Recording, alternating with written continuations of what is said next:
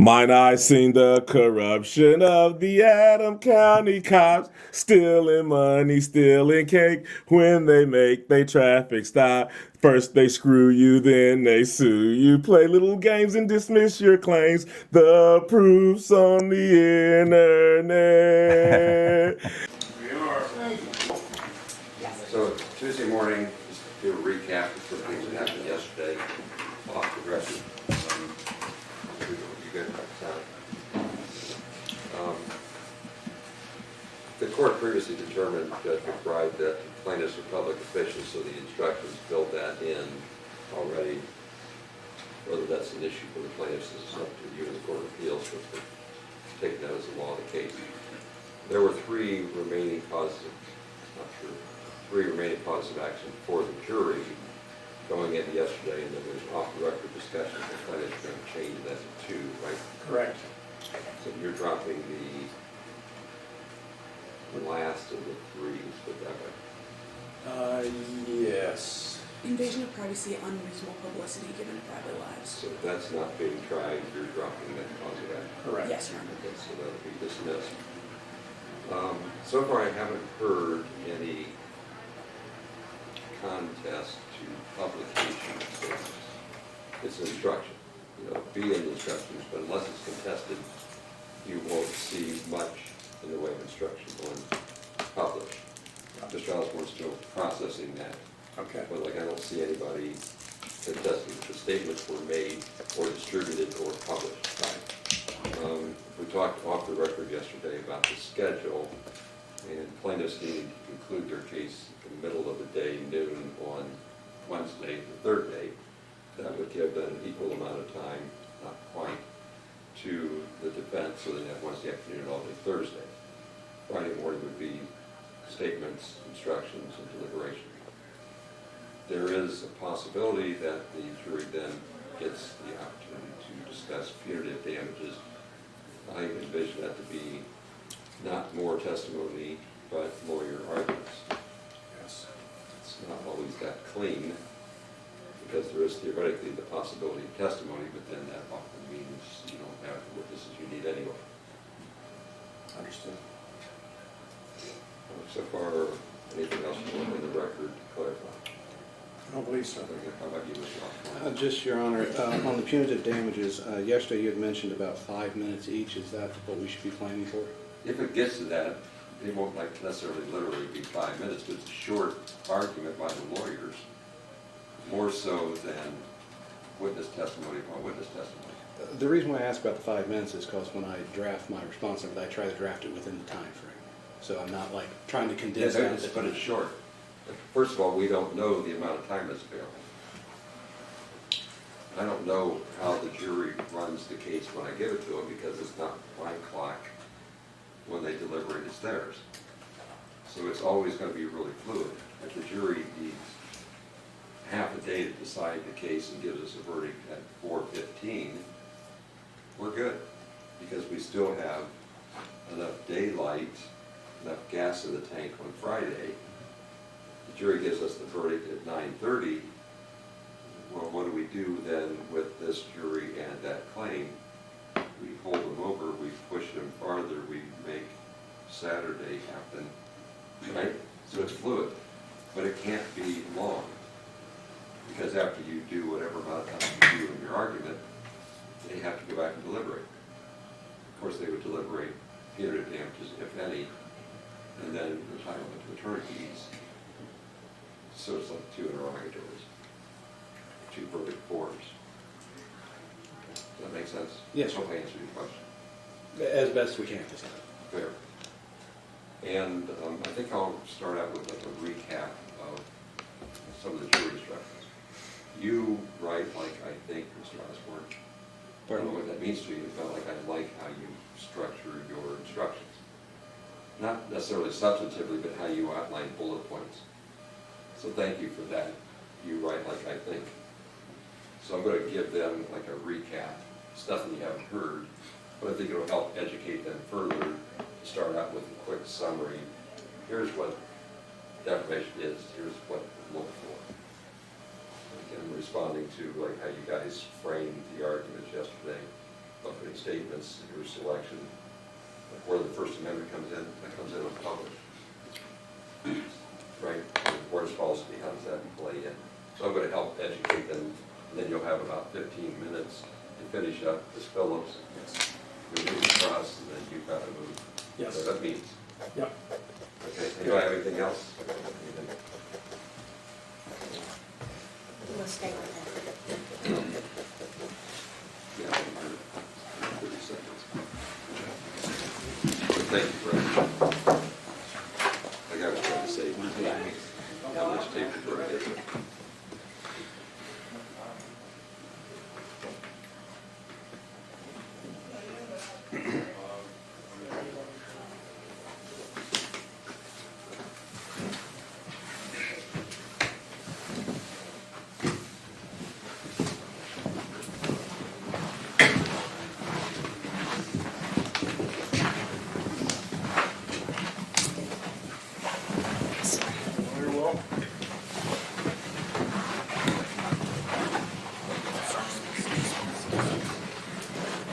Okay, glad to be seated. Ladies and gentlemen, good morning. Thank you very much for being on time, ready to go.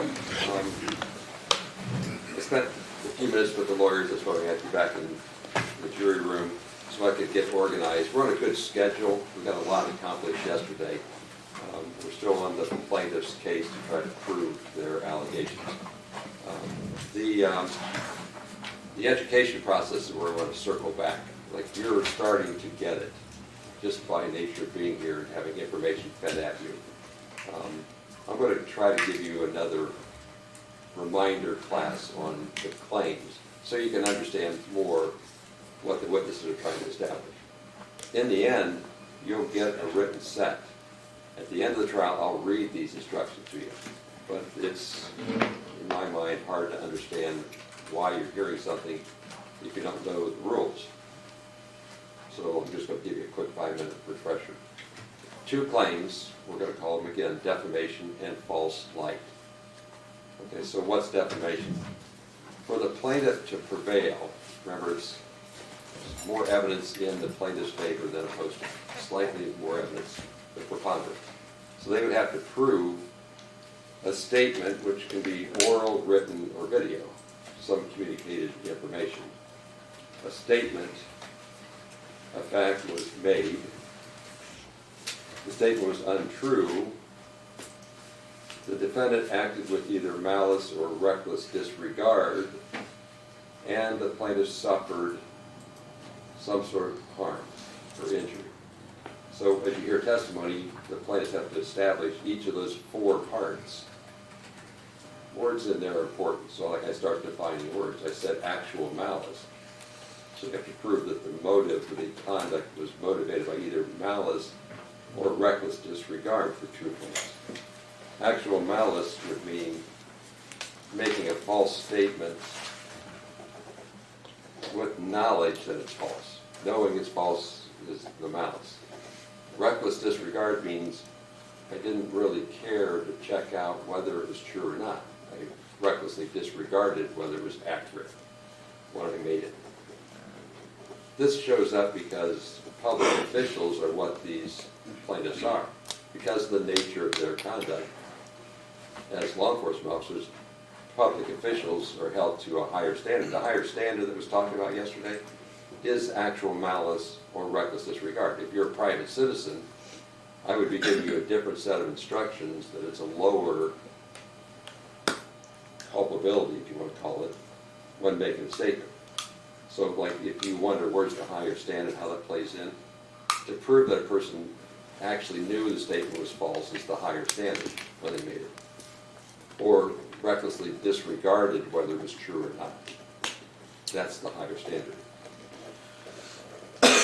I won't have to define falsity except to say a statement is false when it's not substantially true. So little minor deviations don't make the statement false, but it has to be something meaningfully inaccurate. I don't know that there's any dispute about the defendant causing publication.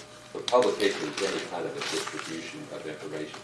Like if I write myself a note to put in a drawer, and nobody else reads it, there's no publication. In this case, you know, it doesn't look like distribution or publication or making the statement. It's really contested. Then the other claim is called false light publicity. This is like first cousin, but it's like also better known maybe in the realm of invading a person's privacy.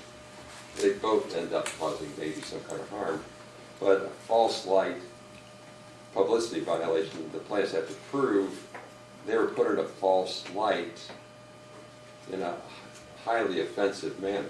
So false light, I was put in a false light in something that's highly offensive, like a minor deviation.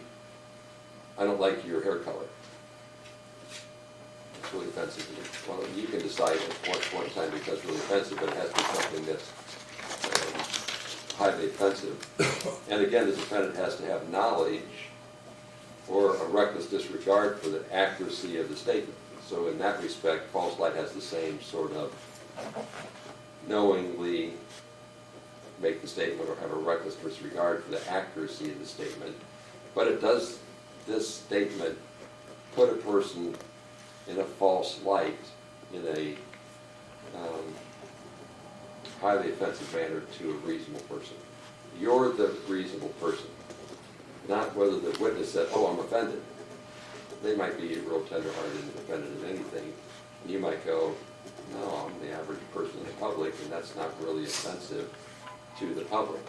So you're the outside, objectively reasonable.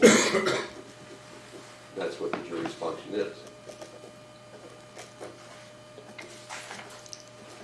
It's maybe a way to help you better understand, and just like you've got 3 fingers, 4 fingers, what the plaintiffs have to prove. Each of those parts by a preponderance of the evidence, except in the defamation claim, it has to be clearly obvious that the defendant knew it was a false statement or recklessly disregarded. Part of that public official is like you have to be clearly convinced. It's a higher standard. The scale has to be a little bit shifted farther down. That he knowingly made a false statement or recklessly disregarded the accuracy of the statement when he made it. So think preponderance for everything except the culpable, the mental state, the motive state of knowing it's false or recklessly disregarding. And that you have to be more convinced. A little knowledge is a dangerous thing, but as you learn, I hope you're getting the idea of what we're looking for here. Ready to go, Mr. Klingler? Yes, Your All Honor. right, Mr. Drexler, ready? Yes. And Mr. Osborne? Yes, Your Okay, there's about 15 minutes or so of Ms. Phillips back in the stands. Come on up here if you would. You're still under oath from yesterday, Ms. Phillips, so I'll just remind you of that. We don't give you the oath again.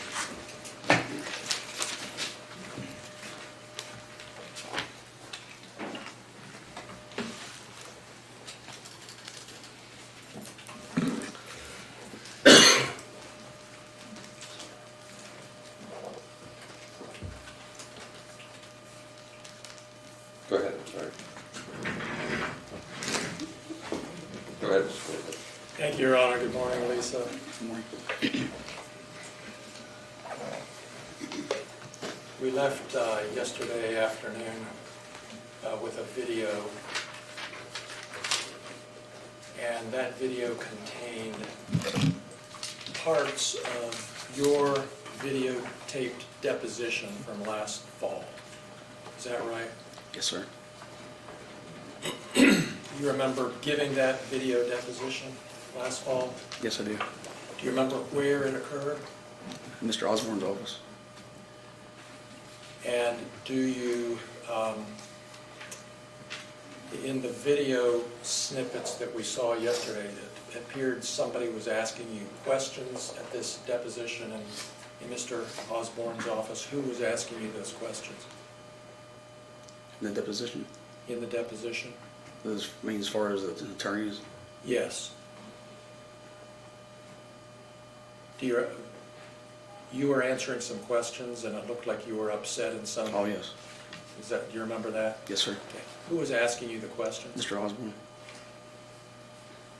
And was Was Mr. Foreman present at that deposition? Yes, sir. He saw the whole thing? Yes, sir.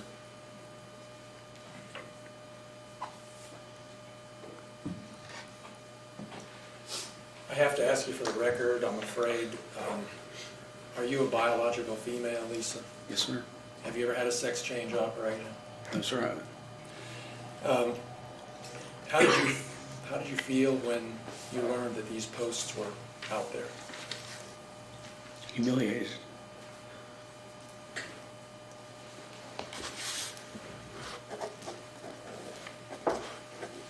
What reaction did you get from the community, if any? Hollering names of the lieutenant looking low and been called a dyke and, things like that.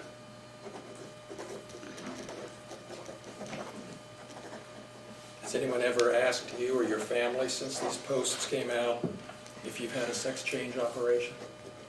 There was a phone call. Can you tell us about that? Your Honor, I will object to any hearsay that she would not have heard personally. What her family would have heard, they could be called to testify directly, but anything she testifies in that manner would be hearsay. Fair enough, set the foundation better, sustained. Thank you, Judge. You mentioned a phone call. Yes, sir.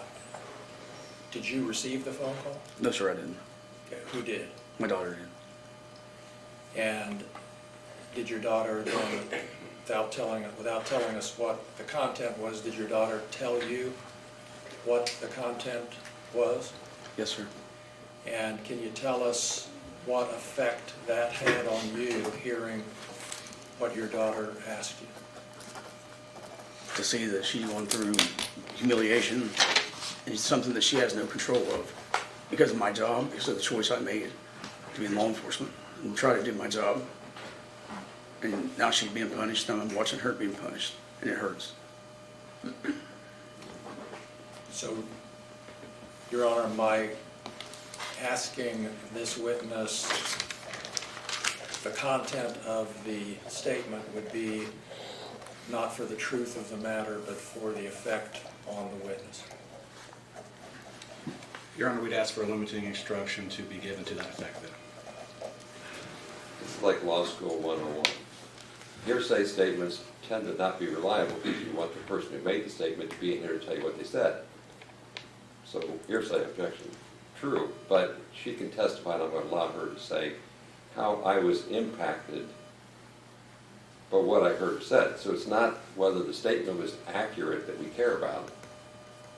It's how she reacted to how it affected her. So that's why you're going to hear what was said, so you can understand the context in which she reacted. Not whether the statement's true, it's the reaction. Go ahead. Thank you, Judge. So Thank you, Mr. Osborne. my question will be, what was it that your daughter said this phone call was about? If I had a sex change.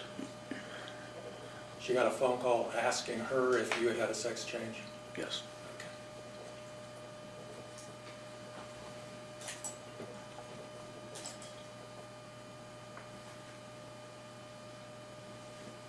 Did these posts that we've seen and talked about have any effect on your job as a deputy sheriff?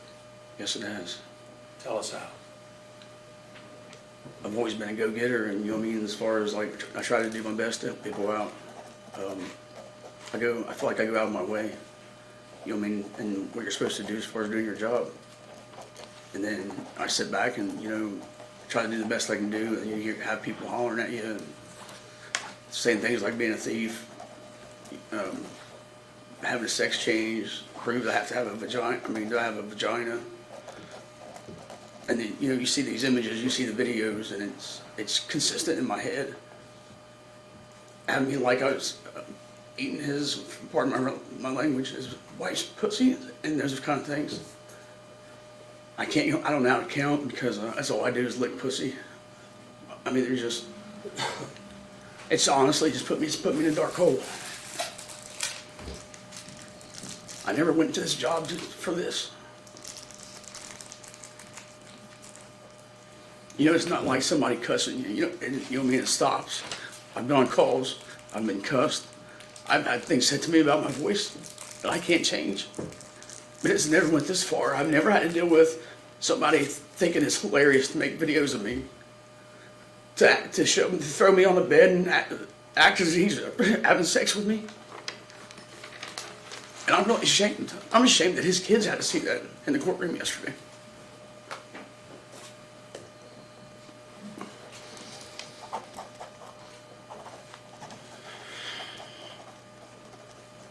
Lisa, did you ask Mr. Foreman in some way to stop these posts and take them down? Yes, sir. Through you. Have they been taken down? Yes, sir. The video we saw yesterday, I'm not sure if we made that clear yesterday. The video we saw yesterday at the end of the day, when was that posted? It was last week. Just last week? Yeah. Within the weekend, 1 week. Those are all my questions, thank you. Go ahead, cross-examination. Thank you for explaining that.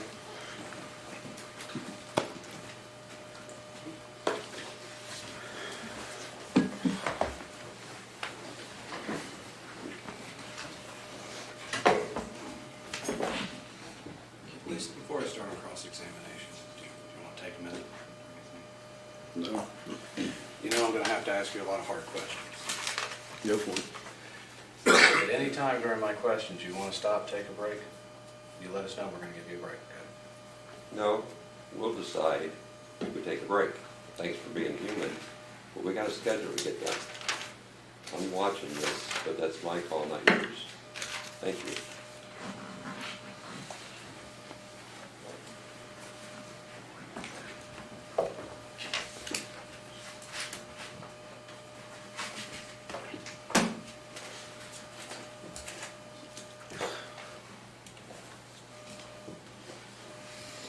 Let's start outside. So, in October of 2022, you were employed with the Adams County Sheriff's Department? Yes, it was.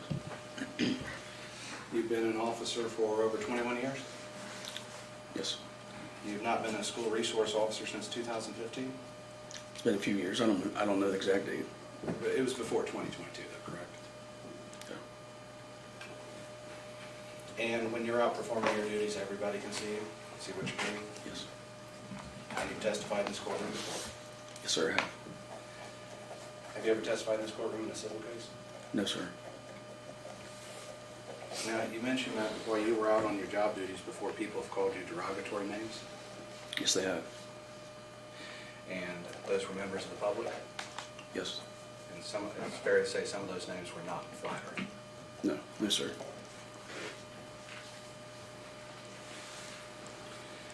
You were born with a deep voice? Yeah, I didn't have no surgery or anything. I didn't know if it was an accident that caused it. No. So you went through school with this deep voice, Sure did. picked on by your peers? Well, yeah.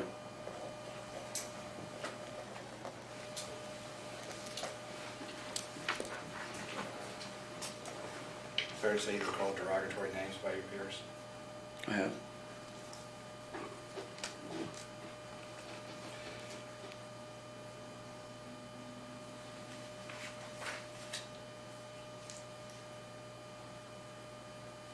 Do you read and believe everything you see on the internet? No, I don't. Do you believe everything you see or read in the newspaper? No, I don't.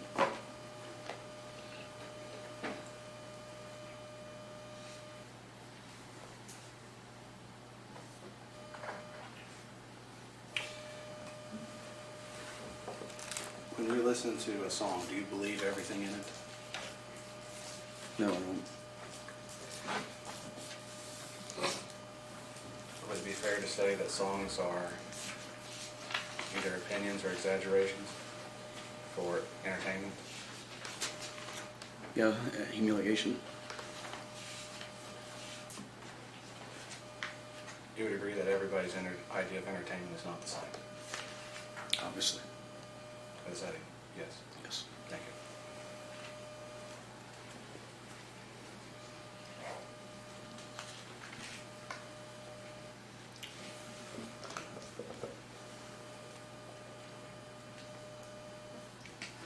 You would agree that there's some songs that use harsh and derogatory language to make their point? Yes. You would agree that when someone says or calls someone a dirty defense attorney, that's really not an accusation that they're a dirty person, didn't take a shower? It's more an opinion? Yes, sir. Same with crooked cops. It's an opinion. They're not saying they're crooked and like a stick. It's opinion.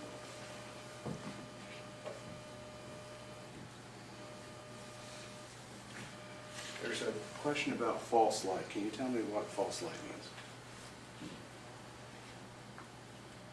As far as I mean, put me out there, put stuff in there that, it's not true. I mean, the humiliation that I've had to go through.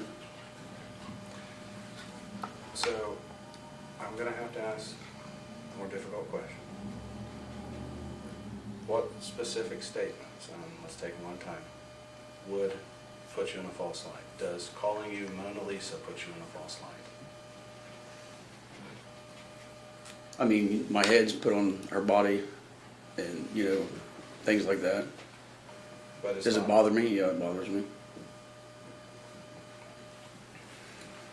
So you're saying that paints you in a false light? But it doesn't, it's not like what the rest of the stuff. So it's different than the others? Yes, sir.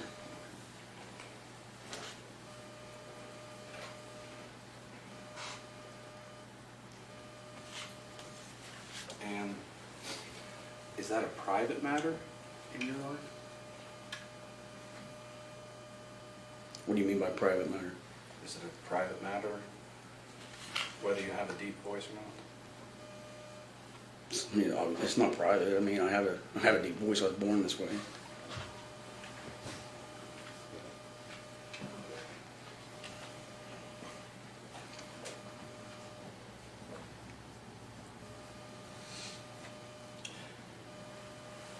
So then am I getting straight then that it's not that it's placing you in a false light because it's the first time you've been questioned about your voice or anything to that effect.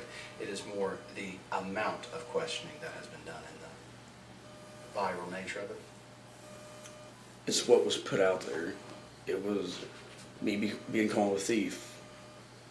Me saying that I need to prove I have a vagina. That I eat his wife's pussy. And all the other songs that go along with it. That I have to sit up here like I'm weak to my county and the news be here because I'm mostly a mess because of him.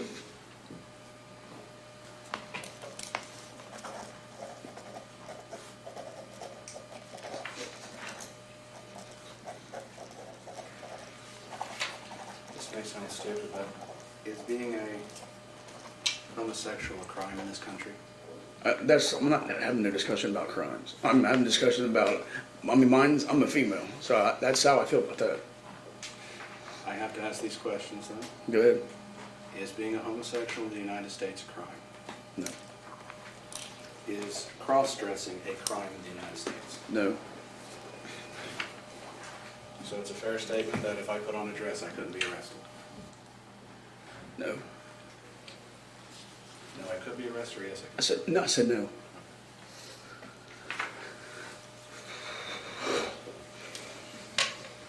Take your time. Go ahead. You would agree that the song that Mr. Klingler referred to as it's a song in a music video? Which song are you talking about? The one that Mr. Klingler played. Yes. You would agree as such, no one would take it seriously because it is a song? I don't know that. I can't answer for somebody else.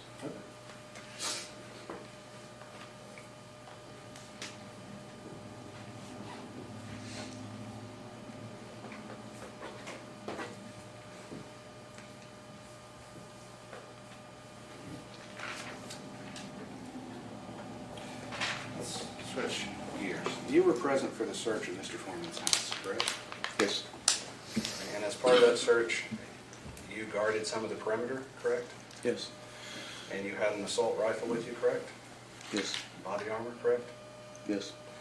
And you were still outside when Mr. Foreman's kids arrived in the car? correct? Yes. The kids would have saw you, you talked with Ms. Foreman about him? I went over and talked to him, yes I did. And she took him home. You still have your rifle with you? Did I still have it on me? I wouldn't have laid it down in the yard.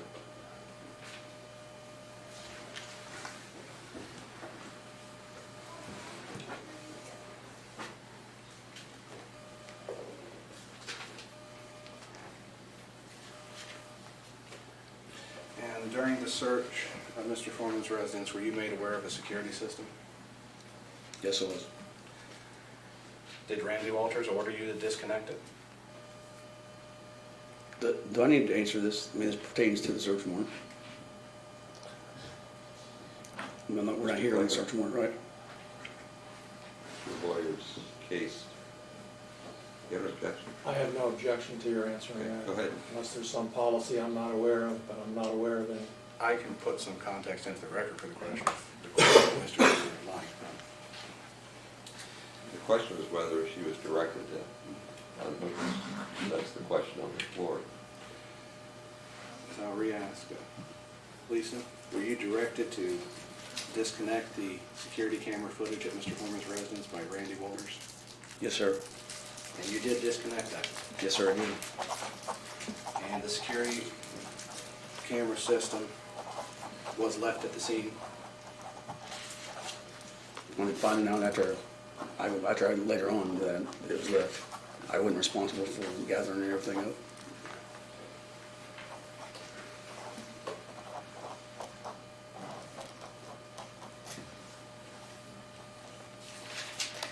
So if someone says you were disconnecting the security camera system, that would be a very true statement. Yes, but there's a difference between disconnecting and destroying somebody's property.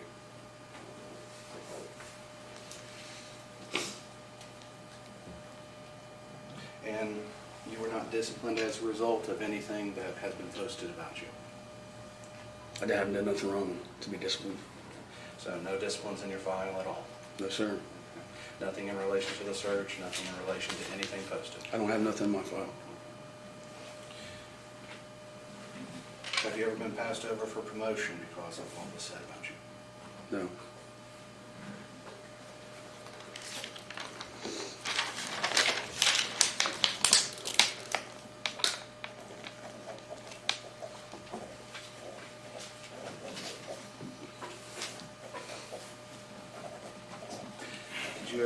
Were you ever interviewed by any of the local newspapers about anything that was said about you? No, sir, I wasn't.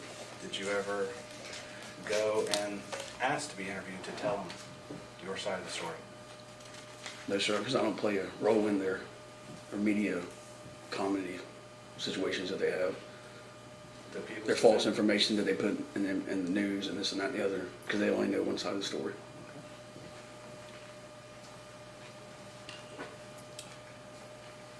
The search took place on August of 2022. This lawsuit was filed in 2023. Between the time the search was done and the lawsuit was filed, when did you send a cease and desist letter to Mr. Foreman to stop posting things about you? I didn't. So It went through our attorney and it went to you by email. Then you stated that you would take it down. We'll get there one thing at a time. And I just want to make sure that that was all out there too. So the request was after the lawsuit was filed, Yes. and the request was to me. Yes, it was, by email. And I was the third attorney on this case. I don't know what order it was in as far as attorney. I do know that you got the email. And that you stated you would have it taken down. And your attorney told you that? I seen it, the email. And you still eat out in the community? Still go to the Mexican restaurant? Yes, sir. Still have peaceful meals? As long as somebody ain't hollering.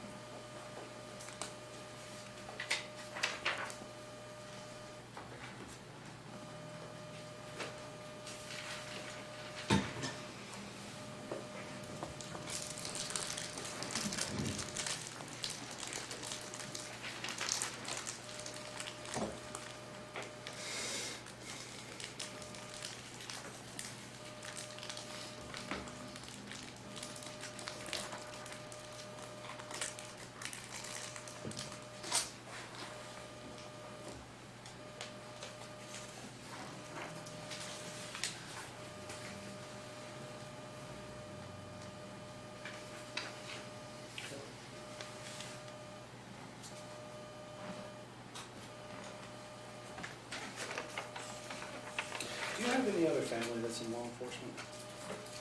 Yes, but he's dead. Your father? My grandfather. Right.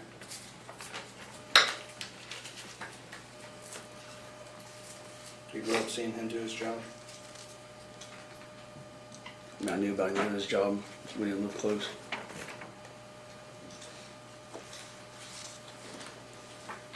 There was some talk about a video and some deposition. Were you in a sheriff's department uniform with a badge and your name and everything on it during that deposition? I don't remember what I had on there in that deposition. I may have had a polo on that said my name on it. So if I said you had a black polo that had a It's badge po- and your name, It's possible. that is something that's issued for you guys to wear by the Adams County Sheriff's Department? Yes. Would it be fair to say that's like the non-road uniform? I mean, I do different things as far as investigation work.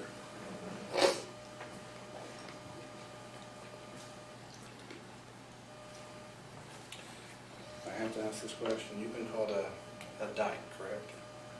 Multiple times. And you were called that in high school also, correct? I wasn't called a dyke in high school.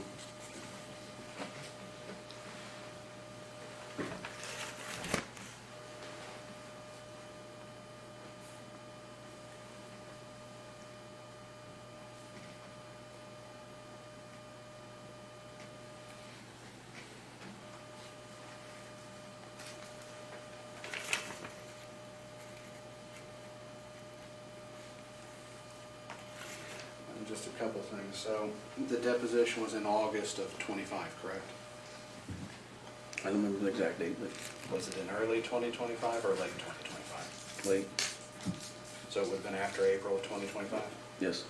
And the video that Mr. Klingler referred to in those posts would have occurred after April of 2025? Which post videos are you talking about? Good point. Let me strike that question and rephrase. Mr. Klingler referred to a video that was played yesterday, and he referred to it today. Mhm. And he asked you when that video was published or played. So was that after April of 2025? Which I'm not sure which video you're talking about. There was more than one that was played. The last one yesterday, strike that.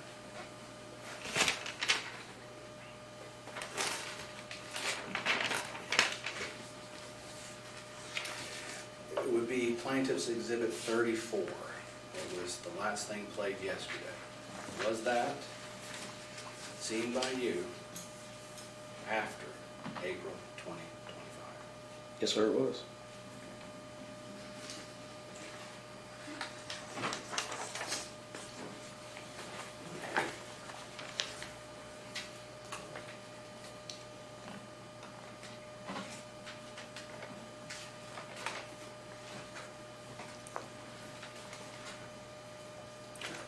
Your Honor, if I may have a moment.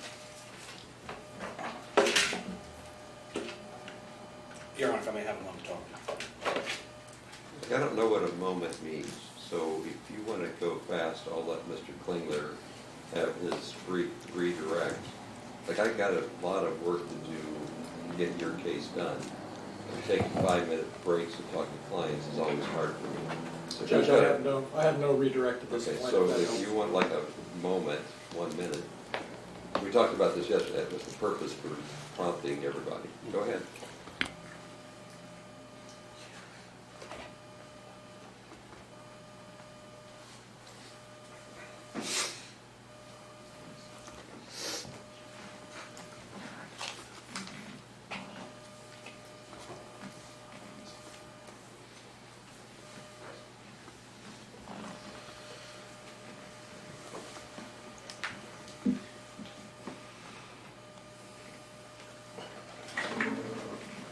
Your Honor, we have no further questions for this witness. Thank you. And the redirect? No So you redirect. can step down as Phillips. Next plaintiff, witness. Plaintiff's called Justin Kulie.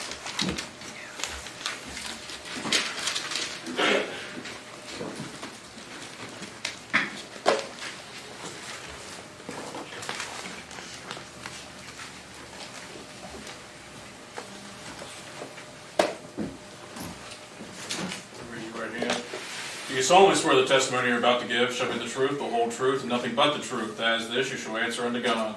I did. Thank you. Go ahead, Mr. Klingman. Thank you, Your Honor. Would you introduce yourself to the jury, please? Yes, my name is Justin Kulie. And Mr. Cooley, where do you live? I live in Adams County for now. How long have you been a resident of Adams County? I believe the 5th grade. I moved here as a young child. And how are you currently employed? I'm not currently employed. I'm temporarily living off some savings I had while I seek mental health treatment. Okay. And just to back up a moment, you were a Adams County deputy sheriff at some point. I was at one time, yes, sir. And can you tell us when that was?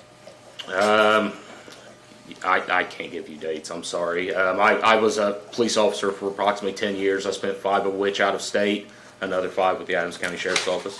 Which state were you in? Kentucky. And then you came to Adams County? I was from Adams County originally. I mean, to work? Yeah. I was graduated from the Christian school and joined the Army. Later on, I went to Afghanistan. When I came home, there was a job opening at the Maysville Police Department. I could walk right in, a good job. So it was an open door. It was an economic decision. I made it. All right. And your father was also an Adams County deputy sheriff? Correct. Yes. And he's in the courtroom? Yes, he is. Shawn Grooms? Yes. So, Mr. Kulie, were you involved in this warrant execution on Mr. Foreman's home? Yes, sir. And have you seen the posts and videos Yes, I have. concerning this warrant execution? Yes, I have.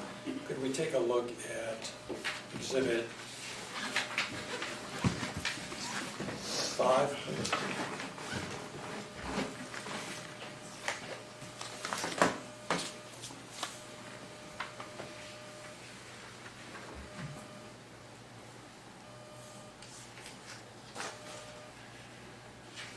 Okay, this is do you recognize this as a post you've seen before? I've seen it before, yes, sir. And do we have a date on that, Natalie? It looks like it was posted March 21st, 2023. Does that look correct? Yes. And let's take a look at its contents. Looks like it says, "Good morning, ladies. I want to thank everybody that bought the merchandise with the faces of the criminals camouflaged as law enforcement on them. These images taken from my home security camera will help expose the thieves and vandals disconnecting people's security camera, stealing their money, working for the Adams County Sheriff Department. The proceeds helped me fix the damage these burglars and vandals sarcastically and arrogantly refused to repair. The proceeds will also go to help fight American systemic racism in the justice system and the criminals camouflaged as law enforcement officers. Order your merch now from www.ogfroman.com. Check out the album Lemon Pound Cake." Did you receive any responses at all, reactions from the community when this post came out? Your Honor, I'm going to object to this post. This post actually does not identify a single person. It actually doesn't even have the context to tell us which officer it's referring to. In a defamation case, you cannot use evidence of a general reference to an unidentified, especially an organization. A government organization cannot be defamed by law. Such, I would object to this at this time because there is no link between that question and this post. Could we see the entire picture, please?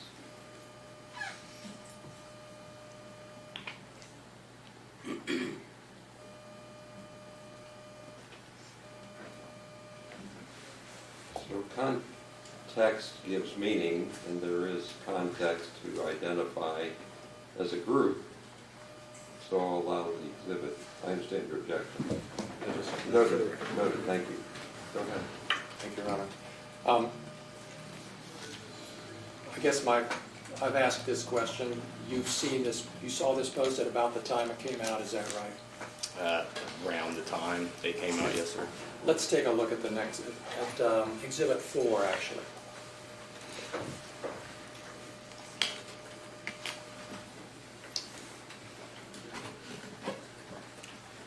I'm going to ask you, for my own sake, to blow it up just a little bit because I'm having trouble reading it. Thank you.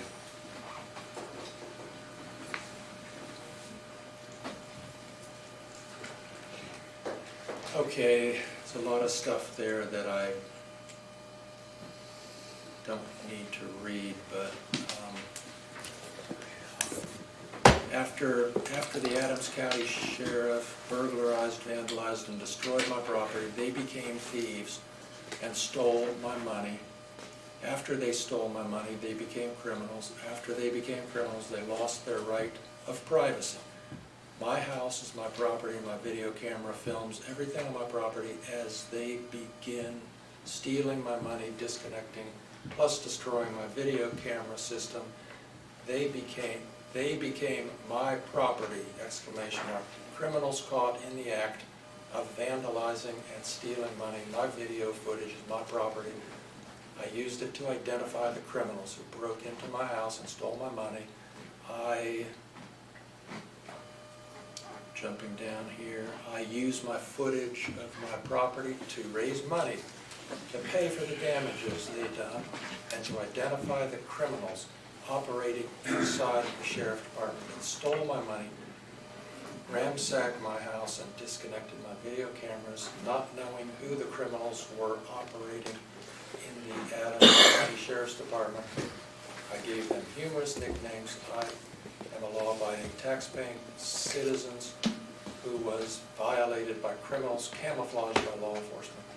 I used my property / my video footage to make up for damages and to make the public aware of criminals disguised as law enforcement, stealing money and disconnecting cameras. And now, yeah, I won't even read the rest. It's there for the... Did you steal any money from Mr. Foreman? No. Have you stolen money from anybody? No.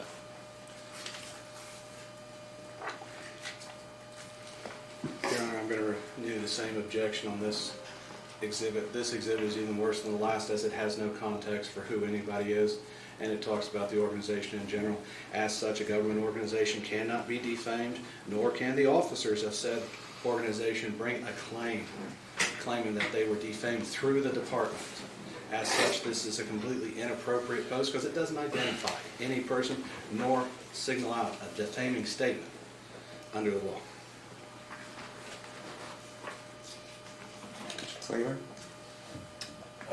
Again, the judge, the context of this case and these exhibits and some more we're about to see makes it clear that the deputies who participated in this warrant execution are the deputies that are being called thieves and criminals. Your Honor, it requires context. So it's referring to the Adams County Sheriff's Department. When all the officers were running for election, at that time they said there was over 50 people working for the Adams County Sheriff's Department. We have 7 here.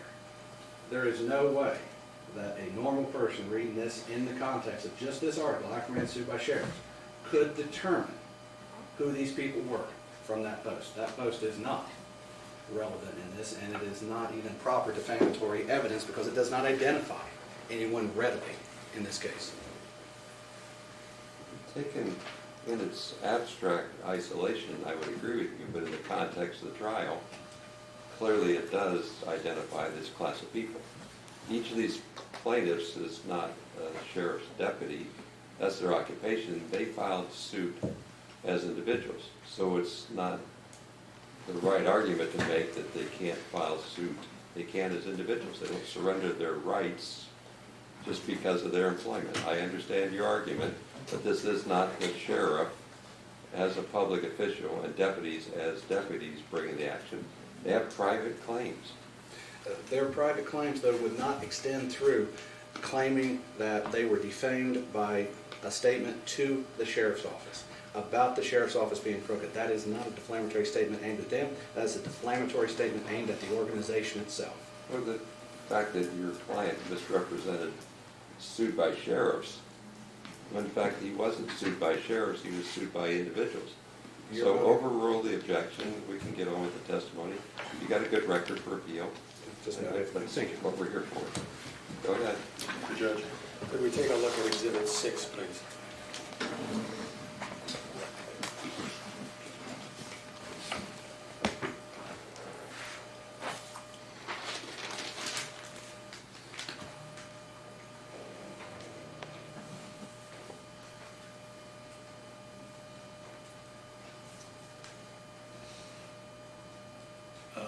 Let's go down a little bit. Your Honor, I'm going to ask that the whole thing be read into the record so it's completely as part of the record, especially given this post and its questionable nature as relevance. Glad to do it. Be my guest. Well, if you don't do it, he's allowed to do it across. Yeah, all right. Here, overruled.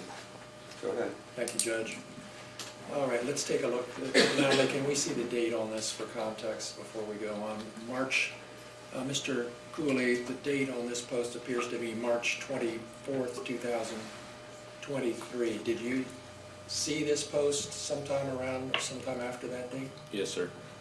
All right, let's read the whole thing here. Your Honor, for the record, what exhibit is this? This is, what is it now? This is 6. This is 6. We just had exhibit 6 with the last one.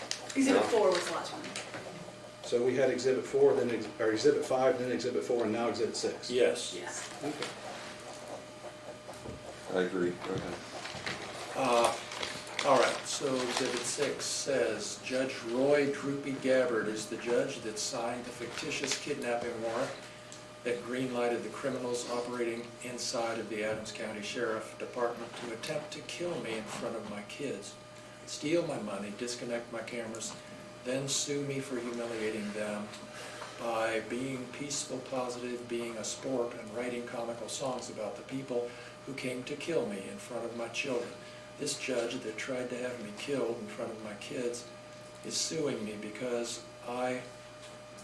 when I post a picture of him next to Droopy, it humiliates him. He can't take the ridicule he's getting from the pictures I post of him next to Droopy.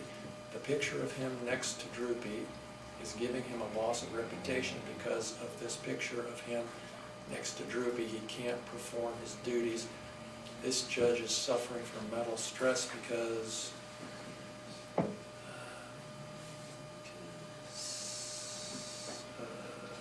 where was I here? I am posting him next to Droopy because I'm posting pictures of him next to Droopy. This judge wants me to stop posting pictures of him next to Droopy. Judge Roy Droopy Gabbard sent a hit squad to my house to kill me in front of my kids, but I can't post a picture of him next to Droopy. He can take my life, but he can't take a joke from the guy he tried to kill. Judge Roy Droopy Gabbard is one serious, sensitive guy, everybody in the world. Please don't compare Judge Roy Droopy Gabbard to Droopy because he will sign a fictitious warrant, send the criminals operating inside the Adams County Sheriff Department to your house, kill you, steal your money, disconnect your cameras, then laugh if you ask him to repair the damages. Judge Roy Droopy Gabbard shirts coming to, Judge Roy Droopy Gabbard shirts coming to www.ogafroman.com. Go buy the album and Lemon Pound Cake available on all platforms. Did I read that correctly? Yes. Otherwise? Thank you. Do you have any idea,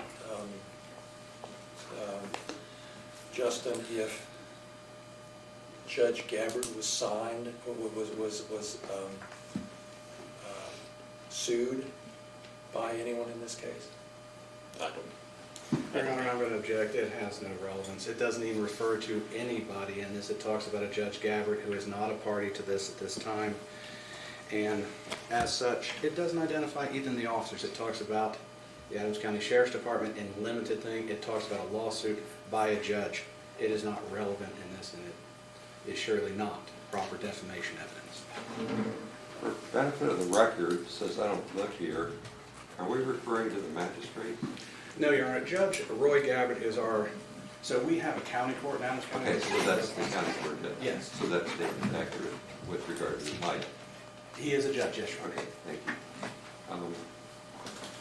So to the extent that it refers to somebody else, there's no relevance to the extent that it might contain falsities or not is relevant. So for that purpose, it's permitted. Not as to claims that the other person might have, but to accuracy, falsity, truthfulness or not. Go ahead. Thank you, Judge. Let's take a look at Exhibit 7.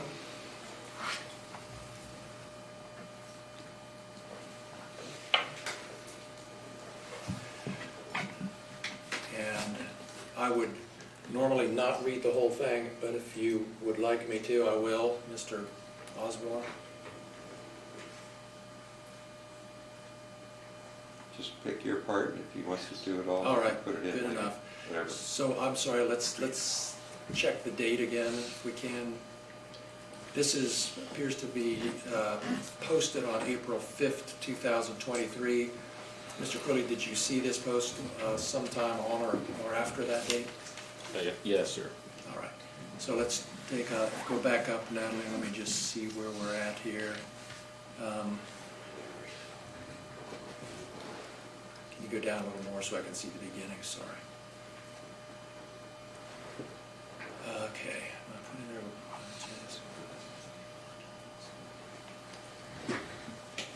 Well, I apologize for using free speech on my personal pages after you stole $400 from me and tampered with evidence, disconnecting my camera.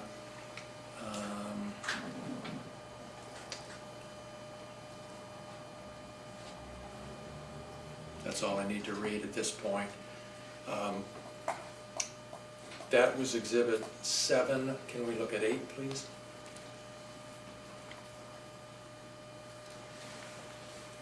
And let's look at the date here. It looks like it's April 9th, 2024. Did you see this post on or sometime after that date? It was sometime after All right. on this specific one. All right. And this one, is it, I guess we should be identifying, I'm not real great on social media, but does this look like is this a Facebook post? Looks like Facebook. It's a Facebook post, okay.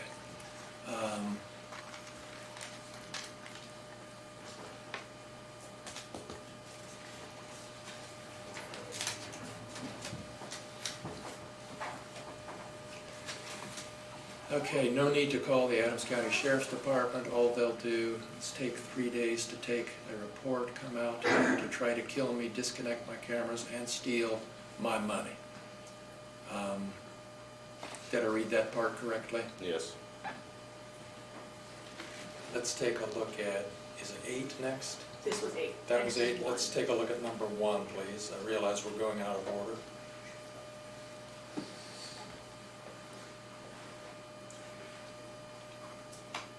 And number 1 has a date of November 15th, 2024.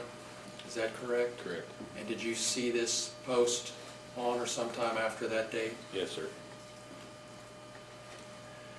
All right, and it says, it's a Facebook post, I guess, and it says, good morning, ladies, in court early, trying to see if the judge is going to grant full immunity to the criminals disguised as law enforcement who vandalized my property, disconnected, and ripped out my security camera system and stole my money. Did I read that correctly? Yes, sir. All right, now, that's all of those for now, thank you. Ms. Kulie, again, I may have asked you this, did you steal any money? No. Did you experience any reactions from the community yourself from these posts having to do with stealing his money? Yes, sir. Can you describe to us what you experienced? Well, my role in this was always a little different.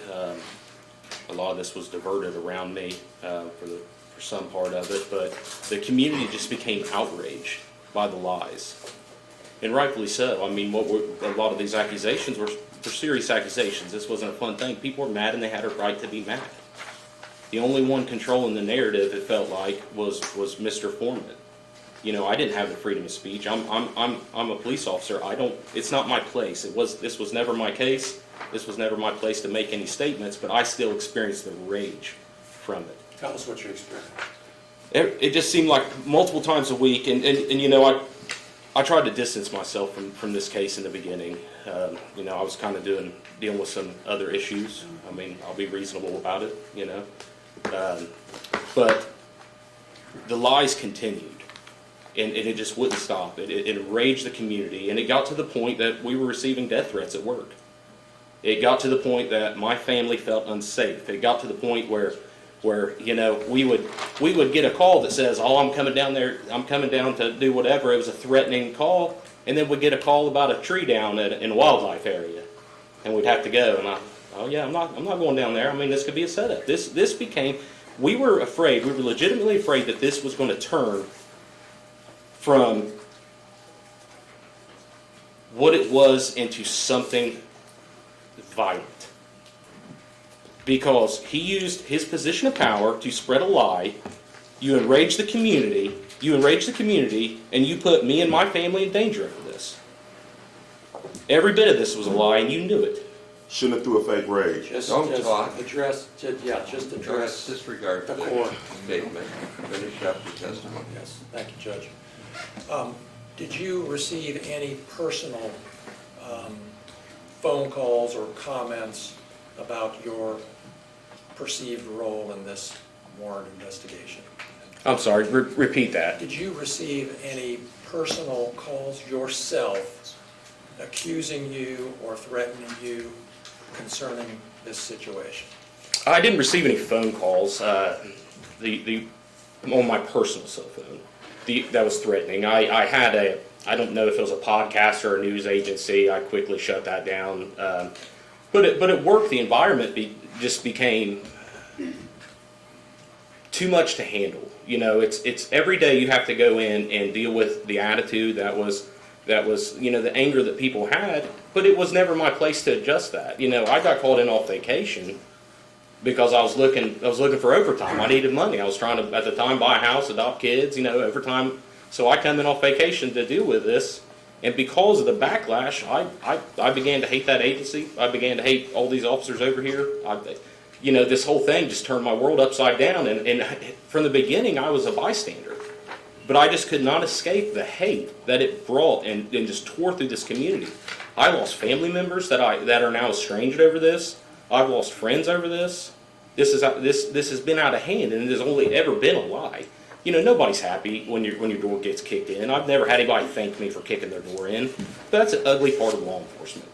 And that's a part of law enforcement that is necessary to keep the community safe. Was being called a theft part of the backlash that you felt you were experiencing? And Mr. Kulie, I don't want to get into this any more than we need to, but did you ultimately resign your position with Adams County? Yes, sir. I've resigned and I've let my commission expire. And you mentioned some mental health issues that you're dealing with, and I just want the jury to be clear and for you to be as clear as I know you and forthright as I know you want to be. Your Honor, I'm going to object to this line of questioning. There was no evidence of any treatment disclosed during discovery. The deposition even showed there was none at that time. So therefore, to have this line of questioning is completely improper. Nothing's been disclosed, nothing's been provided to defense counsel in this matter. Where are you going, Mr. Cleveland? I thought that the deposition did get into some of the struggles Mr. Kulie's been going through. If I'm wrong about that, then you can let me know, but I thought that was part of what we had talked about. There certainly hasn't been any doctor's reports, but there were some references to struggling with this and other personal issues that caused him ultimately to resign. Do you have economic damages? No.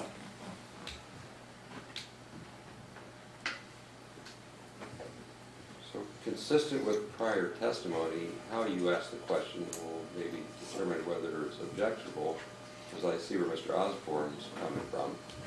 But in the past, they've been able to testify with regard to effect on their mental status. So depending on how the question's asked, it may or may not be objectionable. So I'll sustain the objection, ask you to rephrase, and we'll see where it goes. Judge,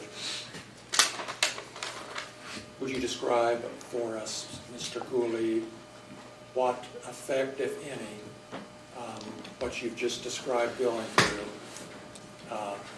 had on you and your career? Yes, sir. Like I said, initially, I reserved any opinion on the matter. My opinion on law enforcement is different. I waited for the facts to come out. I waited for the natural process to come through. You know, I don't have the freedom to go out and defend myself, and if I want to keep my job, I mean, that's the stark reality of law enforcement. But over time, this lie that continued, it was like acid. It eroded my resiliency. I got tired of explaining myself. I got tired of dealing with people's outrage because of this lie. I have never been but a bystander, caught a stray bullet. You know, I'm coming in off vacation. I've never met this man. I've never met him before. Never heard his name. But yet he gets to go on the internet and tell everybody who I am. Justin, what effect did that have on your decision to resign, if any? I had a mental breakdown. I had a surgery, and for about 5 months, I got to stay at home, get paid to stay at home, get to do all the things you want to do when you have the time. And when I returned to work, the hate was still there, and my resiliency was gone. We've been beating this drum for 3 years. I mean, we're still doing it. I couldn't handle it. I thought I had insomnia originally. Go through medical treatment. Now I'm seeing a psychiatrist, and I've stepped away from law enforcement because I believe my mental health is an issue now. The weight of that badge became too much. Those are all of my questions. Thank you, Justin. Thank you. Cross-examination.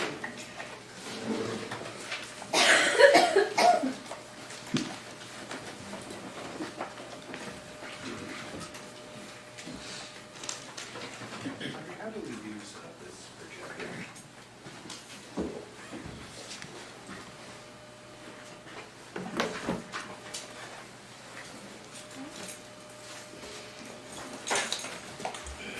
Justin, I'm going to start with a couple of things first. So you were deposed by me, correct? Correct. And that deposition occurred on August 6, 2025? I believe so. And you were seeing a doctor at that time? No. So you have gone... Well, I'll correct my statement. I had went to the doctor one time before that. At that time, I was hiding my mental health. Okay. You don't want that get blasted. So you went to see a doctor over your mental health? Correct. And was there ever a specific post that ever identified you or singled you out? Yes. Was it one of the ones that Mr. Klingler showed? No. Why didn't he show that post? Ask him.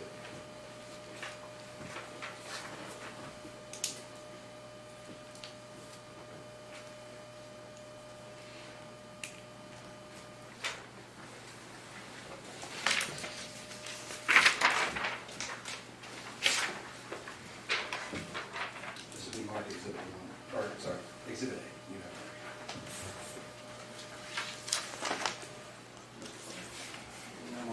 I understand technology is extremely small.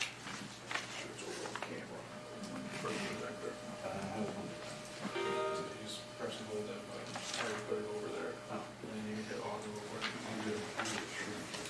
So there's your zoom function, your auto zoom function, and you can get it on relay.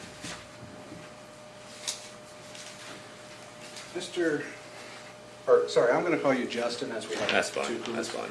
Justin, Yep. I asked you if there was ever a post that singled you out. Would sir. you please take a look at what's been marked Exhibit A? Yes, sir. Is that the post you're referring to? Yes. And that- There was other posts, but this was one of them, yes. And so, when so this was the post that singled you out where you were called? I said this was one of the posts. Let me get there. Okay. You're called Deputy Phil Dipshit Receding Hairline Collins. Mm-hmm. Is your name Phil? No. Is your name Collins? Nope. So, you're telling me you had a nervous breakdown over being called a dipshit with a receding hairline? No, I had a nervous breakdown because I was getting death threats to my family because my picture's on here with a bunch of accusations that are not true. Since you talk about death threats, let's explore that for a second. Was anybody ever charged for threatening you? No, But threatening an officer is a crime, I thought so. but no one was ever charged, even though you had all these death threats. Yep. Did you have an issue with that? Yes, I did. Kind of felt let down by the sheriff's department? Absolutely. That was one of the factors of why you quit, wasn't it? No, it wasn't. It wasn't. No. I will say that I was upset about this, yes. But at that time, I was losing a mental health battle. So, also then in that question, you're saying the only reason you resigned from the Adams County Sheriff's Office is because of the post to Mr. Foreman about dipshit receding hairline? No, I never said that. So, there is more reasons than just Mr. Foreman that caused you to resign? I said my mental health came into question, and I felt it was the most responsible thing to do. Justin, I'm going to ask this very plainly. Okay. Was there more than one reason why you left the Adams County Sheriff's Department? I've already answered that question, and I said yes. Okay. So there is more reasons then than Mr. Foreman that caused you to leave the Sheriff's Department? It had to do with the handling of this case. Can you tell me what fact about you that receding hairline or dipshit refers to, please? I'm sorry? What private fact of yours does that refer to? I mean, there's a picture of me, and let's see here, talking about,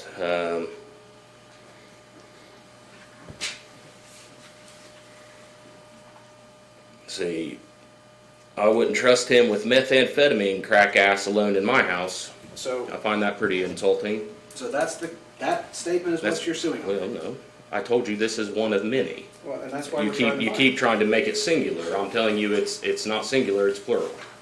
Okay, and so one of them is dipshit, one is receding hairline. Yep. And the other is meth heads. Yes. Is there any more? Well, when he's sitting there making accusations against the organization that I at that time was working for, destroying community trust, all based off of a lie, that's what ultimately stopped. And that's community trust in the Adams County Sheriff's Department, correct? Yes.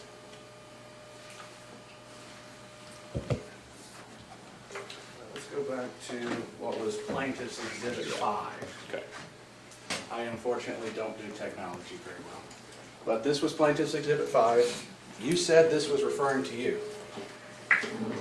Where's your picture in this? I said, you asked me earlier. Where's your picture No, of this? no.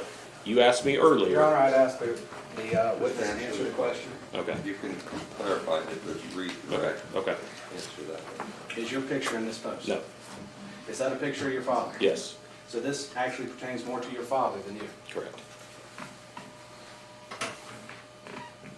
I'd like to look at what was Plaintiff's Exhibit A. Can you turn a little bit? Well, here, help me. Just turn slightly. There. Right. Yep. Perfect. Okay. Okay. So there's no Plaintiff's Exhibit A. Oh, sorry, Plaintiff's Exhibit 1. Thank you. So this would have been Plaintiff's Exhibit 1. It says, "In court early." Were you at that hearing? No. So this is a post about a legitimate hearing that we had in this case. Right.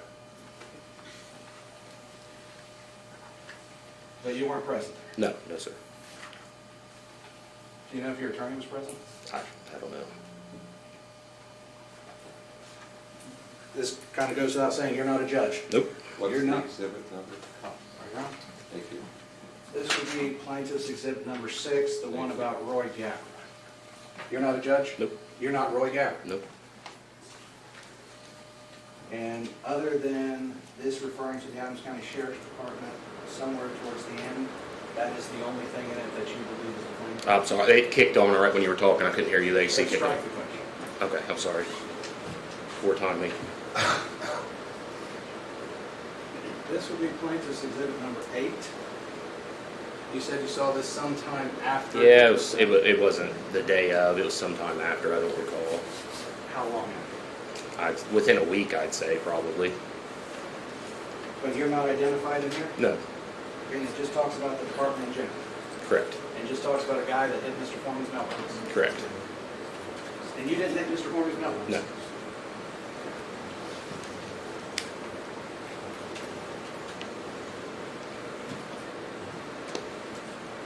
Were you ever disciplined because of what happened in the raid? no, Were you ever disciplined for anything Mr. Foreman said? no.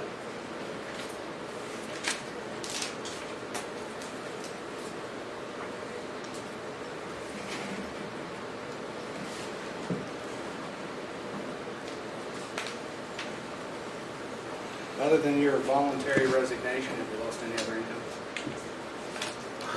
I haven't been employed in a year. I've been living off savings. You know, I can't keep gainful employment because I'm going to VA appointments 5 days a week sometimes. Well, you said that you went to surgery. When did you go into surgery? I don't remember. That's been so long ago. It was It was a nice time at home. Didn't have oh my any gosh, duties. yes. Was it a long time ago? I don't recall. I'd say it's been over a year, but the dates I'm sorry, I can't recall it.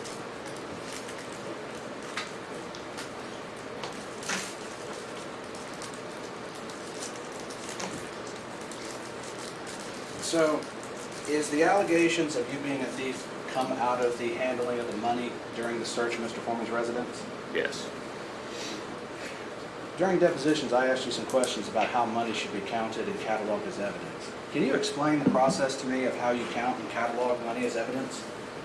Yeah, I mean, as far as like what the policy is, or because I don't that policy has changed since then, and we had. But usually what you do is we have a special type of evidence bag. That evidence bag, it'll have denominations of bills. On that, you count it and you mark it. You know, I got 3 20s. I have 1 10. You know, you put that money in the bag and seal it up. Does that answer your question? Well, so you have these evidence bags, you would count out the money, you'd have it recounted, you would then like put a stack of 20s, 10s, 5s, and then down the denomination? Yeah, it's not counted by the total on the bag. It's counted by each individual bill and the amount of each bill. So you have 3 20s. You don't put the total amount of currency, you put the number of bills. So you would On tell the that coach- type of evidence bag, yes, sir. So, let me rephrase my question so we Okay. talk at the same time. So, if I look at the evidence bag, I can know exactly how many 5s are in it, 10s, 20s, 100s, Correct. and the evidence is sealed when it leaves the scene? Most of the time, yes, but as long as it stays in your care and custody, as long as it's not something, if this was something that had a fingerprint, of course you have to protect that fingerprint until you can get it to a lab. I'm not going to say that every time you leave somewhere something is sealed, because sometimes, I mean, that's an unrealistic expectation. You know, if I got a gun, but I don't have a gun box to put it in, well, that's going to the trunk of my car until I get a gun box to put it in. I mean, that's the reality of law enforcement. But if that gun changed hands by 3 or 4 people, they would all sign the box when they got it to show the chain of Correct. evidence? Yes, sir. Yes, sir. So anybody in possession, that must be in the chain of evidence, Correct. and that's put on the back, or the box. Well, there's a little thing right on the front. It'll have an evidence chain right below the denominations. It has an evidence chain. So if you collect a gun, you would sign first. If I hold it, I'd sign second, and so forth and so forth. Correct.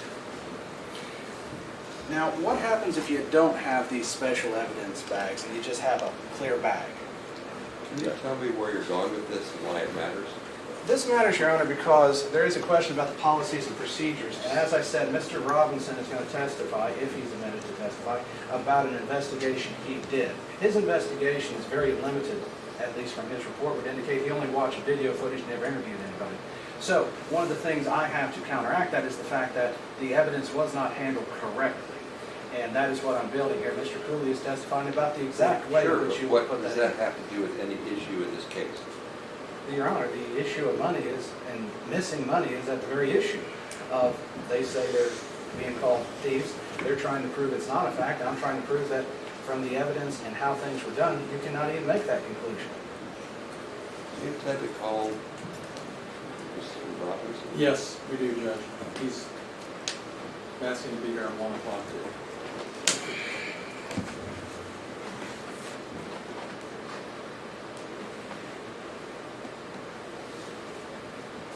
I guess in one respect, it's your time to spend. I look at this as marginally irrelevant, but if you can spend the time, Thank you. have at it. So if you had a plain evidence bag that did not have the place for 5s and 10s, would you handwrite in that information with a permanent marker? Yes. So even if the bag was plain, you could write 10 5s, 2 20s, and such? You can. But that's the way it should be done, correct? Well, I'm not going to say that's the way it happens every time. I mean, it's as long as you can protect that evidence to display in court, that's the purpose. You know, I mean, there's a little bit of flexibility in evidence handling based off the situation, but in general, if cash is seized, then yes, you know, you can put the amount. The amount is always going to be on the outside of the bag. Anybody that took exclusive possession of that, yes, they're all going to sign that. And so, and the money's always counted twice, correct? Correct. At least twice, correct? Correct.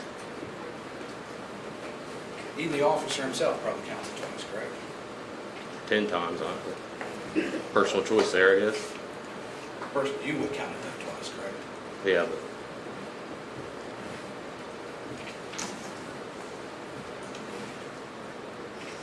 Did you ever have possession of the money during the search, Mr. Foreman? to be honest with you, I don't recall. I don't believe so, but I don't recall.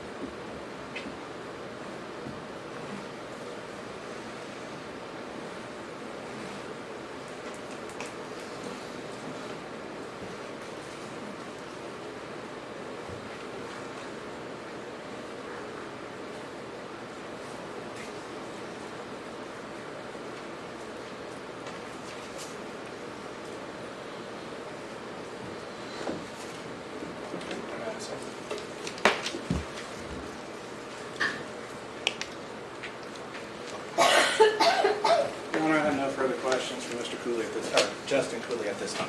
Thank you, Mr. Osborne. Mr. Klingler, No redirect, Judge. go ahead and step down. Thank you, Mr. Klingler.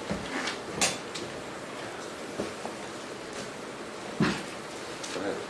Plaintiff's called Mike Eastep. Stand.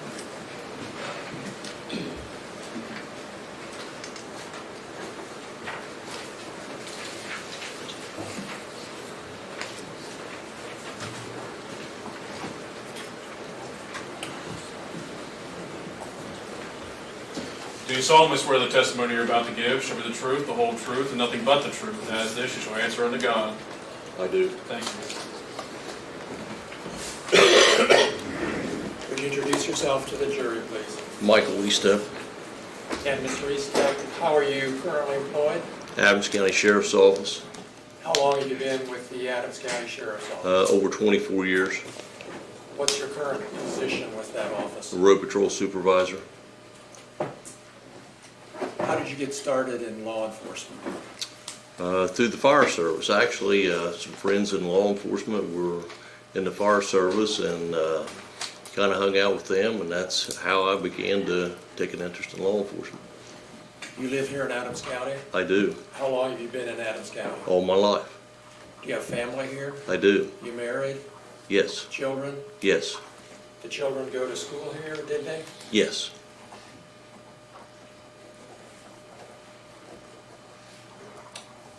You were part of the team that executed the search warrant on Mr. Foreman's home, is that right? Yes.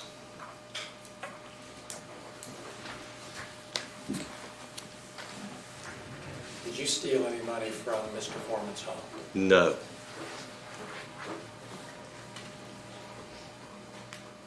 We've seen, you've been here the whole trial so far, the last day and a half, right? Yes. You've seen all the exhibits? Yes. You saw the exhibits that were just shown to Justin Kulie? Yes.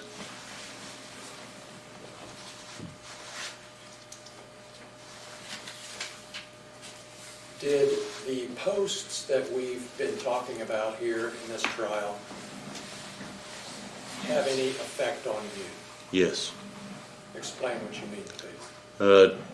People that we deal with in providing services into the community has called us out, called me a thief. We assisted with a search warrant service here with another agency, and the people who was inside the residence looked at us and says, why are they allowed to do what they're doing? And then they look at us and say, well, you done it to Afroman, they can get by with it, they can do it to us. Did you ever receive any calls having to do with this case? Not directly. Are you aware of calls that were received by dispatch?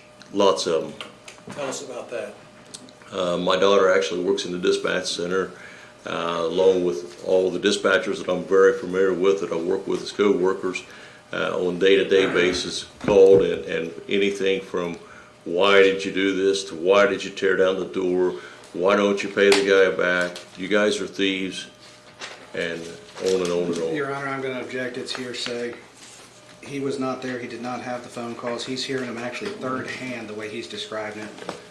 He's hearing them from the idea of, from the dispatchers telling him what another person said, so hearsay upon hearsay upon hearsay. What's the purpose?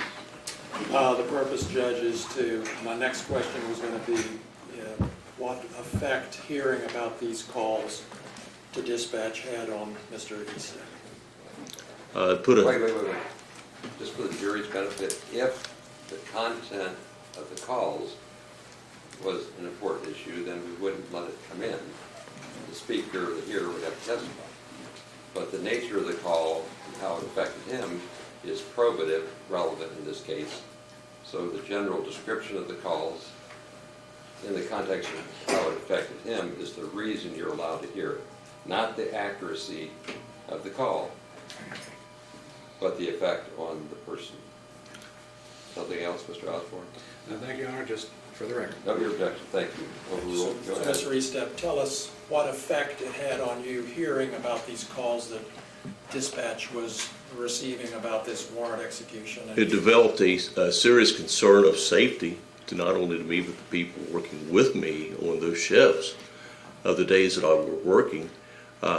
Basically overwhelming of calls that came through, and they were hardly able to keep up with what we have going on in the services that we're providing with nonsense phone calls.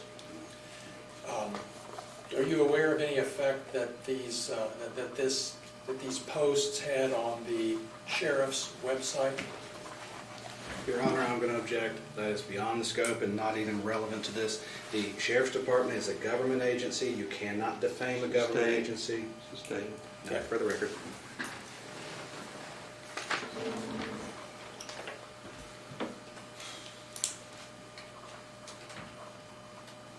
Mr. Eastep, did you, through your attorney, ask Mr. Foreman to take these posts down?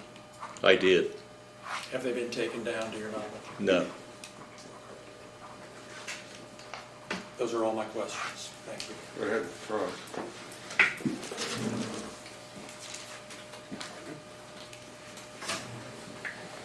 Mr. Eastep, do you mind if I call you Mike? That's fine.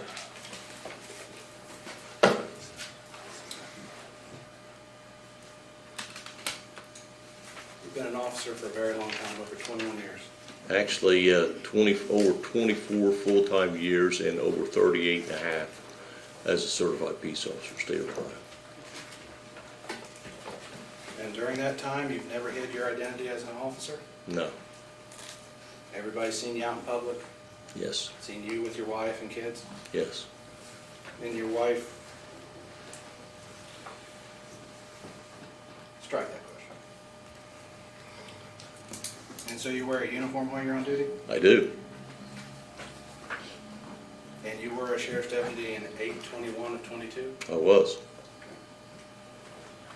And people have criticized your duties before, correct? Yes, And you've been called a lot of names by people in 24 years, correct? oh yeah. Things worse than a thief, correct? Name-wise, but not as, I mean, not as detrimental how people look at you. I mean, you're saying, you know, people calling you names directly, but not put out there to be detrimental in something that is criminally related. So people have come up to you and asked you if you were a thief. I've had phone calls and I've had it happen. When was the first time that happened? To you personally during your career? In my entire career, Yes. I never had anything until this came about. You never had anybody Not ask you told me. about being a thief and when your No, wife was charged with theft? no. When your wife pled guilty to stealing from her employer? Objection, Tell Judge. me why you would do that to the jury. Your Honor, Why I would would you ask do that this. to the jury? Your Honor, I'm asking a question that builds on his reputation. He says he's never been called a thief before, yet he keeps saying that everybody treats him differently. This goes to his reputation. He is used to this. This has happened before. To say that this is the only thing causing the problem has ever hurt his reputation, he's opening up the door so that I can ask the question about what's affecting his reputation. Thank you. Mr. Clayton? We're not gonna, I assume, have a trial about every family member and what every family member of these plaintiffs might have done in their lives. This is a case about these deputies and about Mr. Eastep. It's not about his wife, it's not about his family. We're not gonna try a case here about what somebody else might or might have done, or whether they might or might have not been guilty. It's about what he experienced as a result of these. And how it affected his reputation, which is exactly at issue. He is talking about his reputation and how it's been affected. He's opened it up. Your reputation is your entire life, everything you do in the community. Your family affects your reputation. You can't say that you have, if my brother gets in This trouble, case is people ask about me about that. what, this case is about what he did to his reputation, not about what What might was have his been- reputation like before this started then? You know. So I let you play this out in front of the jury so they can understand how to separate the evidence. There's no claims here for your benefit, ladies and gentlemen, for family member injuries. Right? But how family members' reactions to the claims affect a person's relevant. So you get to hear that my daughter was upset when I was called a derogative term for the benefit, for the relevance of how it hits me. Right? Now, take that to this step. If we allow, and we will, testimony about the wife's prior experience, it only goes not to the character of that person, but how it affects the witness. So, like, we're not here to try to decide whether or not the spouse has a character flaw or not, but how the whole thief reference should play into his claim for damages, right? Their law school example and arguing with each other is what lawyers do, but you need to understand how to see it. So I'm going to allow this so you can see how it does or does not affect him alone. Just don't get caught up that your spouse's character is your character, because it's not. Enough said, overrule the objection, and then you can renew them as you feel appropriate. Go, re-ask the question. He answered the question, Your Honor. Then re-ask it because he shouldn't have. Okay. So restate the question, Mr. Eastep. Your wife did steal from her employer, correct? Yes, And it was a felony sum of money, correct? yes, Which is over $1,000. yes,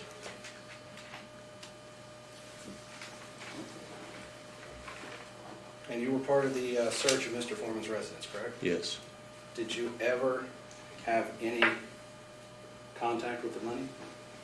I noticed some money in a coat pocket and I pointed it out to Detective Newland. And is that the money that Mr. Newland testified earlier that was upstairs? That should have been some of it, yes. I didn't do the collection of it, You just pointed it out in the pocket? yes. Another officer took it out of the pocket? I assume. Okay. Do you remember which officer you pointed to? I told Detective Newland.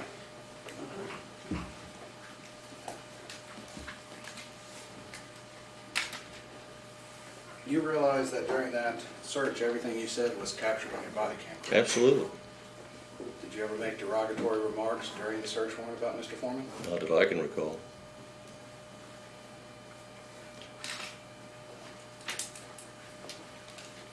Wait, let me lay the foundation first. Mr. Eastep, on October 21st, 2022, did you have a body cam on during the search of Mr. Foreman's residence? Yes, Was that body cam active the entire time? yes, Does it have audio and video recording capabilities? Yes. If I show you a clip of that body cam, can you Sure. identify it? sure.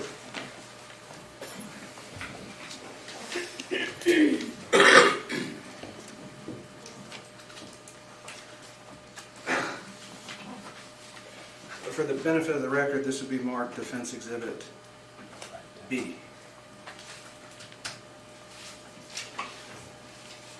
And for the sake of the record, the file would be ACSO3_OK0019_21252.mp4.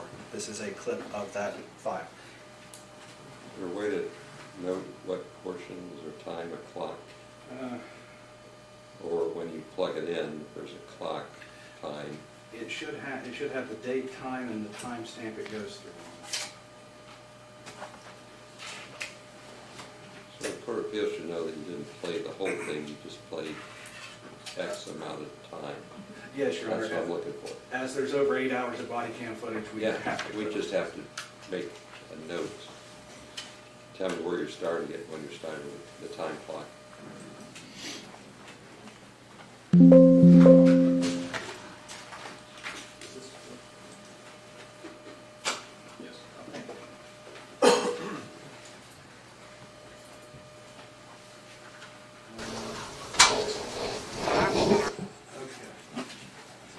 Your Honor, this would be marked body cam in the upper left-hand corner, in the bottom left-hand corner.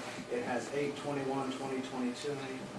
Sorry, 8/21/2022, starting at 20:56:02. That's where you're gonna start playing it. Actually, Your Honor, it would be starting at 20:56:00. Thank you. Mr. Eastep, I'm going to ask you a few questions before I play this. Can you see what's been marked Exhibit B? Yes, So, when your body cam is recording, does it record in color? yes, Does it also record in black and white? yes, Okay. Now, looking at this, does this appear, as you can recall it, to be the inside of Mr. Foreman's bedroom? yes, And is the... Did you happen to see the date in the bottom corner of it? yes, Is that the correct date for when you searched? yes, So this would be a copy, a segment of your body cam taken that day? yes.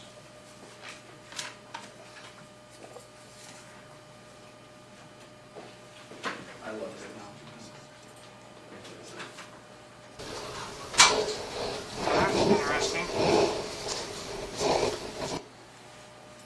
Your Honor, let's approach. What's it have to do with? It has to do with what I think might be coming up. I wasn't aware that this was going to be shown, but I'm concerned about something. Sure. Stand up, don't leave, just stretch in front of your chair.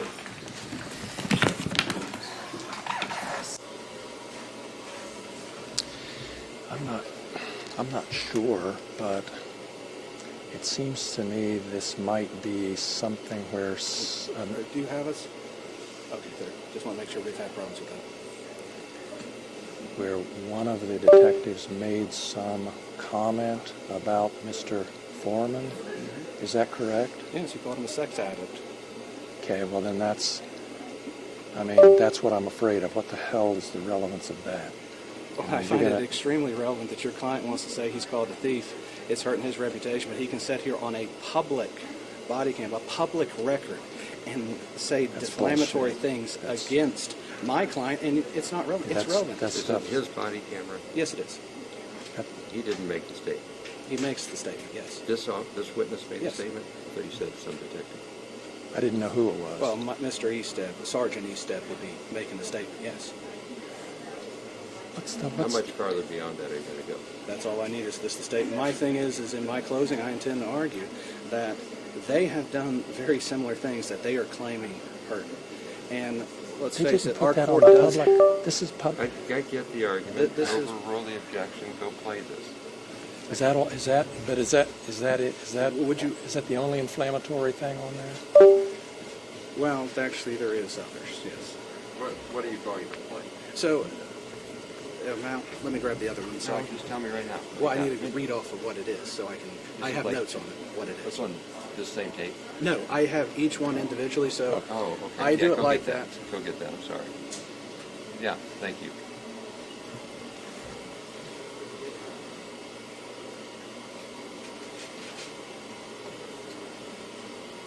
So, there is two other conversations between Mr. Eastep and Mr. Walters, so this witness and what would be an upcoming witness. And they talk specifically about... Keep your voice down. Yeah, we're good. Sorry. Keep on. So one talks about Mr. Eastep taking a tool and stealing it from the other officer, and then the other officer brings it up again, and they're talking about theft on a body cam, which is kind of fun. Defendant? No, between each other. They're talking about their Theft about somebody else? theft of... This would be Mr. Eastep stealing from Mr. Walters. No. It has nothing to do with this case. It has to do with honesty. Theft is an offense of honesty.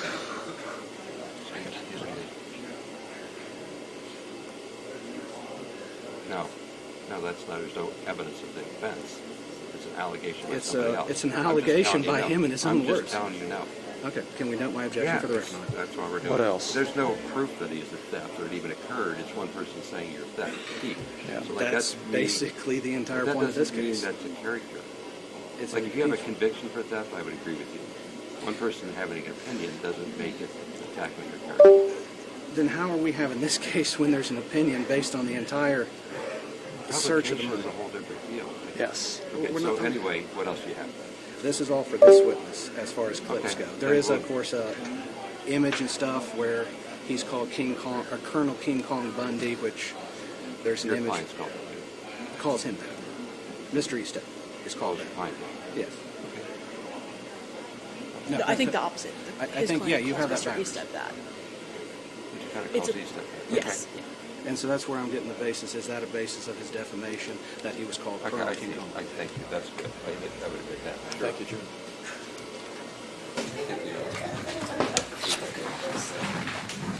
But it's very effective. Okay, go ahead. Mr. Osborne.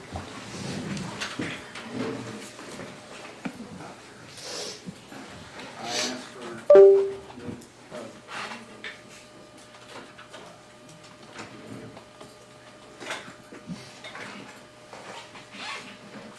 just to refresh, Mr. Eastep, this is your body cam from that date and time we talked about earlier? It's a body cam, I mean, I can't identify the person, I mean, the number, let's see. I'm not sure. Yeah. When you say number, there is a number there? ACS? Okay, yes, So that is your body cam? yes, And this is of 8/21/22? yes. I can say.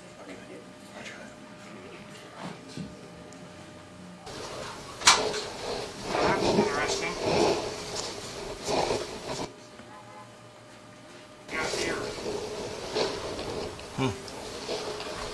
All right, so you say you want to flip something?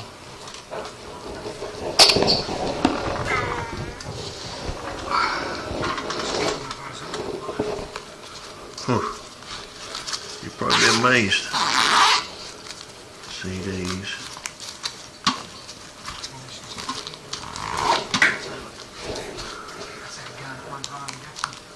Yeah, a little bit of shade.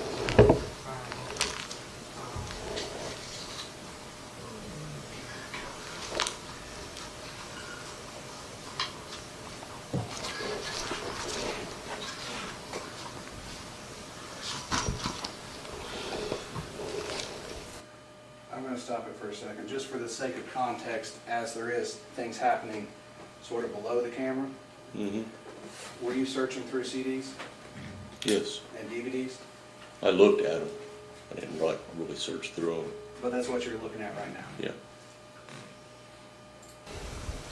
I know, bro. Oh, I looked at stuff because that's some of the stuff I think was mentioned in there.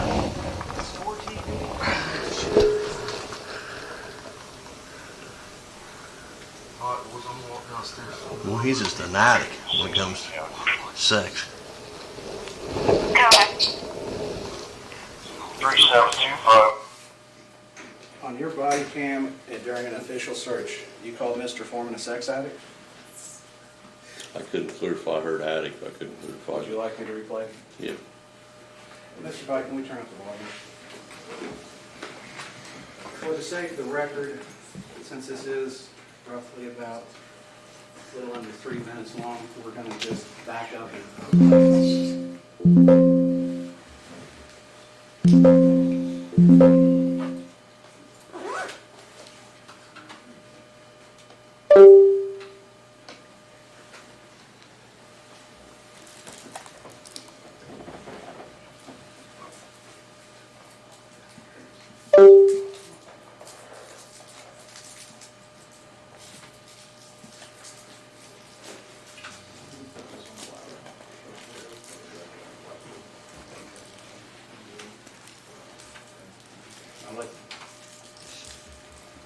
We really shouldn't let me touch anything technical change.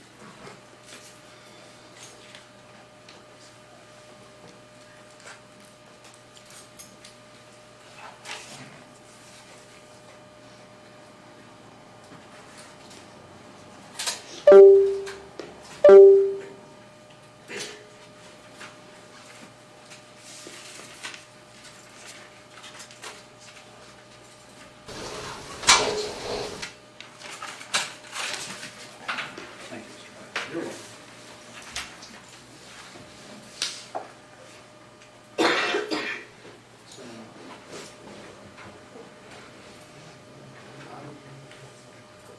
For the sake of the record, I'm going to start the playback at 33 seconds in. Yeah, a little bit of shade.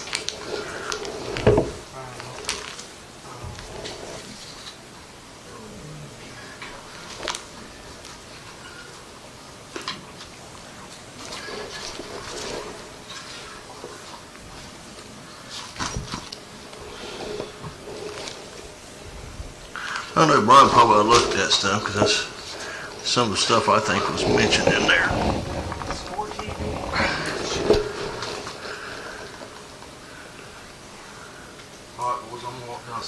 Well, he's just an addict when it comes to sex.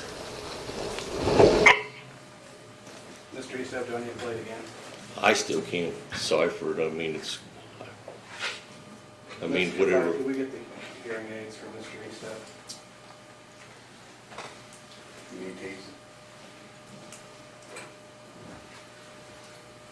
Mike, we're going to give you a hearing here. This That could be should have a good. better thing.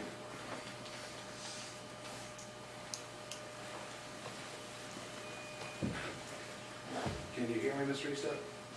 Is it too loud for you? Mm.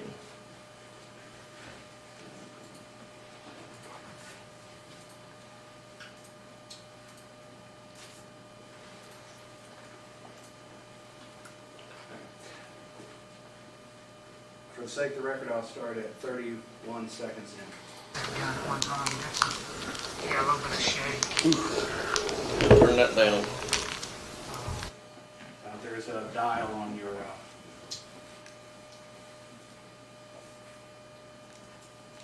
Right here in the, Center? right.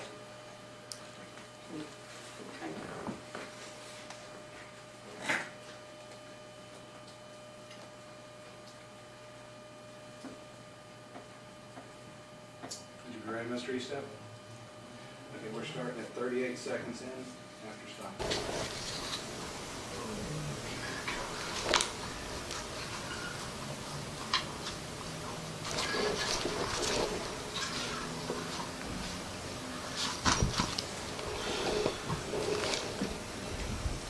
I know Brian probably looked at that stuff because that's some of the stuff I think was mentioned in there.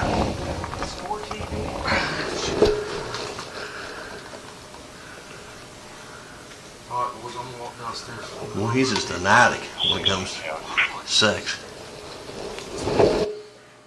Were you able to hear at that time, Mr. Yeah. Eastep? Would you agree that you called Mr. Foreman a sex addict? Yep. You would agree that this is a public record? Yes. So the body cam is available to the public, Upon request. and Mr. Foreman cannot edit any of it, can he? No.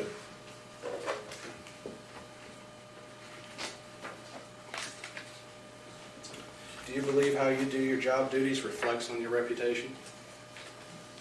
Yes. So someone seeing this could reflect badly on your reputation based on what you did? Possibly.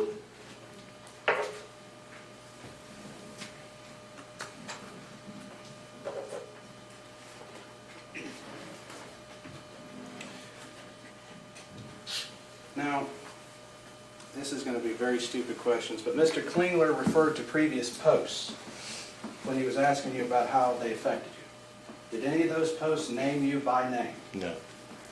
They just referred generally to the Adams County Sheriff's Office? Yes. So you're just seeking damages based upon what he said about the Sheriff's Department? No.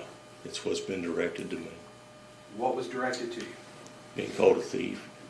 Okay. Other than that, anything else? No. Was there a direct post of you being called a thief? No. Just directed by the people in the community.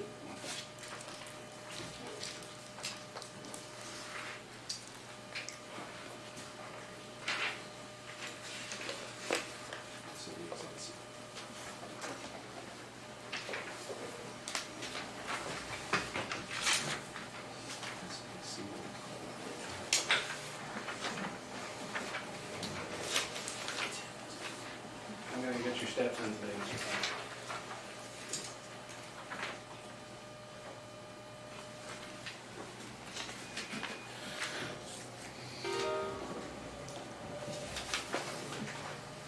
Mr. Eastep, I'd like you to take a look at the screen in front of you. You're going to see what's been marked Defense Exhibit C. Have you seen that post? Yes. And that is the singular post that Mr. Foreman made in reference to you, correct? Yes. Where you were called, and I quote, Colonel King Kong Bundy. Yes. King Kong Bundy was a wrestler, correct? Yes. Dan Goodwin, correct? I don't know about that. Can't answer that.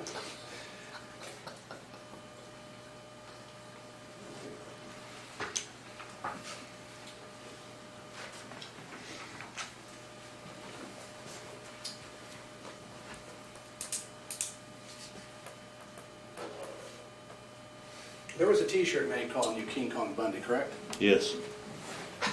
You told me about an incident where a friend of yours made a joke about that, correct? It wasn't a friend.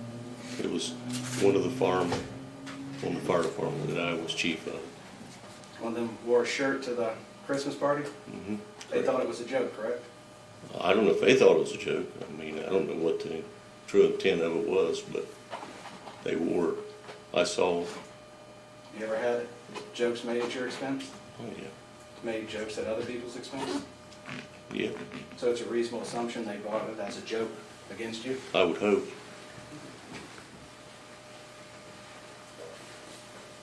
but it's not a good joke.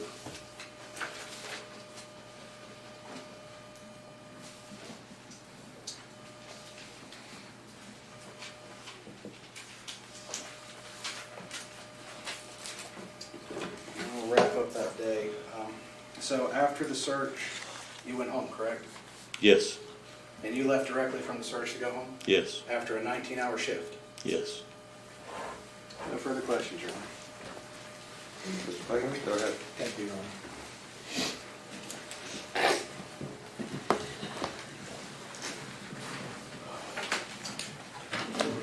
Mike, what's your wife's name? Renee, How long have you been married to Renee? since 2000, I think 2000, Since 2000, yes, 26 years? yes. Did this felony that Mr. Osborne brought up occur before or after this search? Long before, Long before? yep. Did you stay married to Renee in spite of did. this? Do you think her problems with this felony hurt your reputation? No. I never got no backlash. I wasn't part of it. I didn't support it. You know, she paid the consequences and she moved on with life. And you're still with her? I'm still with her.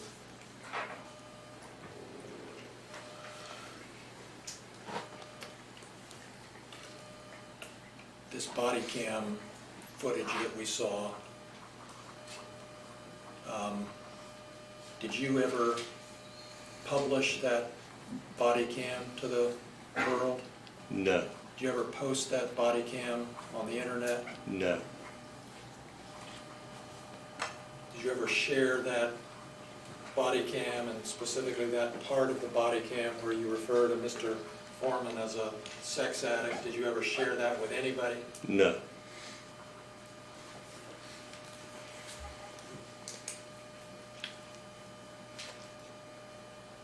We saw, Mr. Osborne just showed you a post of you being called hunchback or something. King Your Honor, Kong Bundy. if Vince would like, we could put it back up so he gets the term correct. There is going to be specific names for specific people, and we need to keep things as orderly as possible as to who's called what. What did he call you in that? Colonel King Kong Bundy. Thank you, Colonel King Kong Bundy. Was that post made in the context of all these other posts that call the sheriff's department thieves? Yes. Those are all my questions, thank you. Recross.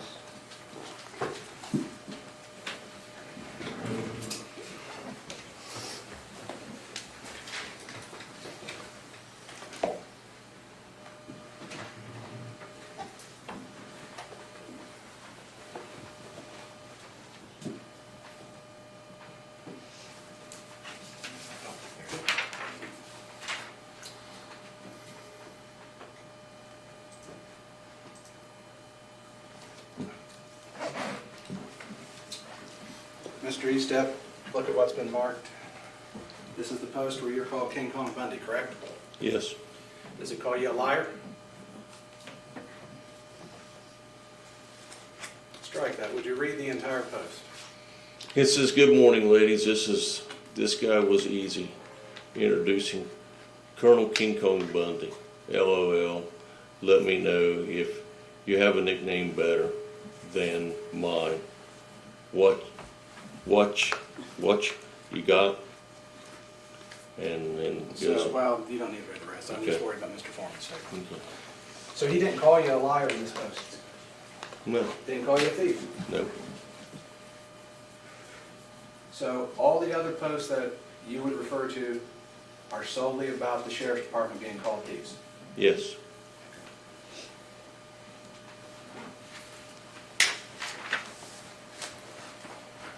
Your Honor, if I may have a sidebar? Yep.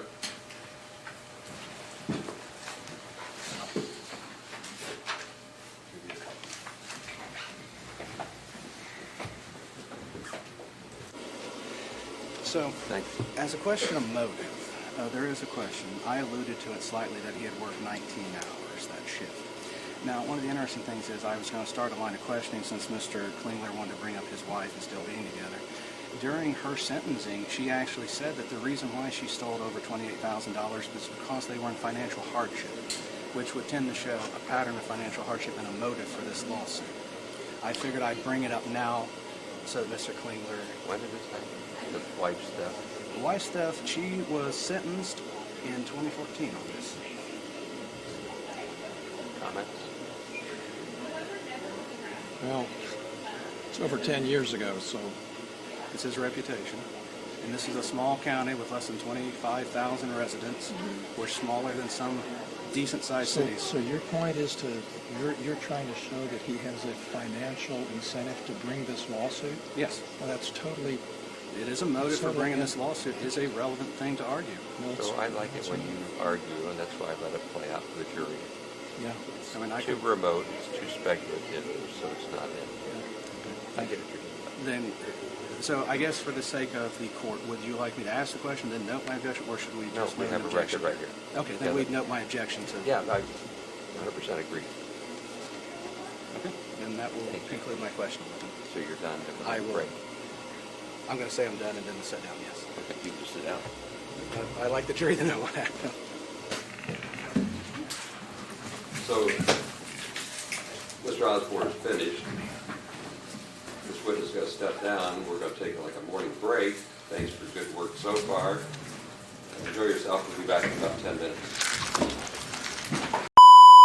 Right, Mr. Klingler, who's next? Your Honor, the plaintiff's called Shawn Grooms.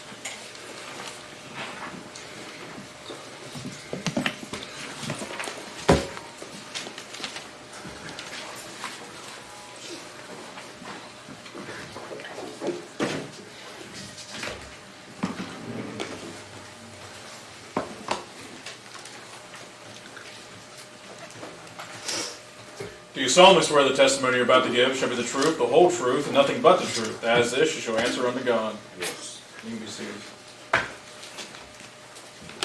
Go ahead. Thank you, Judge. Would you introduce yourself to the jury, please? Shawn Grooms Mr. Grooms, how are you employed? with the Adams County Sheriff's Department. How long have you been with the Adams County Sheriff's Department? Between working for West Union and the Sheriff's Department, 23 years, 21 years, How long have you lived in Adams County? all my life.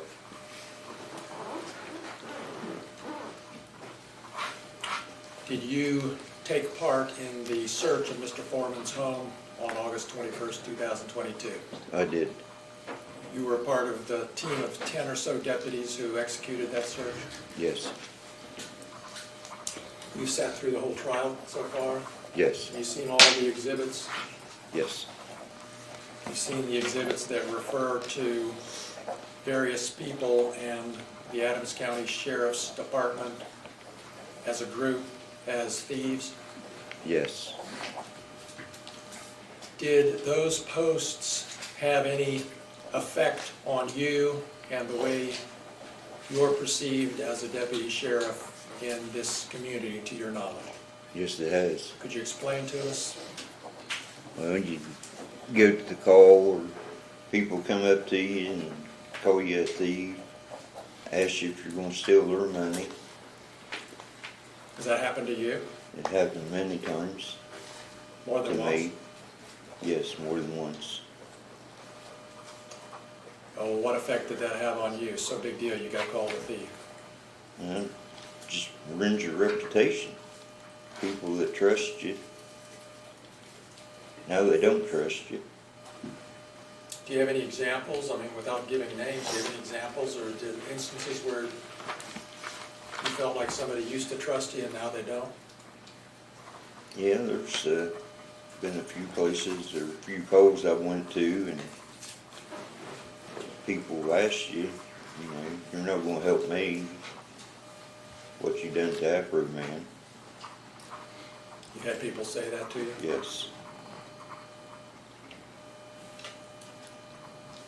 Has it affected your ability to do your job in any other way?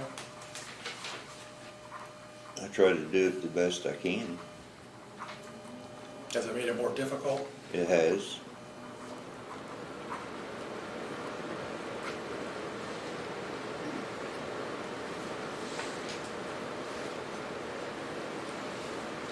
Did you ever receive any calls from people about things that happened at the search? Yes, I had received possibly 3 or 4 on my personal cell. 3 or 4 calls on your personal phone? Yes. And do you know who those calls were from? No, because they were unknown. That blocked caller or something? Something. So you couldn't tell who they were? No. And what did these calls say? Asking why I did such a thing to Afroman, why didn't we pay for his door, why are we suing him? Did any of them ask you why you're a thief or call you a thief? Yes, they did.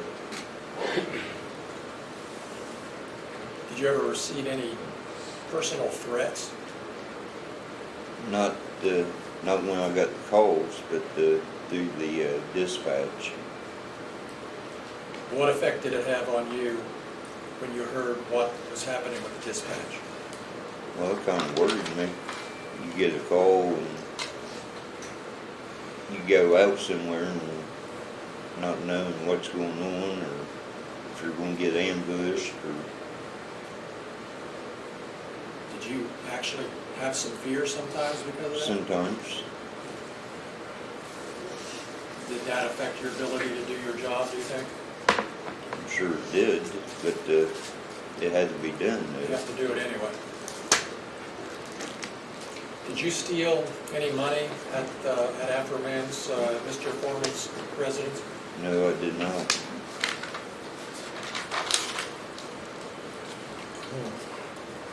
Those are all my questions, thank you. Thank you. Go ahead. Thank you. Shawn, for some housekeeping for the record, you would agree there's 2 defendants with the first name Shawn? Yes. All right, sorry. I need to fix that, strike that. There are 2 plaintiffs with the first name Shawn. Yes. You and Mr. Kulie. Correct. Okay. Would you be offended if I referred to you just by your last name, Grooms? That'd be fine.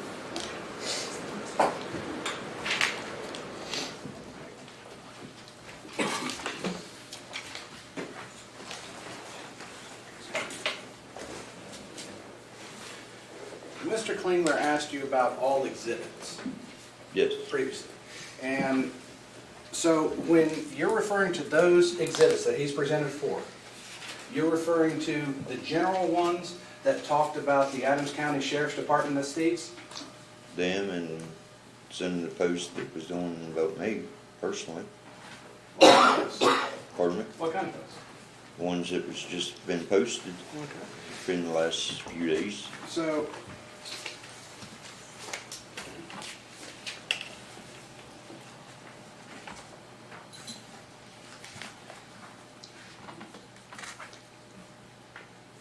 and you've been in law enforcement between the West Union and Adams County Sheriff's Department for 21 years. Correct. And you've arrested a lot of people. Yep. Okay, you have to verbally, because a shaking of the head doesn't Yes. get recorded. And you've been criticized before for your job duties? Yeah. And you've been called names before? Yeah, but not a thief. No person ever before has called you a thief in 21 years? No, they have not.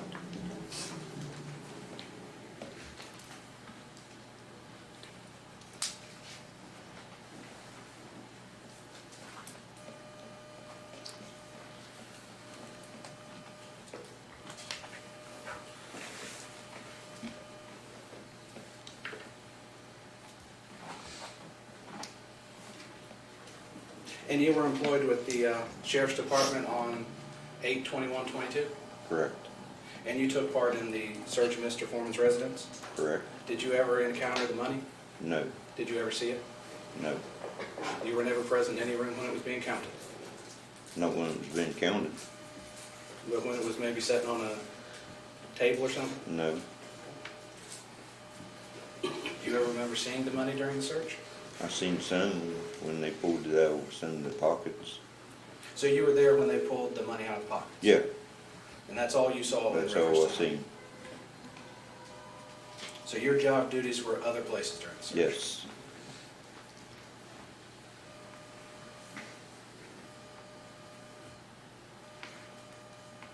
Have you ever been disciplined due to anything Mr. Foreman said? No. Reprimanded in any way? No. Were you ever interviewed as part of this investigation into the missing money? No.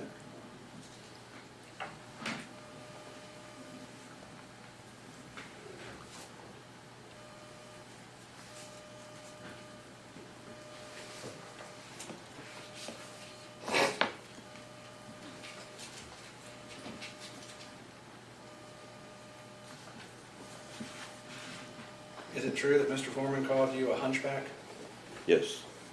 and specifically compared you to Quasimodo, Yes. the Disney hero? I'm assuming that's who it is. Quasimodo from the Disney movie The Hunchback of Notre Dame? I've never watched it, so I don't know.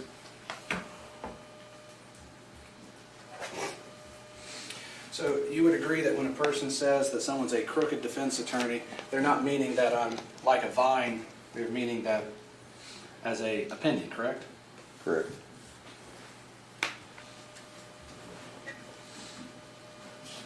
Would you agree that when someone calls you a thief, it might be an opinion of theirs? Can be, yeah. Same as if when people say crooked cops, it's just an opinion? Yeah. And so is your entire claim for false light that you were called a thief? Yes.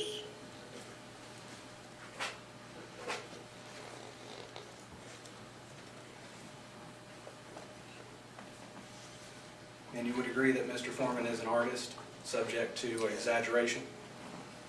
I guess so, yeah.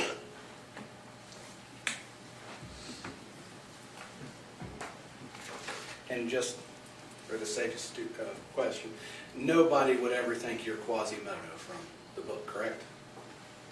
I don't guess. People think different things.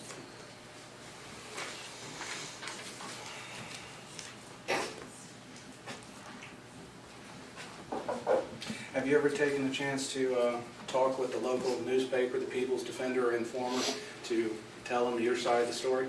No. So how long before you filed the lawsuit through your attorney did you send the cease and desist letter to Mr. Foreman? It was whenever he sent it. When my attorney sent it to him. So you never sent a cease and desist letter before the lawsuit was filed? No.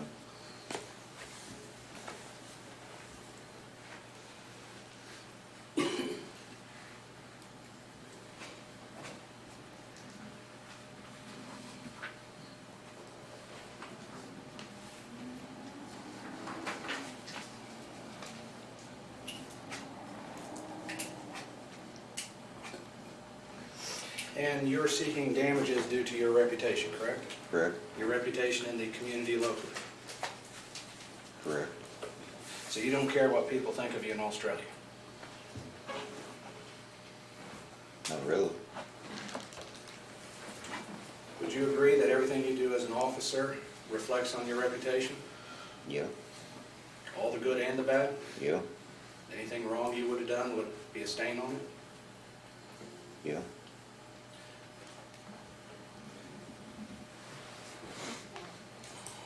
And you mentioned that people had came up to you in public and called you a thief, correct? Yes.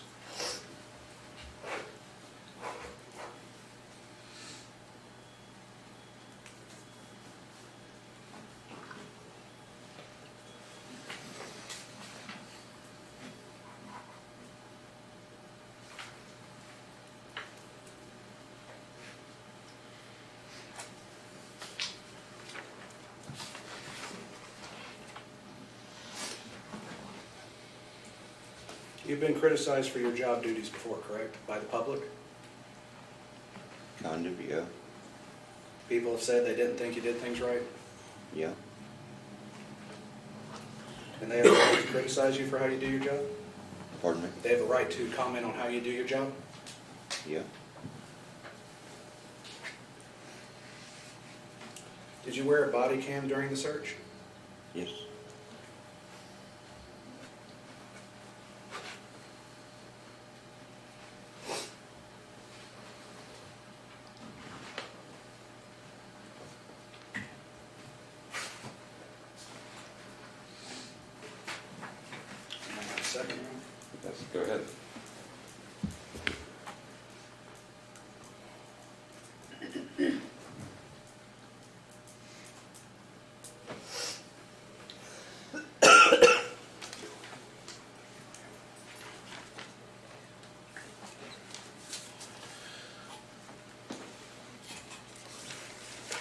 Your Honor, I have no further questions at this time. Redirect? No redirect.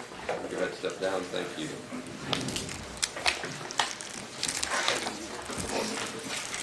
Next up. Lady called Shawn Grooms.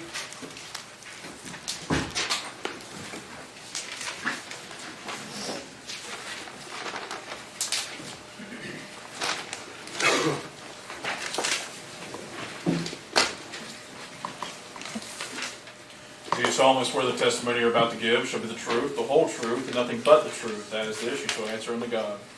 Thank you. Please be seated.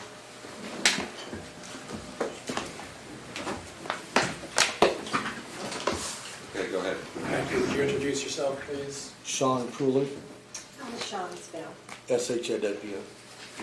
Thank you. And Mr. Kulie, are you currently employed? No, sir, I'm retired from the sheriff's office. When did you retire from the sheriff's office? I originally retired in 2014. The sheriff, then Kenny Rogers, asked me to come back a couple times. So eventually I did, and I worked up until about 2 months ago. So up until 2 months ago, you were back as a deputy sheriff? Yeah, I started out as a part-time deputy, and then as their manpower dropped, I went ahead and took a full-time position to help them for a while.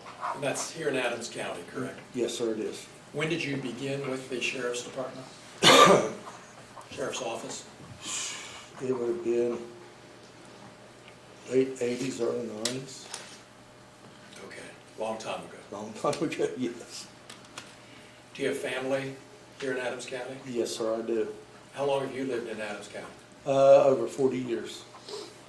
And one of your family members is Justin, Yes, sir, that's my youngest son.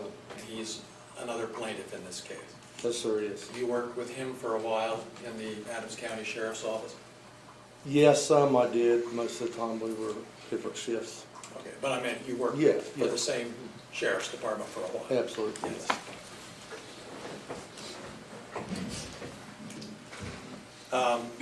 Are you married? Yes, sir, I am. How many children? 4, 2 girls and 2 boys. Did they go to school here in Adams County? Yes, sir, they did.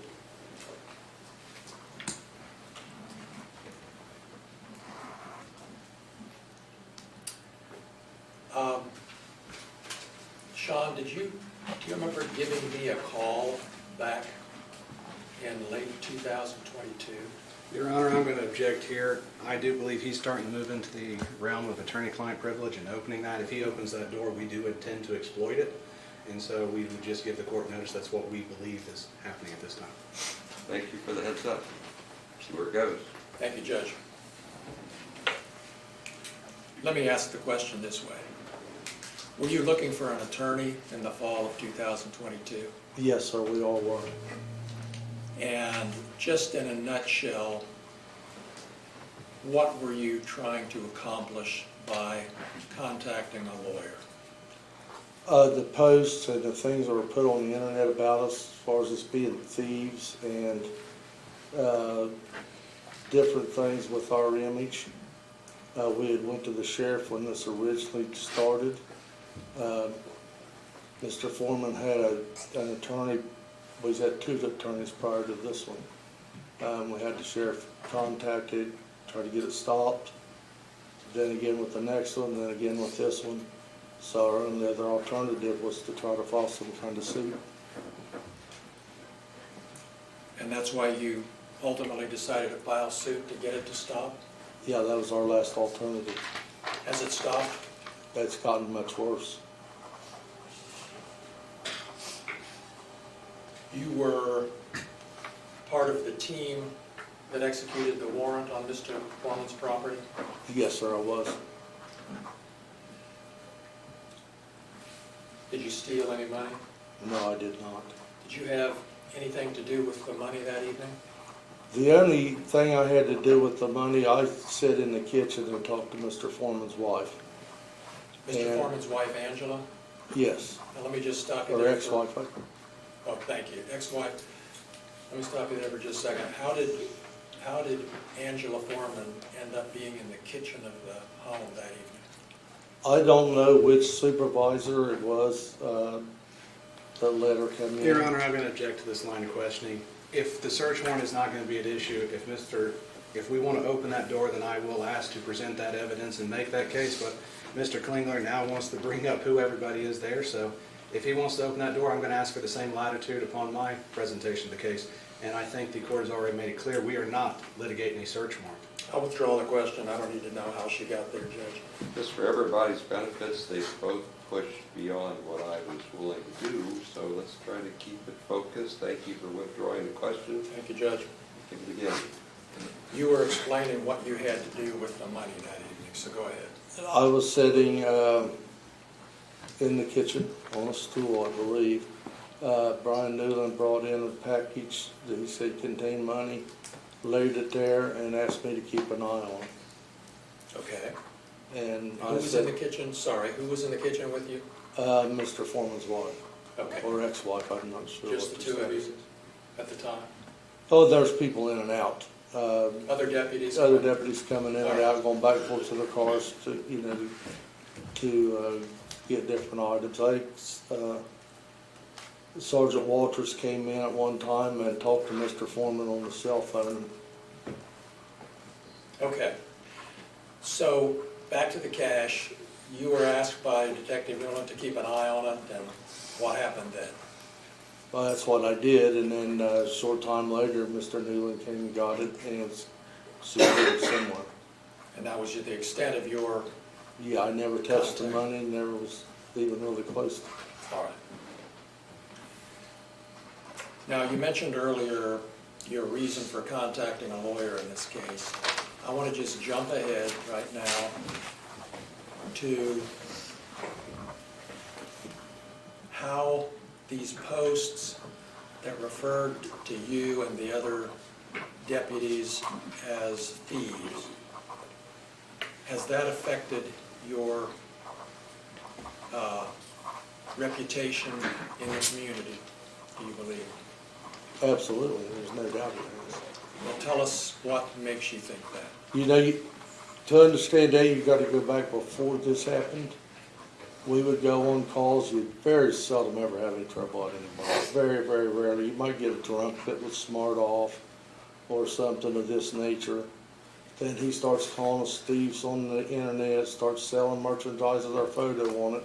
So now when you go into a bar for a call, you've got people in there screaming, hey, you gonna steal all of our money, you know, or you go on a call. I had one guy come out of a bedroom after me, call me a thief and wanted to know why I sold after a man's money. It just went from being a nice, quiet community, a job you felt safe in, to a place where you had to look over your shoulder every second. Do you, based on what you've explained and what you've been through, do you think some of these people who called you thieves really thought you were? Absolutely. Absolutely. Did you receive any phone calls about this? I would answer the phone at the sheriff's department because they were overwhelmed. I remember one day there was over 300 calls threatening us, calling us thieves. So we would have to go over and help dispatch because they were overwhelmed. There's only 2 dispatchers. So yeah, they didn't call me directly, but I answered the phone. They would cuss me, threaten to kill me, threaten to kill my kids, threaten to kill my wife. And it got to the point to where my wife and my children couldn't even go to Walmart. We couldn't go into a gas station around here. My youngest daughter would hear the dogs bark at night and come in my room, wake me up terrified that somebody was there to kill us. Because even though they were young, they're still on Facebook. They still see this stuff. And it was just one after another after another. And when it would start to slow down, he would go back and do it all over again and get it all started again. Just like he did a couple days ago. Are you aware of posts that are continuing to come out as recently as yesterday? Some Your Honor, are. I'm going to put my objection in place here. It'll take a second. So Ohio law has changed since April of 2025, extending more protections under the anti-sniper. Sustained. With that, we would have a 60-day notice So of I any evidence. sustained your objection, you can sit down, thank you. Like at some point in time, we draw the line, I just drew the line of what's evolving in the public. Like we started this trial yesterday, so let's try to stay before yesterday. You're all doing a fine job. Thank you, It's Judge. fluid, Yep. but the trial can't be that fluid. Stay.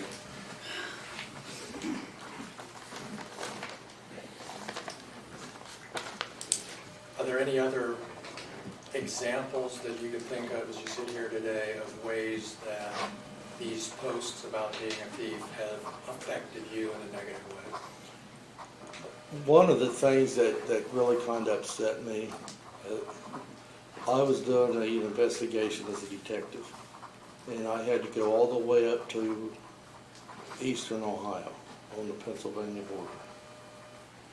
And when I walked into the deputy's room up there to talk to them, they all knew me, all knew that I'd been called a thief, lemon pound cake.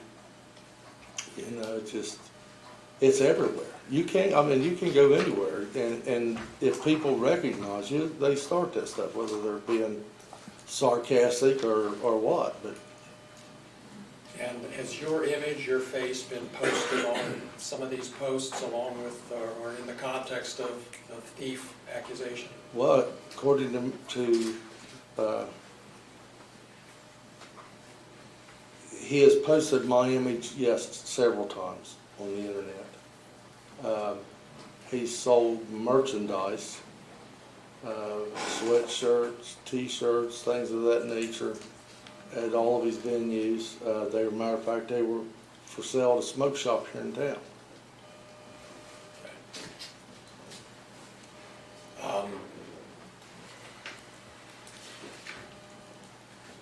Those are all of my questions. Thank you. Thank you, sir. Cross-examination.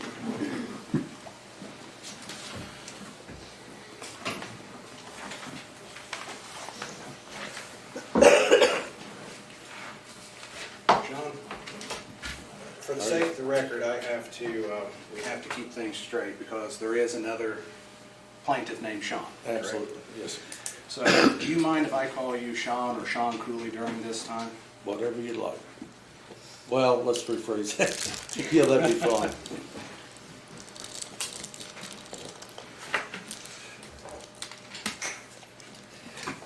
I like to pick right up with this visit to the Pennsylvania border. You said they knew you as Lemon Pound Cake. Yeah, that was what they referred to me as, a person. And they asked you for your autograph, correct? One of them did, yes.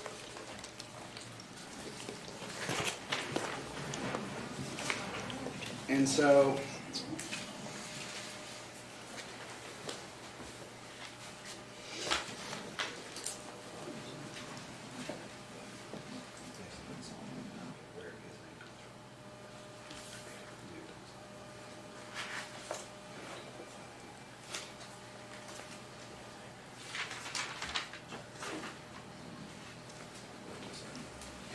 Your Honor, if we could have a sidebar about the Exhibit D that defense intends to.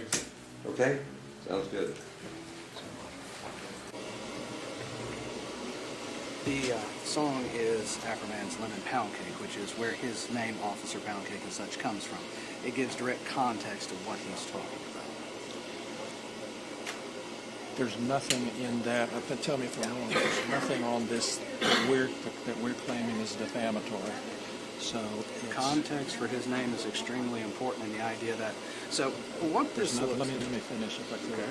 There's nothing in here that calls anybody a thief. There's nothing in here that calls anybody a pedophile or anything. Nope. It's just a so-called humorous video. So that's And that would be why we think it's a Video or song? So that's a music video. Okay. But it is a basis, though, because he has said that he's called Officer Pound Cake. How long is it? Okay, it's less than 5 minutes. But it would be a basis for that. It would put the name in context, because just saying... Do you have any problem with it? If there's anything ironic, you just put your own argument against yourself, which I would have done too, but you're asking for inferences.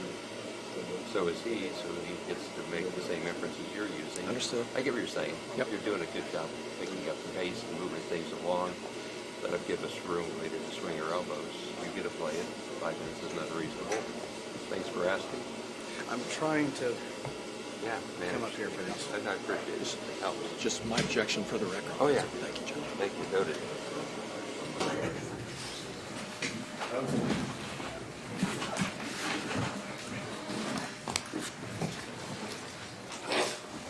You go ahead with that's Exhibit D. Yes.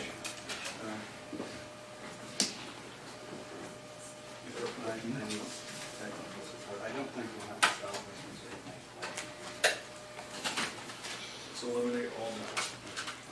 I'll ask a couple of questions. So, Mr. Kulie, sorry, Shawn, you were called Officer Pound Cake by Mr. Foreman? multiple times. You We were all- received hundreds of pound cakes at work from different people. And the context of that name comes from a music video that Mr. Foreman created, correct? I don't know where he got it at, but you'd have to ask him that question. Well, I'm going to play what's marked Defense Exhibit D. I'd like you to watch this. Okay. Oh, yeah, thanks. Oh.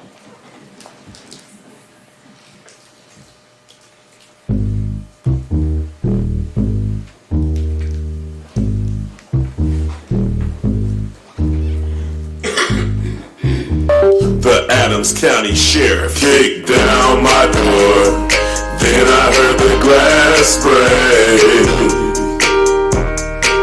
They found no kidnapping victims, just some lemon pound cake. Mama's lemon pound cake. It tastes so nice. It made the sheriff wanna put down his gun and cut him a slice. Of what? Of what? Lemon pound cake. He wanna put down his guap. Lemon pound cake. Trending on TikTok. Lemon pound cake. He's a family guy. Lemon pound cake. Munchies because he got hot. Lemon pound cake. Pound cake.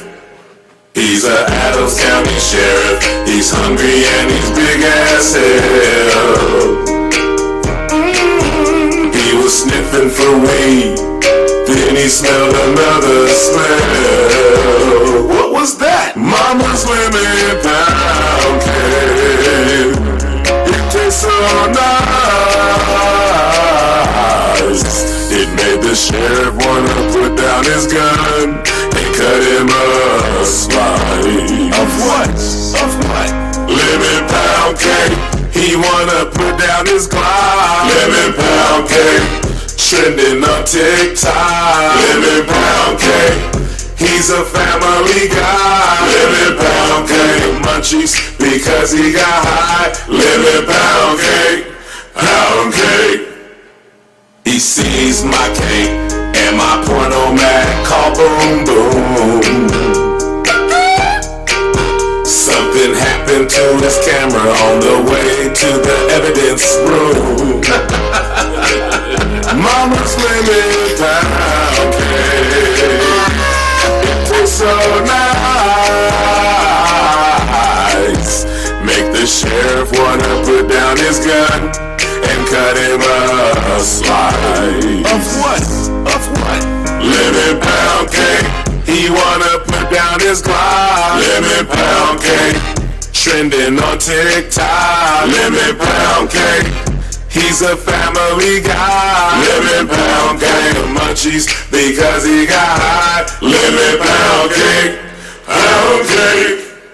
Lemon pound cake. He wanna put down his guap. Lemon pound cake. Trending on TikTok. Lemon pound cake. He's a family guy. Lemon pound cake. Munchies because he got high. Lemon pound cake. Pound cake.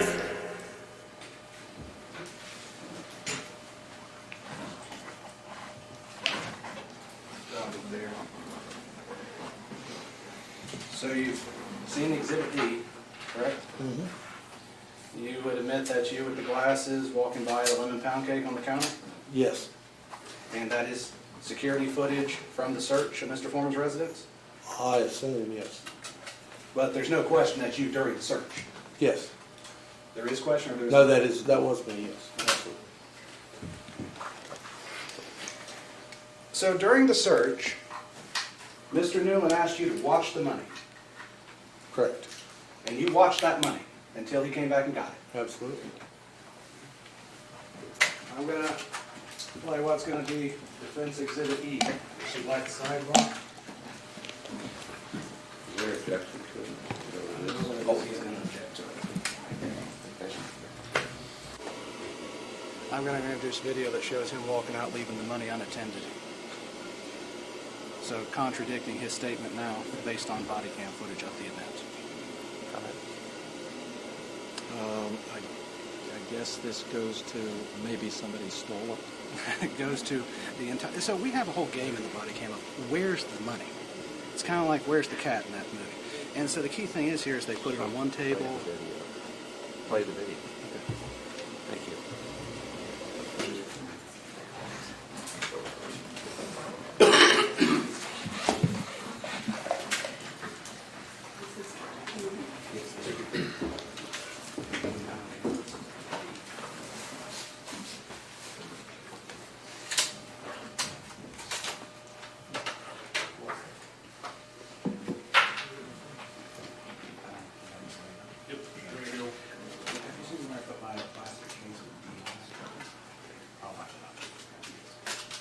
Ready.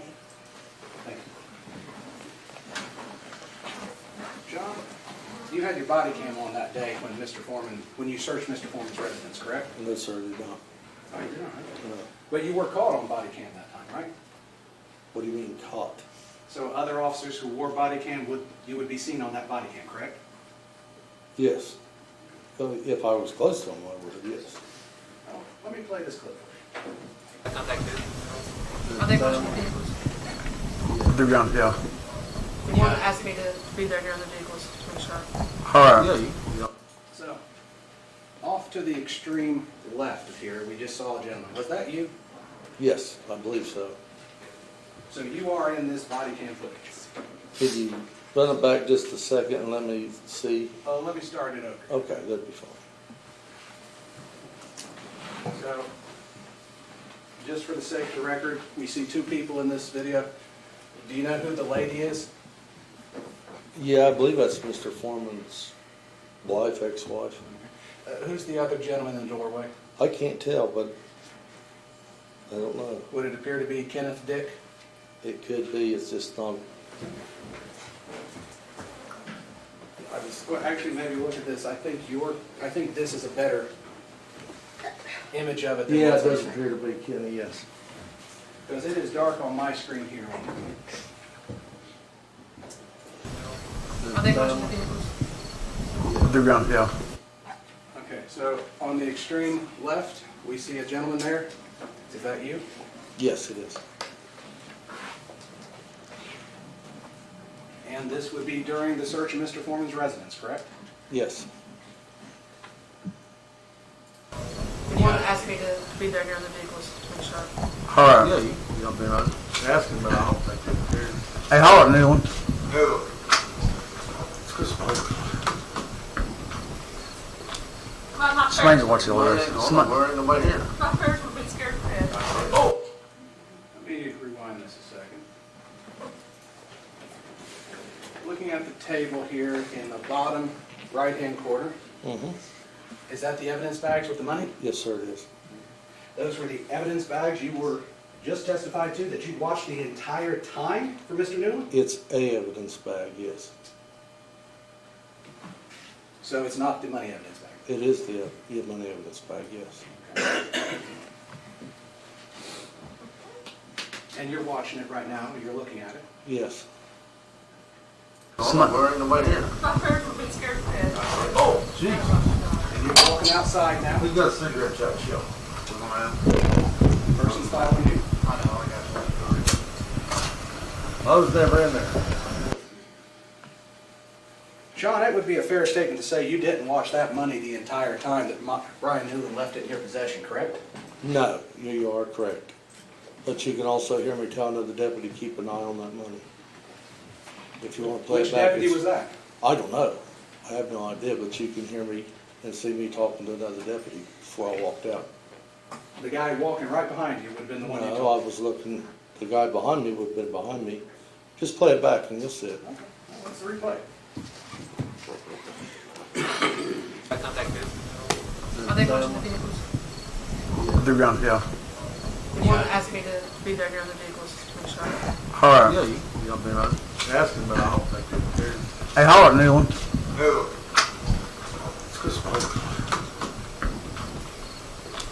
I'm not Explain sure. to watch the others. Somebody. Nobody here. My parents would be scared to death. I believe I told him to keep an eye on the money before. I was never in there. Start at, would you agree that 0:16 seconds in? it Yeah, would that's be after fine. that? Yeah.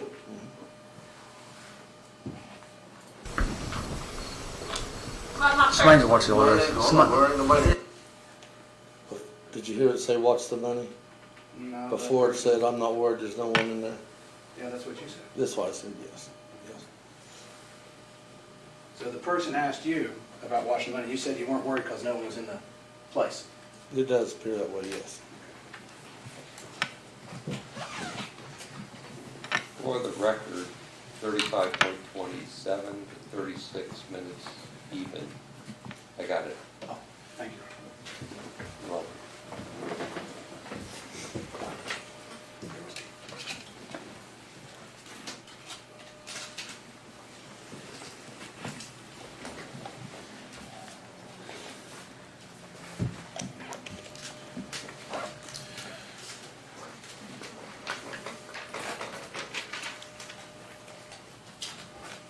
Now, I'm going to say this. I'm going to ask a question. I do not want you to tell me anything you have talked with any attorney with Mr. Klingler or his associate. I do not want to know that. But I do want to know, you said you were looking for an attorney in the fall of 2023, correct? We all were. And so you employed an attorney to send a cease and desist letter prior to sending a lawsuit, correct? No. The testimony was fall of 2022. The litigation was filed in March of 2023, just to make it record. No. Let me rephrase it. So when I mistakenly referred to fall of 23, it was actually fall of 22, correct? What was for the fall 22? I'm not sure what You you're started looking for an attorney in the fall of 2022. I believe, I don't think I'm the one that made the original call for an attorney. It was one of the other deputies, we had discussed it. We had to have permission from the sheriff at that time to do anything. You took some of the phone calls, the threatening phone calls, correct? In dispatch. Yeah. Did you make a report of those?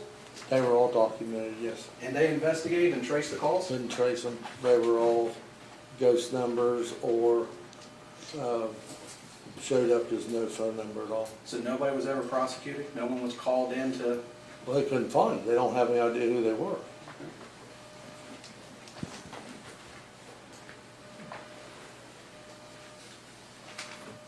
But you're not saying that was Mr. Foreman making the call, correct? I don't know whether he did or not. His rhetoric led up to it.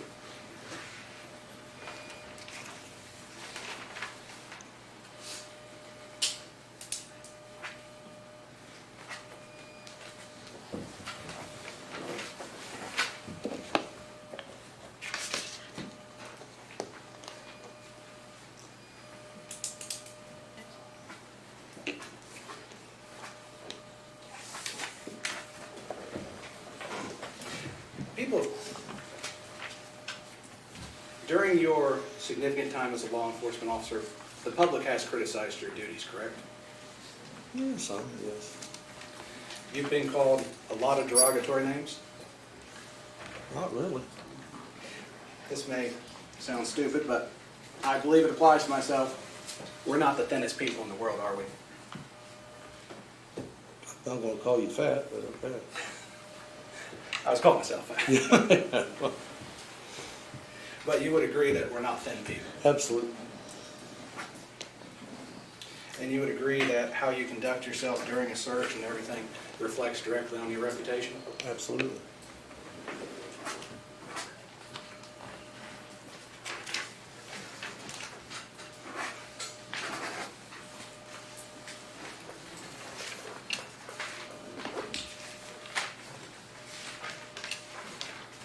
You don't believe everything you read on the internet, do you? No. You actually probably don't believe everything you read in the newspaper, do you? No. You would agree that Exhibit D that I played, the song Lemon Pound Cake, is a music video for entertainment? There again, he made accusations that I smoke weed on there, which I don't. So that was a lie as well. So you are suing based upon him saying you smoked weed in a song?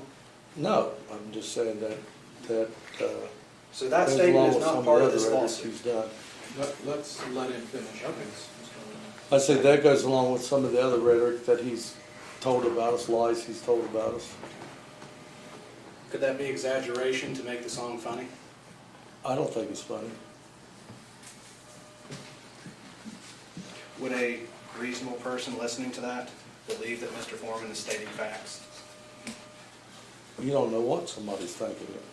You wouldn't think we'd get 300 calls a day threatening to kill us. Somebody's buying into it. So when Jerry Reed sung the song, "When you're hot, and when you're not," and the judge said that to him right before he sentenced him to prison, that's an actual fact, or is that an exaggeration? So we're gonna entertainment? strike all that because we don't know anything about that case and he's not gonna become a witness. So until you establish a foundation that he knows what you're saying, you don't get to testify. So set it up right, I'll let you do it. Mr. Kulie, what is your favorite genre of music? 60s. Give me an example of a song. Freebird, American Pie. Let's take American Pie. Leonard Skinner. Is the song American Pie, you've listened to it, correct? Multiple times, yes. Is it literally about a pie? No. It's more about something else. Yes. It's for entertainment. Yes. And you were entertained by it. I like the lyrics, yes. And you don't, in that song, American Pie, do you believe that was fact? That what was fact? What was said in that song? No.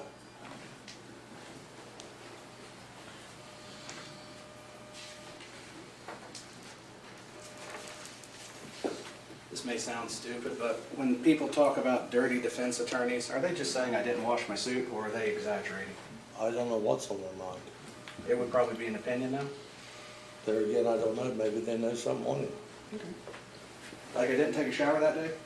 Or that, or you've done something you shouldn't be doing. So when a person yells crooked cops, they may be just referring to cops in general doing bad things? It could be. Expressing their opinions about what they think? They could be, yes. So, I'm going to get this straight. So you're saying that being called Officer Pound Cake has colored you in a false light, correct? No. Okay, so Officer Pound, being called Officer Pound Cake has nothing to do with this lawsuit. No. So the only thing that you're saying painted you in a negative light is the general comments calling the Adams County Sheriff's Department thieves, No, correct? calling me a thief. So there is a specific post that calls you a thief. There's photographs of me on it, and he's accusing all of us of being thieves, so that incorporates me as well. So it refers to the Adams County Sheriff's Department as a group then, and you're part of that. Just members of the Sheriff's Department, not the entire Sheriff's Office. But it doesn't list your name. Yeah, there's posts that list my name, I'm sure. What do you mean you're sure? I'm pretty sure that there was some that had my name on it. I mean, I don't recall which ones, but We haven't introduced any to evidence by your attorney. What posts are you referring to? I need a date and time. I don't know. I'm just saying that there could be. I don't know. There could be, but you don't know. Right, right. Do you mind keeping your testimony to what you know, not what you're guessing at? Yeah, I have been, as far as I can. As far as you can.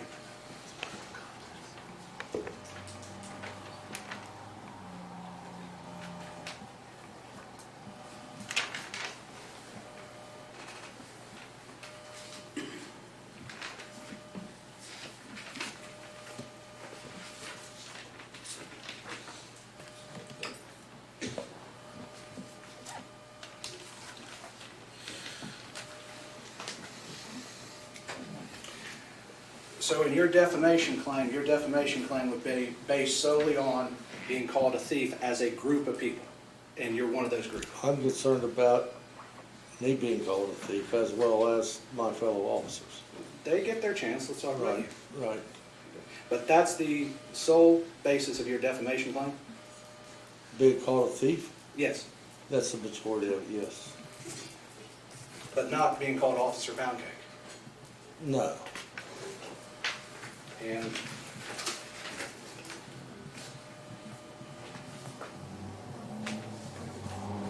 may I have a second?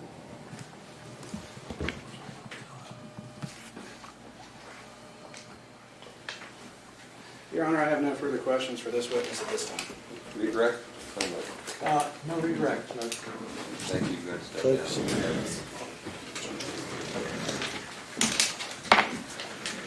Next up? Next up is Randy Walters.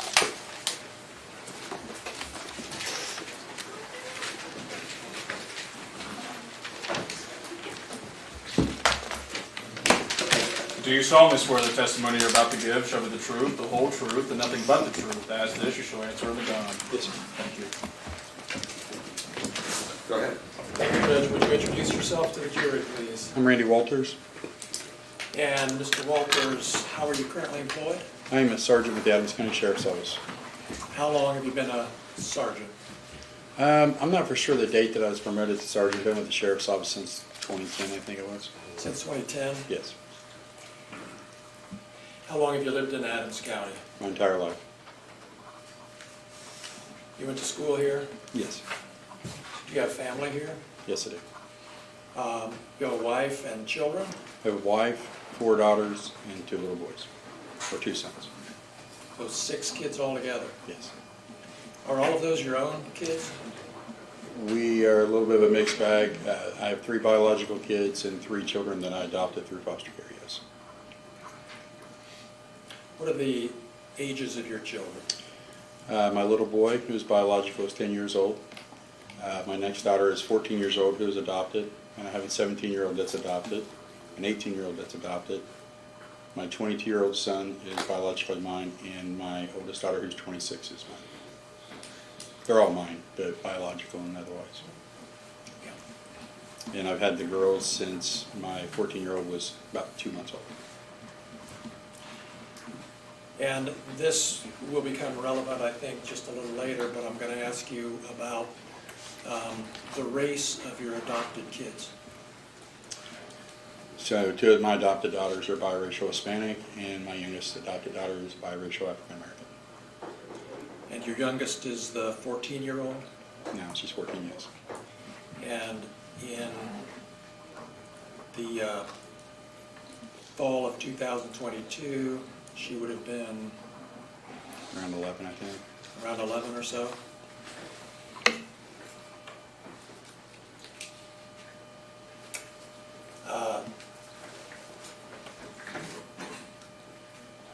How'd you get into law enforcement? My father was a police officer, and it's just something that I've always worked towards doing. And you're the rank of sergeant right now? I am. And you took part in this search in Mr. Foreman's home back in 2022, is that right? Yes, I did. Can you tell us just a little bit about what your role was in that search, just generally? I was called in to assist with the search, and you have what's called an entry team. I was asked to come in and help with the entry team on the search. Did you have anything to do with counting or keeping the money that night? No.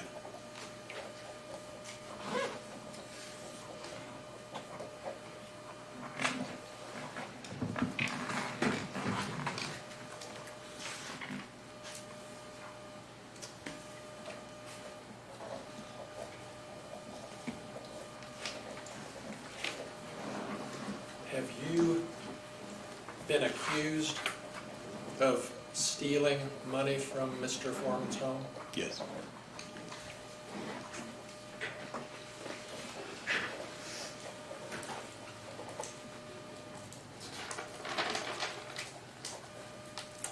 Can we look at Exhibit 27, please?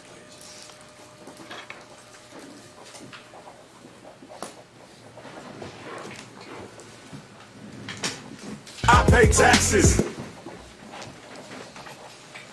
Before we, I don't know if we can do this, Natalie, but can we see the date and the number of views on this? It's in the bottom. It's really hard to see with the way that the media playing system works because it's blocked by this gray bar, and the gray bar doesn't go away while it's paused. All right, so well, let's just play it and see what happens. Thank you. I pay taxes, I work daily. I get rated by Beto Bailey, Randy Walters, Private Pound. I used to fuck his wife, doggy style. Could you see anywhere on there the date on this video? It says 3 years ago, 727K on the views.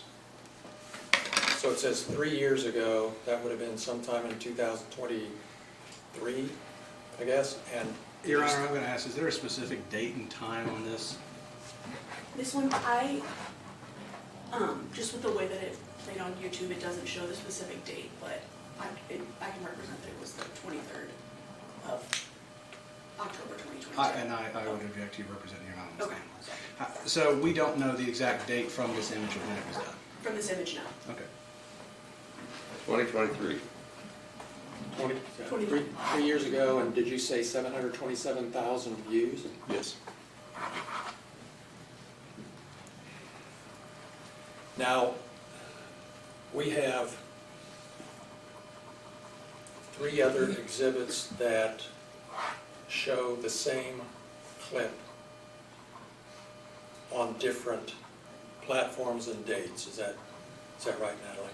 I'm just trying to figure out the most efficient way to do this. Can you bring up Exhibit 28 and just show us the first? I pay taxes, I work daily. I get rated by Beto Bailey, Randy Walters, Private Pound. I used to fuck his wife, doggy style. All right. Now, when do we know when that one was posted? Can we see that? I cannot make out when that one was posted, no. Can you tell what platform that was posted on? That's on YouTube, and it seems like 974,000 views. All right. And is there any indication of a date that you can see? Not with the words it's covering up, no. We'll have to figure out how to do that, because it'll be doable. Well, All right. Can we do? October 4th, 2022. You find it? Yeah, when it was October, it says down below it, October 24th, 2022. October 4th? Whatever she did, it took the line down and you can actually see it. It doesn't go away while the video is paused. It has to be playing for the bars You have to to play go the whole thing again, so let's don't do that. Well, It didn't go away this time. let's see if it'll go. There we go. October 4th, 2022, 512,574 Thank you. on the views. October 4th, 2022. We've got a date on that. Let's go to Exhibit 29. I pay taxes, I work daily. Do we know can you tell what platform this It is? says Instagram. Instagram, and can we find a date? I couldn't even tell you where to find one on Instagram or not. All right. So, well, October 4th, 2022, it says right here. All right, so. Your Honor, he says right here, could they please indicate where that is in this? Yeah, you'll see a logo on the bottom corner. It says Afroman with a symbol in the middle of it. If you look just to the side of that, it says October 4th, 2022 with a heart with 1.1K and messages is 71. Okay. I cannot read that from here. Next question. Go ahead. We got the date on that one. Let's go to Exhibit 30, please.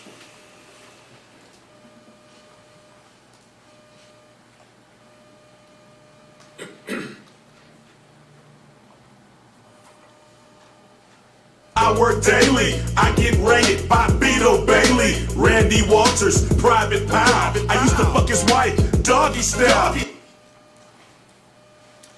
Do we know the platform on that one, Mr. Walters? Is this the same video right here? It's still up because it's Instagram. Yes, same one that's still up. Instagram. Instagram, and can you see a date? September 25th, I believe, of 2022. All right, thank you.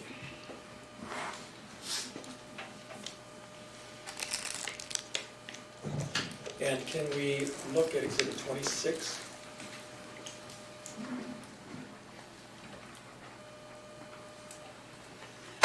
Randy Walters is a son of a bitch. Yeah, that's why I fucked his wife and got filthy rich.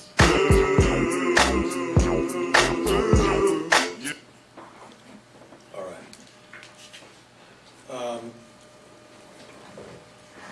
And I guess we should identify the platform for that one. Can you tell what platform that is? I believe it's Facebook, August 26, 2023. Thank you. All right. Did you become aware of these posts, Mr. Walters, at or about the time they were posted? Yes. How did you become aware of them? Of my personal post, I found out from my children.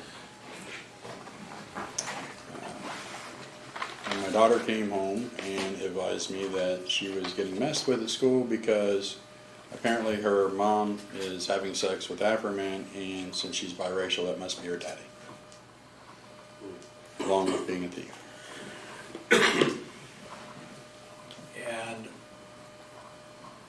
how did that affect you? It's horrible.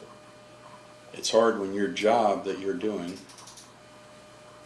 affects your family, which affects you. When you have a kid come home crying that's already been through a life, and now they're getting hazed and harassed because somebody thinks it's funny. Somebody knows it's not true. Been with my wife for 28 years. She didn't have an affair with Mr. Foreman. She didn't make my daughter with Mr. Foreman. But now my family has to be harmed because of straight up 100% lies. Where in the world is it okay to make something up for fun that's damaging to others when you know for sure it's an absolute lie?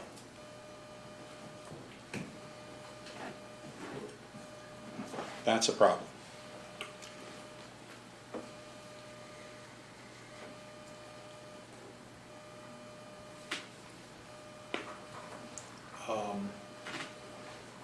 Some of these posts that we've seen call you a thief. Yes. Did that affect you or your job in any way? Yes. We as we've already heard, we can't go to calls, not figuratively every call, but the frequency of it, like people automatically, you're stealing Mr. Foreman's money. You illegally raided him. You've done all these things. You know, your wife's having sex with him. Is that why you stole his money? Never touched his money. It's been proven. He knows. We never Somebody touched say his money. that to you? Yes. You can't make these simple street arrests with people that are mouthy. I get that. But now there's just fuel to the rage. And then the fact that at the time I worked night shift, Adams County is a rural county. You do your work in your car a lot of times. You do your paperwork in your car. Well, try to find someplace safe to sit when you're literally getting death threats because of lies. You're absolutely in fear for your safety to begin with as a police officer. But now intensify that because somebody is lying about a situation that they know the facts of. Now you have to worry about it because the calls, the comments, everything, all lying. It created a situation that was uncalled for, that was unsafe and unhealthy for the officers involved. The problem I have is the respect for my family wasn't Your near Honor, the I'm gonna respect. object. This has gone to beyond a narrative. If Overruled. Mr. Foreman could ask a Thank question. you. It's responsive. Overruled. Go ahead. The respect for my family, including my law enforcement family, wasn't nothing like the respect I gave to his children the night of the raid. I stopped what I was doing when his wife, who I know and have been friendly with for years as far as being associates, said, hey, somebody pulled, they were next door, somebody pulled in and they're scared. I stopped what I did, what I was doing, and went and checked on his kids to make sure they were safe, because that's a priority to me. But the same respect that was given to his family had no regard to mine or me. And that affects me. Because to see my family in distress because of my job is distressful to me.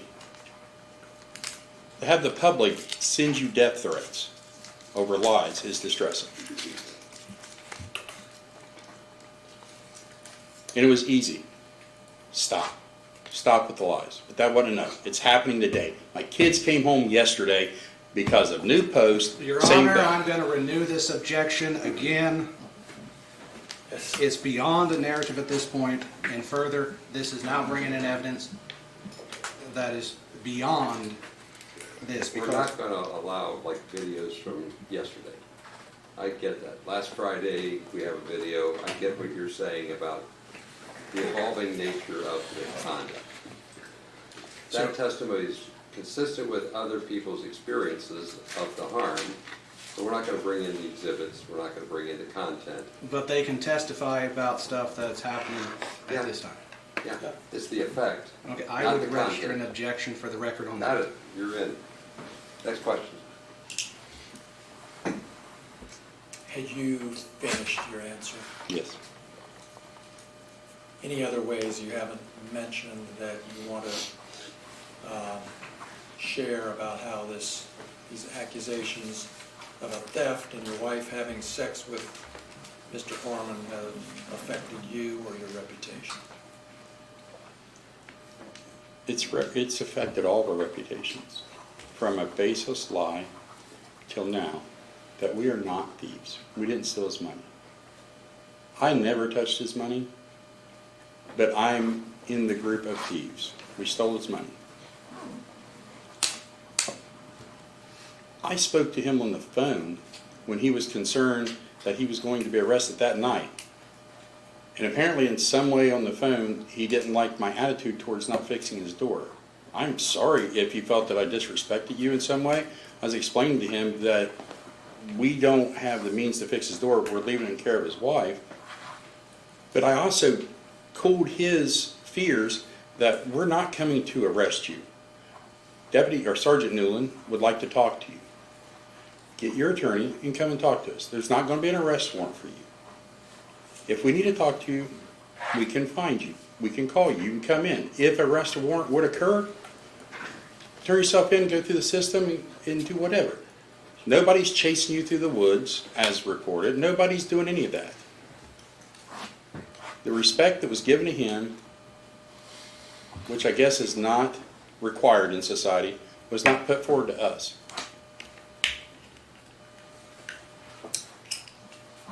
Those are all my questions. Thank you. Cross-examination.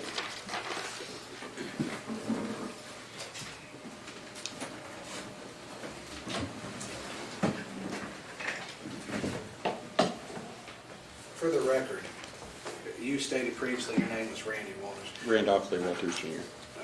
I go And by so, Randy. you go by Randy. Do you mind if I call Yes, you Randy? it's perfectly fine, sir.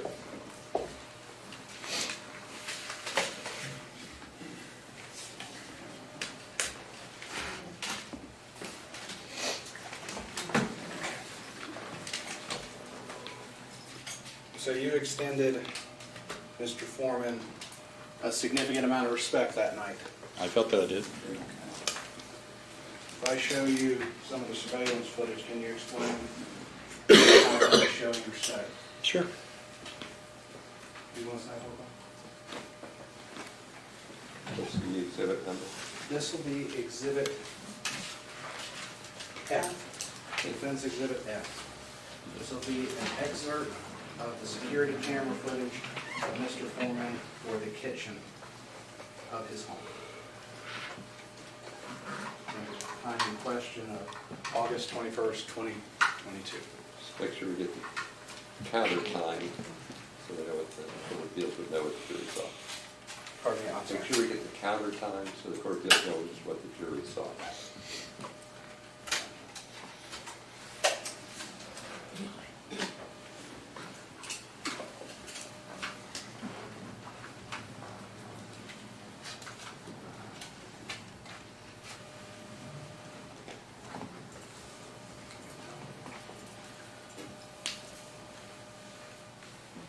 So I'll ask a couple of questions before I wait for this download.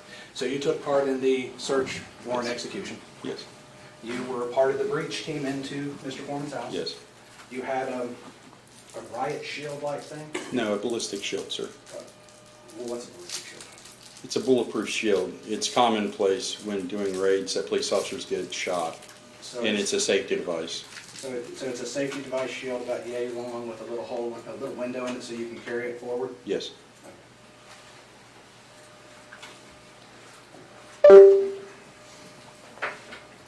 So, do you see what has been marked Defense Exhibit F? Yes, I see something on the screen. Okay, so on that screen, does that appear to be the kitchen of Mr. Foreman's residence? Yes. And you would agree that that gentleman there with the firearm is Mr. Brian Newland? Yes. Okay. And so this would be the beginning after breaching the door? From this, I can't tell what part of the entry it was. Let me place them on. Okay, so this would be starting the security camera footage of 8/21/2022, starting at 8:13 and 4 seconds p.m.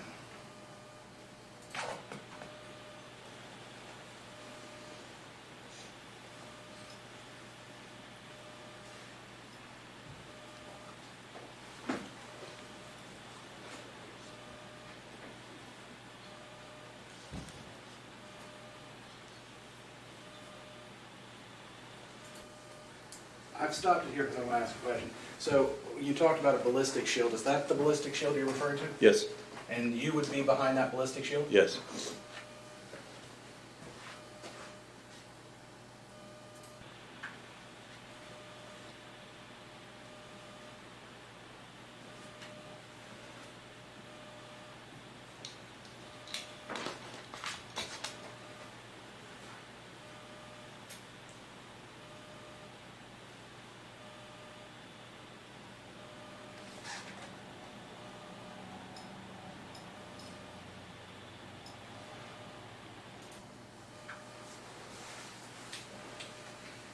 So, putting this image in perspective, you're behind the riot shield. Yes.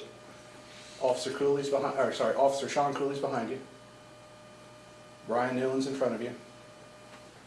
And Shawn Grooms is going forward with the assault rifle. Mm-hmm. And you're flipping off the security camera. No. That's not your middle finger. No, do you know how to use a ballistic shield, or do you like me to tell you? Let's watch it.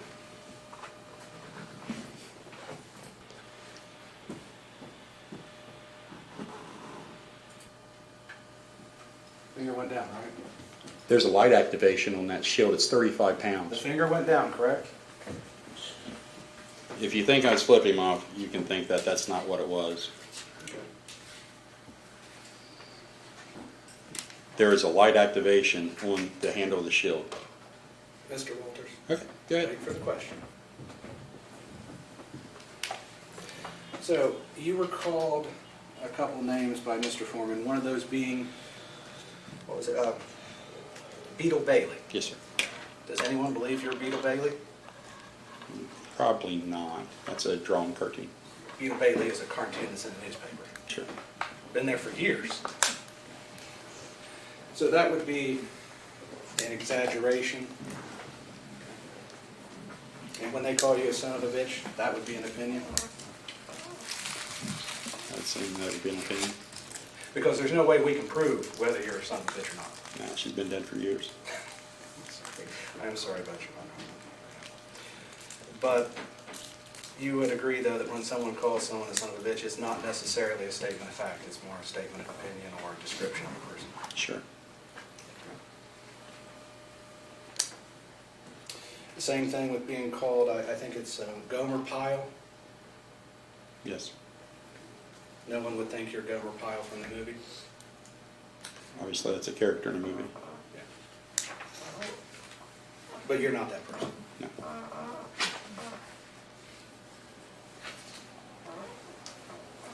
This may sound stupid, but you've been a law enforcement officer for a long time, correct? Yes. You've been called many derogatory names, correct? Over the years, You've been called a son of a bitch before, correct? not published, but yes. You've been called other things even worse, correct?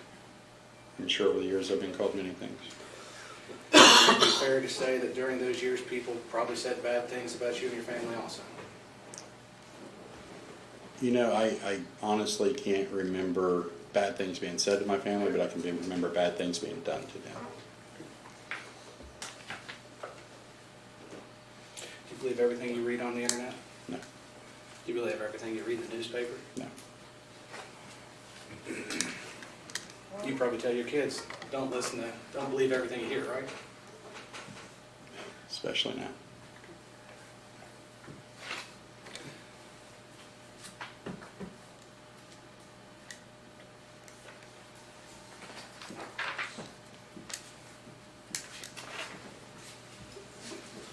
So, are you testifying and claiming that because Mr. Foreman called you Gomer Pyle, you've been painted in a false light with the public? I'm taking it one at a time, so I'm going to get to The it. Gomer Pyle? Yes. I'm not claiming that, sir. You're not claiming that being called a son of a bitch is a claim you're pursuing, that Mr. Foreman's called you? Correct, sir. Being called Beetle Bailey, you're not claiming that is part of defamation proceeding on that, correct? Correct. And neither one of those three statements have painted you in a false light, correct? Correct. Well, I mean, it depends. I mean, it paints you in a different light than what you are, but correct. So you're solely being painted in a false light due to Mr. Walters saying he had sex with your wife? Mr. Walters does have sex with his wife. Mr. Foreman doesn't. Good catch on that. Yeah. So you're claiming that is the defamation statement, is that he said he had sex with your wife? Yes. And that's painted you in a false light? It's caused tremendous pain in my life. I'll get to that. We have to go through false light first. So does it paint you in a false light? Yes, that my wife is cheating on me with Mr. Foreman. But we all know that's not true, correct? I don't know.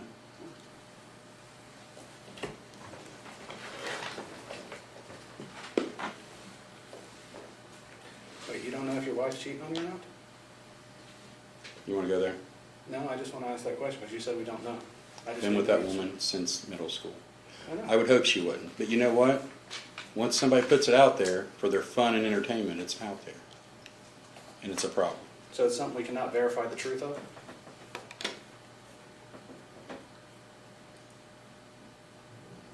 Is it a thing that can be verified, true or false? Ask your client. Your Honor, I'm going to ask for a direct the witness to answer the question, yes or no, please. That you don't like his answer doesn't mean he didn't answer. He didn't answer the question. He's told me to ask another person. That is not an answer to the question. So ask him another question. That was his answer. You didn't like how it came out, but it was his answer. I can't make him say something else. You can ask him another question.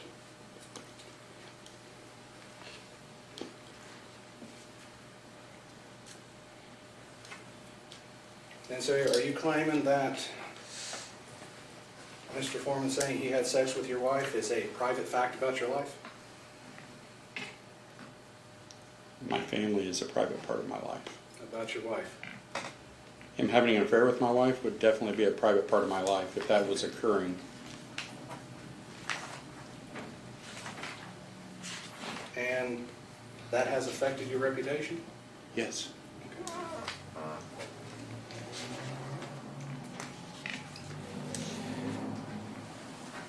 And so, am I right in concluding that the other final statement that you are claiming that Mr. Foreman said about you that painted you in a false light is that you're a thief? Yes. And that stems from all the posts that, and all the exhibits that Mr. Klingler referenced earlier? That's what he showed. The ones that talk about the police officers in general? Yes.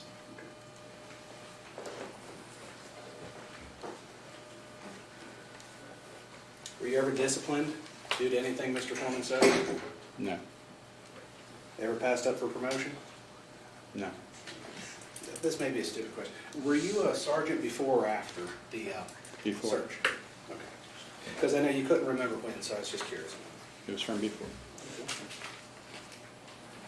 Have you ever talked to the People's Defender or Informer about the statements? We were not allowed. So you were not allowed by the Sheriff of Adams County? Yes.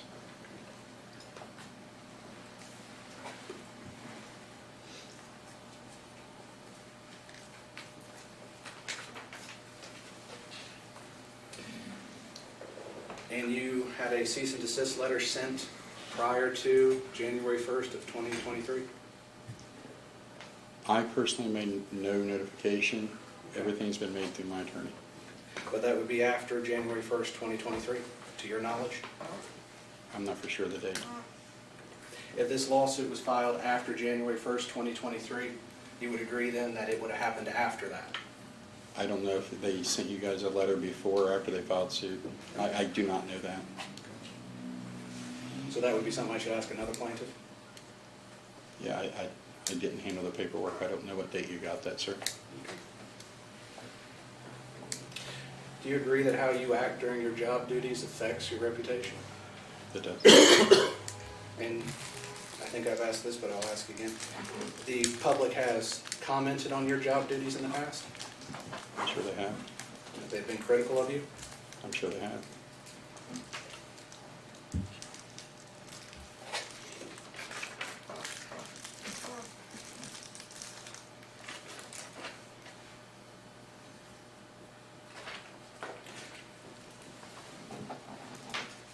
Did you order Lisa Phillips to disconnect the security camera?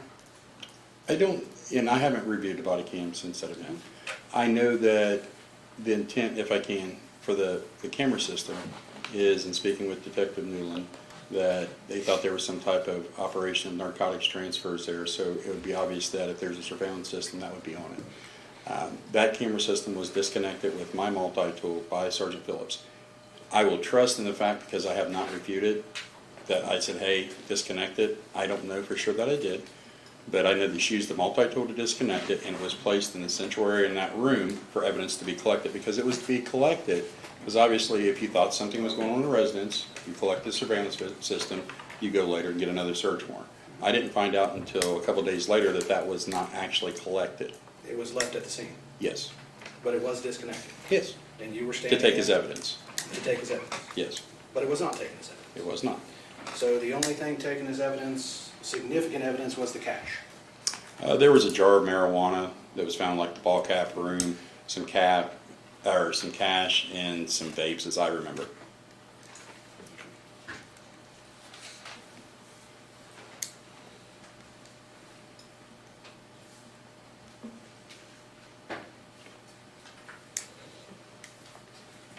No one was arrested for threatening you, correct?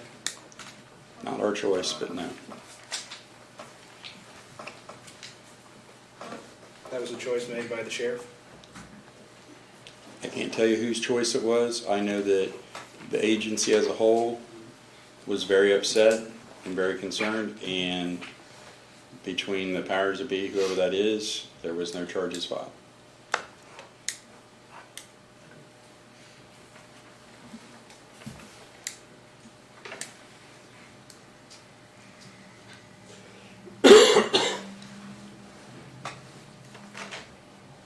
This may sound stupid, but being a son of a bitch is not a crime, correct? No. May I have a second here?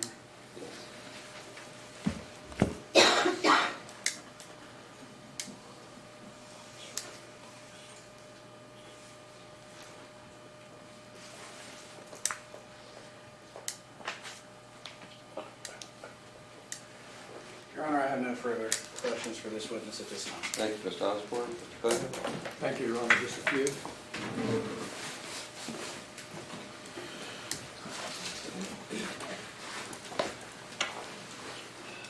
Mr. Walters, I'm going to put the body cam up again. I was frankly a little confused about what it was supposed to show, but explain to me what it was that Mr. Osborne said he thought he saw that you were explaining. May I stand up, sir? Yeah. A ballistic shield weighs about 35 pounds. Okay, it's very big. One hand has your firearm, or if you're using it for something. The other hand, there's a bar like this. To activate the lights that's on the front of it, there is an activation switch on that shield. That's what occurred. So so your finger moved or something? Yes, that's how you activate the shield. And it's also 35 pounds. Once you're carrying it for a while, it takes a toll.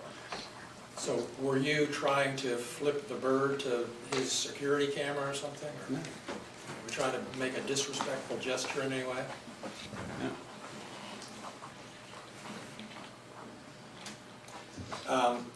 You were asked a lot of questions by Mr. Osborne about things you might have been called before, criticisms you might have undergone before. Has anyone called you a thief before and published it? No. Has anyone ever published a statement that they fucked your wife? No. Have your kids come home upset because somebody said Afroman somebody else was their father at some point before this? As recent as yesterday. Because everything is brought back up again.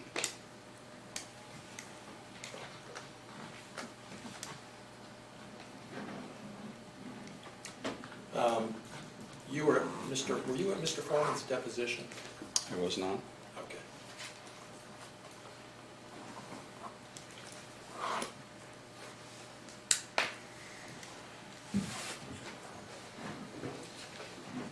Those are all my questions. Recross?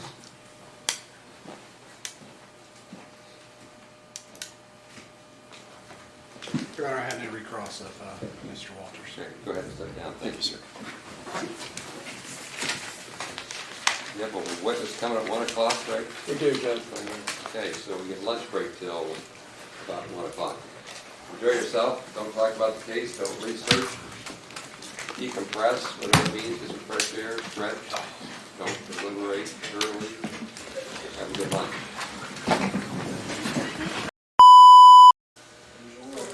Okay, so just two housekeeping items. One, Mr. Osborne is playing Defendant's Exhibit F. It's a plate from 8/13/04 to 8/13/58. I think that's correct, Your Honor. So it looks like there was 54 seconds of time there. And then when we discussed that there's claims being dropped, the injunctive relief claim in count 6 is still in play. That's correct, Judge. But that's a judicial decision. Yes. A judge decision, not a jury decision. So the jury doesn't get instructed, but the claim's still active. It's the claim for the judge to decide. So just to make it clear, when they dismiss one claim, previously counts 1 and 2 were dismissed by the court.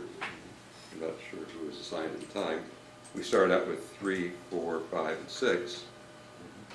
6 is for the judge to decide, that's injunctive relief. And then the plaintiffs dismissed the 4th claim. So if we're counting claims on the indictments, 3 and 5 go to the jury, and 6 is for the court. Right, Mr. Klingler? Yes. Makes sense, Mr. Osborne? Somewhat, yes, Your Honor. Okay, what doesn't? That's probably a better argument at that time on what the injunctive relief could be granted in this case. Well, no, I get that, yeah, but it's not a jury issue. And it's No, I agree with that, And it's but not a dismissed issue. I don't know if it's a relevant issue, but I would agree it's not a jury issue. Fair enough. Okay, we agree. This is a different way of saying the same thing. We'll go it off the record. Have a good lunch. Thank you. Ladies and gentlemen, if the lunch break helped you, we did our housekeeping while you were getting assembled back there, so I think we're ready to go with the afternoon. We're still on the plaintiff's case, so Mr. Klingler's got another witness ready to go, right? Right. Where'd he go? There you are. Okay. Who's next? Judge, the plaintiff's called Michael Robinson. Your Honor, for the record, the defense would renew its objection contained in the motion of limine, file stamped March 16th, that was served prior to that date. So, Thank you for filing the motion of limine. Note the objection, overrule the objection, and then that preserves your issue. Very good. Go ahead. Do you solemnly swear the testimony you're about to give shall be the truth, the whole truth, and nothing but the truth? As this, you shall answer unto God. I do. Thank you. You can be seated.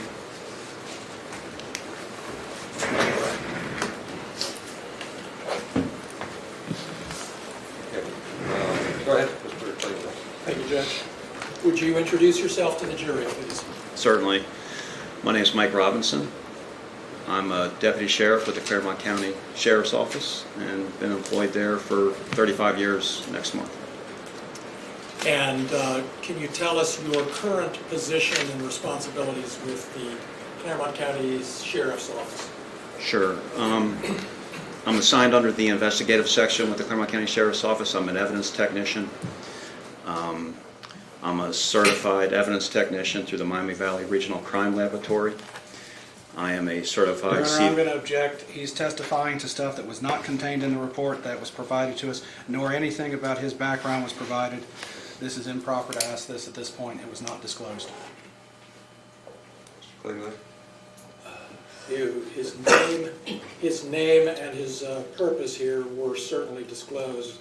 I'm simply giving background information so the jury knows who's talking to them. He can certainly be cross-examined by Mr. Osborne if Mr. Osborne finds anything that he wants to question him about. But Is there a written report? there is. Was that provided? It was. It was provided upon request. It's contained in my motion and eliminated email response to it and everything, noting the dates and times. There is no CV attached to it. He is asking stuff that would paint this gentleman as an expert. Expert requires at least 28 days notice prior to trial. It was never disclosed 28 days before, so it does not meet that. Asking him his training and everything, which we were not disclosed of, puts us at a disadvantage because we had no ability to research it, and we would object to that or paint him as an expert when it has not been followed per the rules. He's going to be testifying as a fact witness, Judge, as to the investigation he conducted into the alleged missing cash in this case. So the amended witness list is March 11. I don't remember the date of the first witness list. So as a fact witness, that's how I took him also. So his qualifications are relevant. I understand your objection and I overrule it, and you can go ahead. Thank you, Judge. Yeah, it is. Thank you. Continue, please. And your title is detective. Is that how we should refer to you? Or That's, yes. Detective Robinson, you were talking about your certifications, I believe. Yes, I'm a certified evidence technician through the Miami Valley Regional Crime Laboratory. I'm a certified CVSA examiner as computer voice stress analysis for the last 25 years. I'm also a certified Part 107 drone pilot through the FAA, where I head up our Claremont County Sheriff's Office drone unit and flight missions, operations. Your Honor, I'm going to object again. What does drone training have to do with this? Was there a drone flown? It was not in the report. Maybe nothing. It has to do with who he is, Judge. Overruled, yeah. It's not right on point, but it doesn't hurt. I'm also, I've been certified Cellbrite examiner, which is the conducting forensic cell phone data extractions.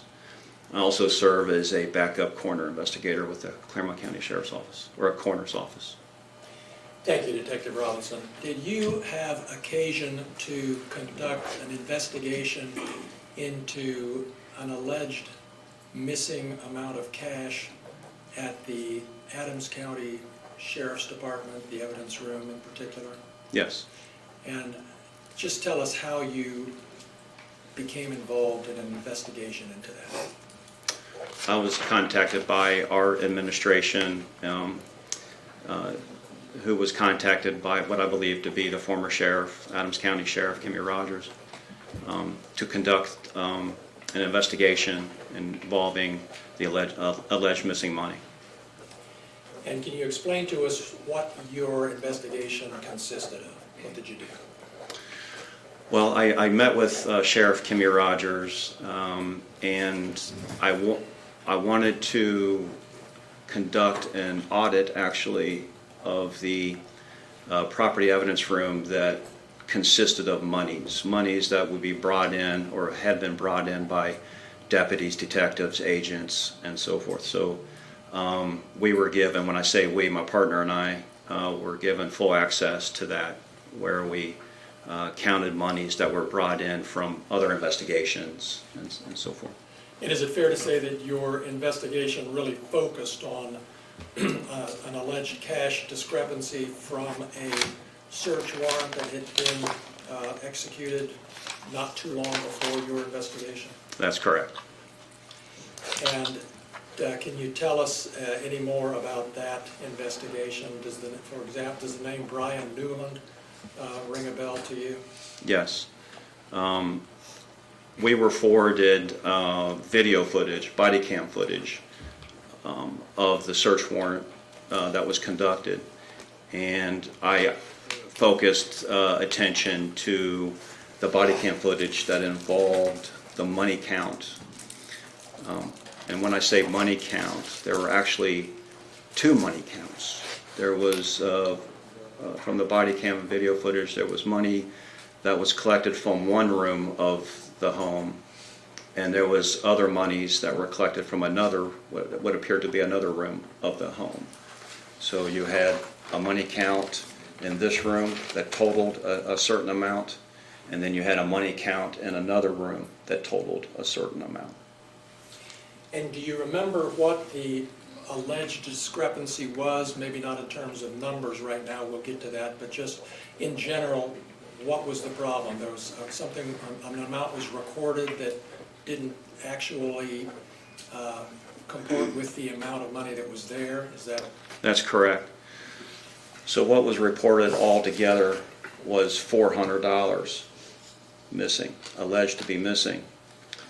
$390 from the first money count, from the one room money count, and $10 from another money count from the other room. That totaled to $400. All right. And did you review, you mentioned you reviewed some body cam. Do you know whose body cam footage that was? That was Detective Newland's body cam. Okay. And you reviewed that body cam? I did. And were you able to come to any conclusions after your review of that body cam? So the body cam footage that I reviewed in the one room that was counted as $4,390, I reviewed that body cam footage, and it was clear to me that there was a miscount of $390. And can you explain to us what it was about the body cam footage that led you to that conclusion? Well, it's just also not the video footage, it also includes audio. So video and audio together assisted me to determine this, but it's clearly on video. Do you want me to explain? Please do, yeah. So what Detective Newland does in counting this money was, you can see as he starts, he lays two $100 bills on the ground. You can clearly see that. And as he's counting the money, you can see it in body cam video, such as I'll demonstrate as I'm talking.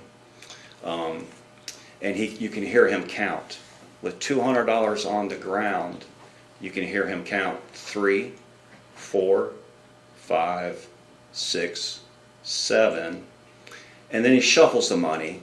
And then when he lays down on the $200, he lays a single $100 bill down, and now he's counting 7, 8, 9, 10. So what he's counting as $1,000 is clearly that he only has $600 in the pile. And as he continue on with the body cam video footage, he makes piles of 100, and there's several piles of 100, hence over $4,000. But as he's collecting the the money from the piles that he made. He collects, you can clearly see on body cam where he's collecting as $100. It actually contains $110. Now you can clearly see this on body cam video where there's a $50 bill underneath 320s. He picks that up and he collects it as 100, but it's clearly 110. He had a pile over to, in the video footage you see it on his left side. He's got a pile over there and he counted of $90. So he has 3 piles of 100s now in front of him. He picks that up and he picks up what he collected as $90 and he calls it $390. So he writes down on a piece of paper $4,390 when in fact the $390 doesn't really exist.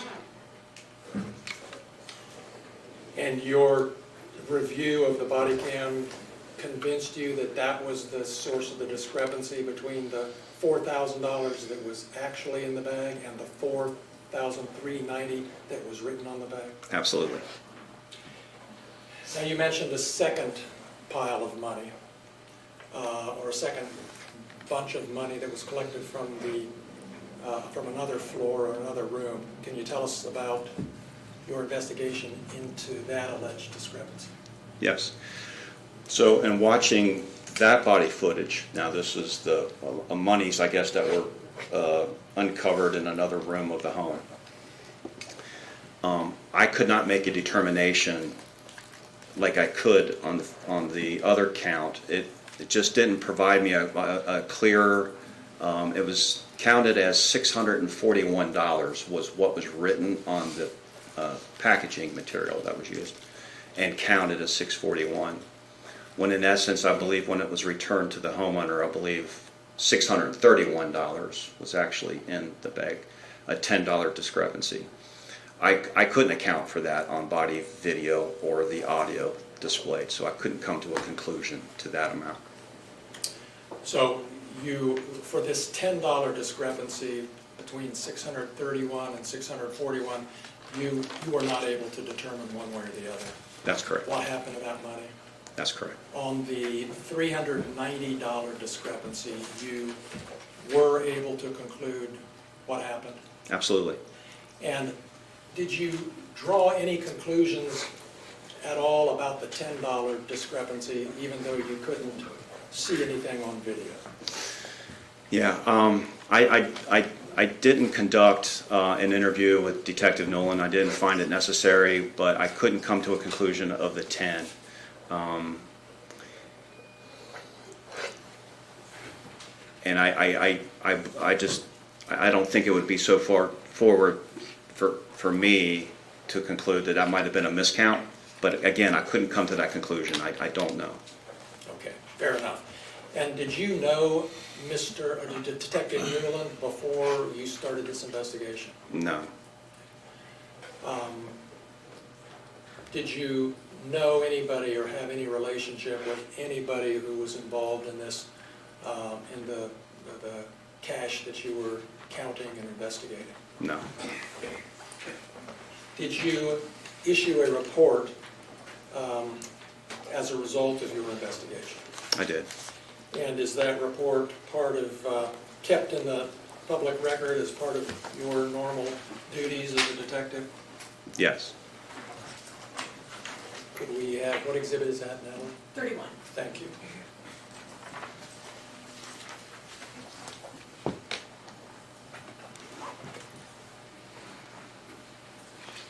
Okay, we're showing you exhibit 31, Detective Robinson, and it looks like, first of all, do you, from this little snippet we're looking at here from the first page, do you recognize this as part of the report you issued? I do. And it looks like the report date is December 8th of 2022. Is that right? That's correct.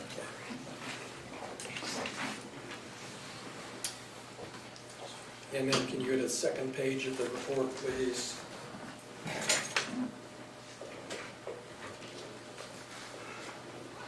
And then the third page of the report.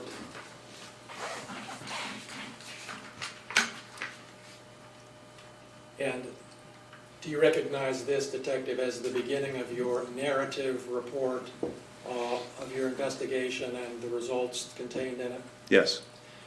And we don't need to take time right now to review everything, but down at the last sentence of the second paragraph, you wrote, "The monies returned did not equal to what was indicated that had been originally removed from the home." Did I read that correctly? You read it correctly. And that's referring to this cash discrepancy that you just talked about. Correct. And then let's go down a little bit further, and there in your report, there's some numbers there on the left, 1 through 7, with various numbers. What are those and why are those there? Just give us a little snippet of what Sure. you're doing. I mentioned that I wanted to conduct an audit of the monies coming in that were brought in to the sheriff's office by deputies, detectives, agents, what have you, from scenes, to see if there's a pattern or an issue. There were nearly 70 items, 60-something items that we counted. We actually broke open the packages, examined what was on the packaging, the amount, and then physically counted the money in each package.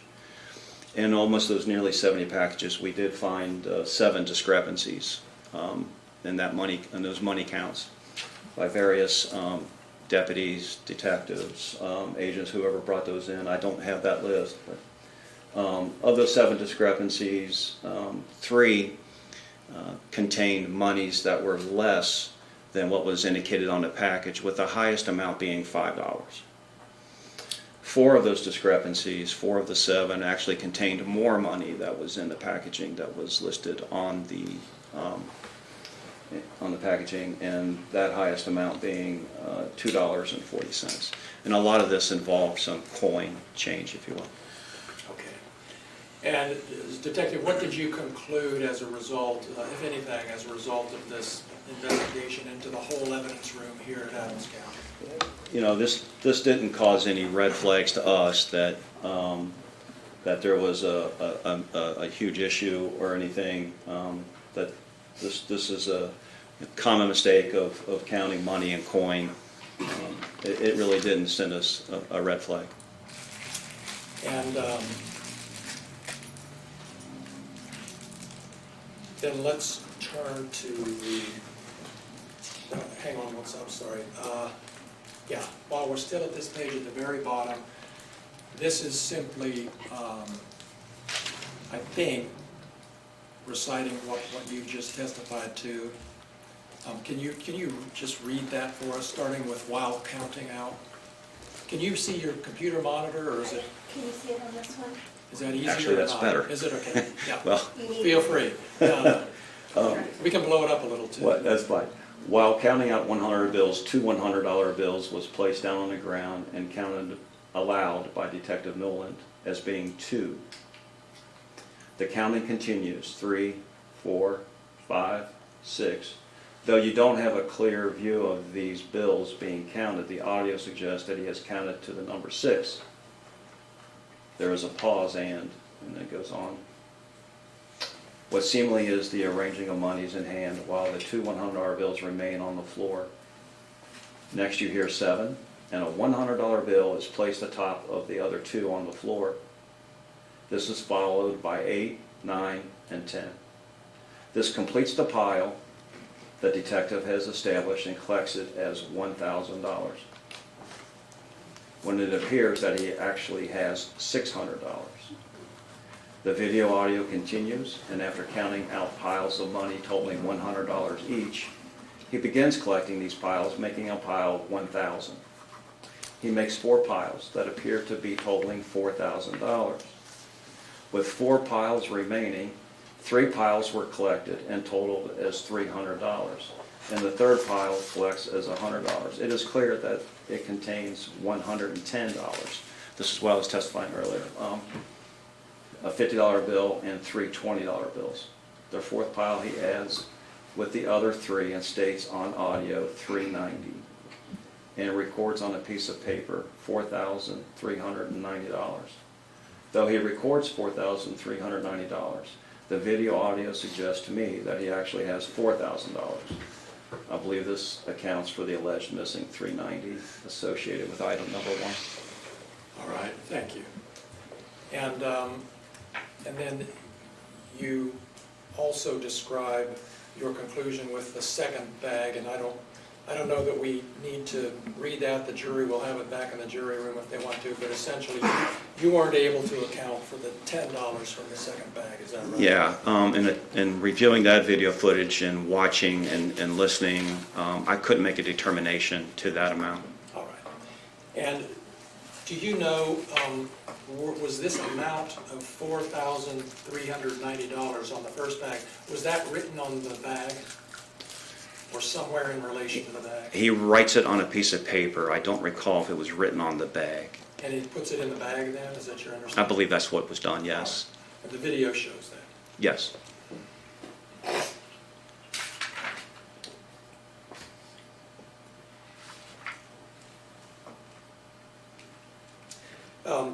Detective Robinson, was your report available to the public if anyone asked for it? I would believe it would be, yes. Do you know if Mr. Foreman here or anyone else associated with him ever asked for a copy of your report? I wouldn't know that. I don't know that. Okay. Those are all my questions. Thank you very much. Go ahead with cross-examination. Thank you, Your Honor.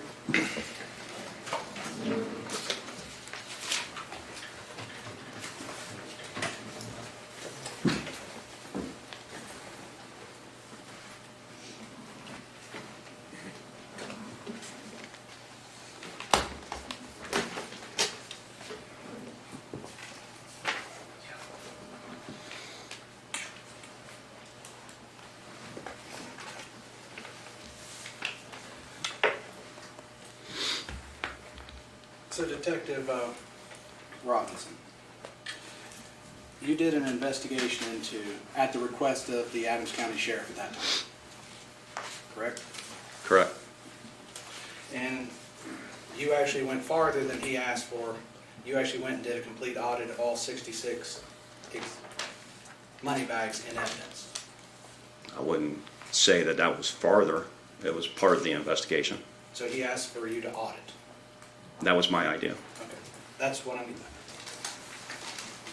And out of the 66 exhibits, did you attach to your report a itemization of them? Correct. And each one you say the amount stated and the amount counted and whether it matched or not? Correct. Do you also indicate if the bag was sealed or not? I did not indicate that, but they were all sealed when we examined them.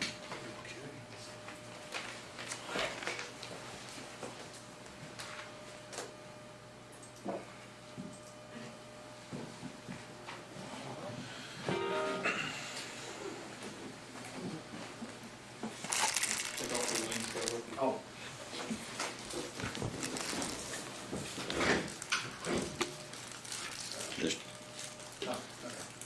So I'm putting, this is a further amount of exhibit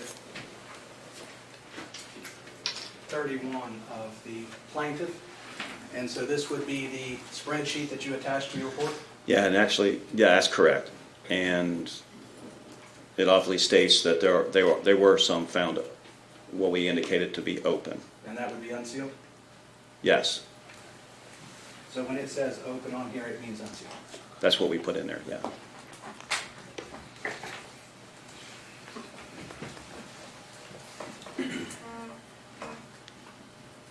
Did you note whether each evidence bag actually had like the number of denominations, like 7 $5 bills, 10 $10 bills? No. Did you note that? No.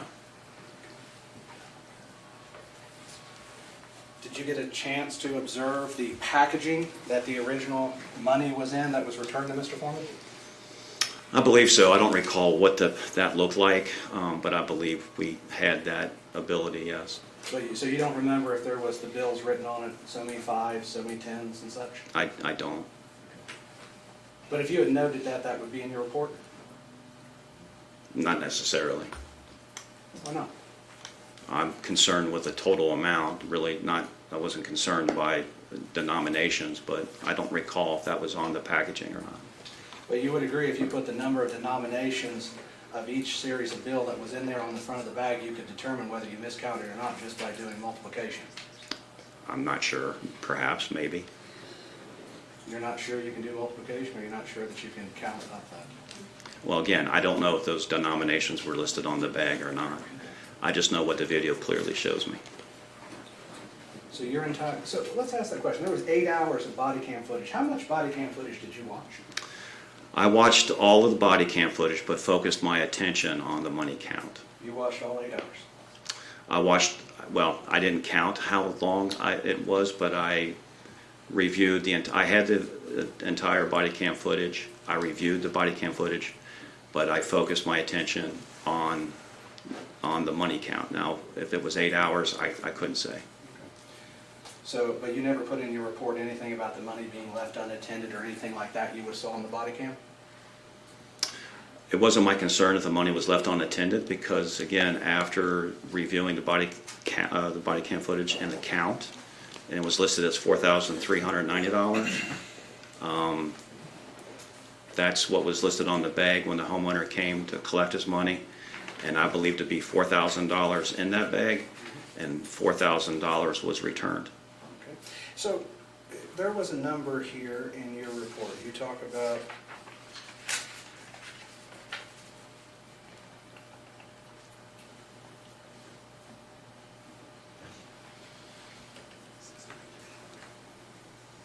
do you recall what the total amount that was listed on the bag one was?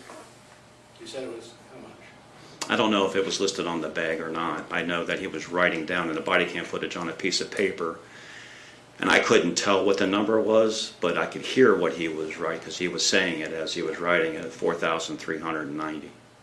So he wrote $4,390 on a piece of paper with the bills, Yes, and that was put in an evidence bag.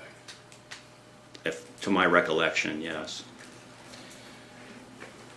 And so your investigation, it's off by $390. On that money count, item 1, yeah. And then the second count is off by how much? It was written as $641 or listed as $641, and I believe the money that was returned was $631 when they counted it, so $10. Okay. But you can't determine today what happened with that. That $10, no sir, I can't. But you do make an allegation in your report what happened to it, correct? I indicated in my report that confirming the miscount of monies of $390, it would not be so far to believe that it was a miscount of that money, but again, I couldn't come to any conclusion of what happened to that $10.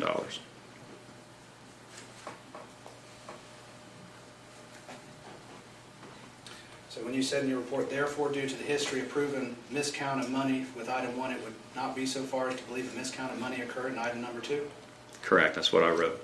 But you never put anything in here after that that said that you could not determine that, and that was just your guess? Well, I certainly couldn't determine it, but I didn't. That's not written in my report as word per word what you indicated. Well, if your report's open to the public, shouldn't it be accurate? It is accurate. You're saying today, though, that you can't determine, but you said here in your report that you can determine. So explain to me what's accurate about that. I indicate that it wouldn't be so far to believe that it was a possible miscount of the $10. But it doesn't go on farther in that same paragraph after that to say that you could not determine it. No, it doesn't say that. Okay, that's what I'm saying. So that's Okay. not, this is not accurate to your testimony. But that's exact. I mean, that's the fact. I cannot determine. And so that should be in the report here. I believe by reading that, you can believe that it cannot be determined. That's how you, That's how I read it. okay. And you went and interviewed Mr. Foreman, correct? I didn't interview Mr. Foreman. Who did you interview in relation to this? I didn't interview anybody in this situation. Not even Dee Russo, the evidence technician? Yeah, she was with us when we did the audit. Mhm. So you interviewed her? It wasn't an interview, Well, what was it then? just indicating of what, providing what we needed as far as the audit concerned and the money count. She was with us when the money was being counted. So not to be mean to Dee, but so she was what, just fetching and carrying the evidence for you? Well, she's in charge of the evidence property room, and that's how we made contact with her. But you didn't sit there and ask her what she saw when she counted the money when it was returned to Mr. Foreman? I didn't ask her that, no. I'd like you to look at the second to last paragraph. I submitted a subpoena for the raw footage from Channel 19. Why would you submit for the footage of a news agency when you could have interviewed one of the people standing in the room there because she was with you the whole time as the evidence technician? Well, I thought the raw footage may involve some assistance in while counting money, so that footage was in reference to the money being counted or returned to the homeowner. So that footage is more important than a witness who stood there, who had power over it, whose duty was the responsibility to watch that? I think video and audio are just as important. Just as in this case where it's clear for item number 1 with the miscount of the 390. But your audit showed a discrepancy of over 10% of all of the money and evidence, correct? I think it was 66 items and 7 discrepancies, the largest one being $5. So whatever that percentage is, So roughly about 10% then. roughly. And each one of those was only off by less than $10 either way, correct? Yes, less than $10, $5 and less, yes. So even by your own audit, the second count, which is off by $10, is actually even an anomaly compared to the other 10% that was miscounted. I'm not sure what you mean by anomaly, or are you saying it's unusual, or? No, let's not get to unusual yet. So let's go back to your testimony.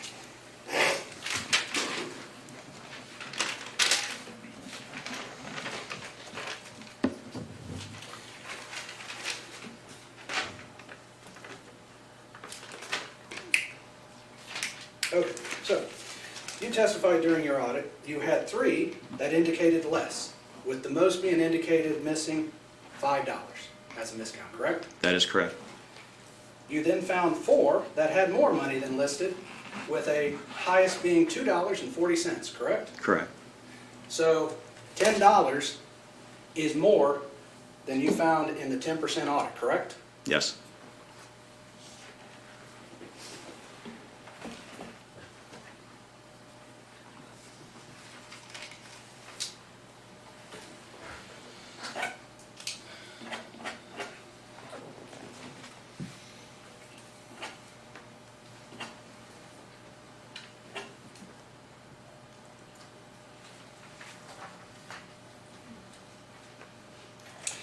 Who did you send a copy of your report to? I can't recall if I sent any copies. I may have, I just don't recall. You sent a copy to Mr. Foreman, though? I don't recall sending a copy to Mr. Foreman.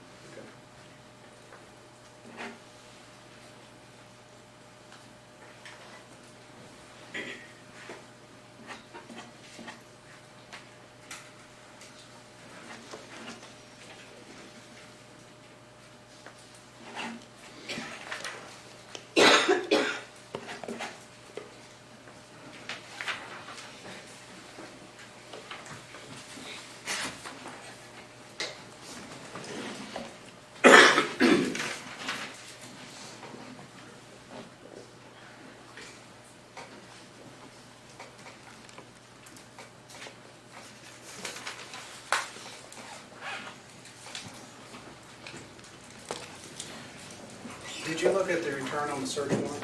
I did not.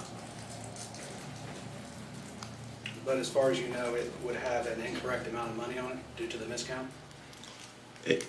The search warrant return should have $4,390 as one count and $641 as the other count. Which adds up to over $5,000. Yes. So, if I may have a second, Your Honor? Go ahead.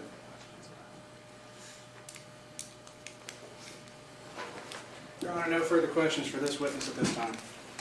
Redirect. Thank you, Ron.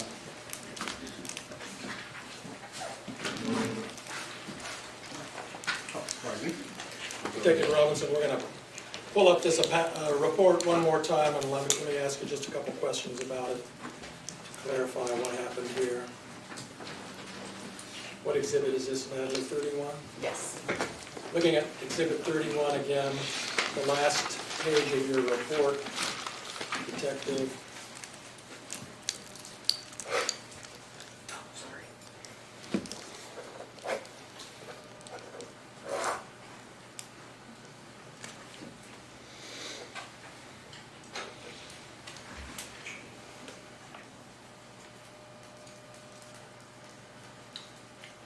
I'm gonna have to reset it. Our system crashed?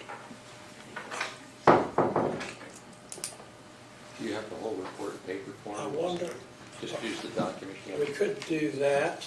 Just set it down on the document. Mine is marked up. Your Honor, mine is not. We could use Thank mine. you. Thank you for the accommodation. Your Honor, mine, just for the record, mine does have one thing at the top that says Plaintiff's Exhibit 31, so I know what it is when I refer. We're just going to use that, this one page. Thank you.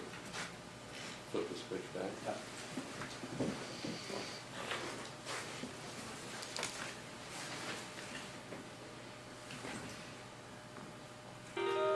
He's resetting it. I hope that doesn't mess us up here. Technology's great when it works. Great time.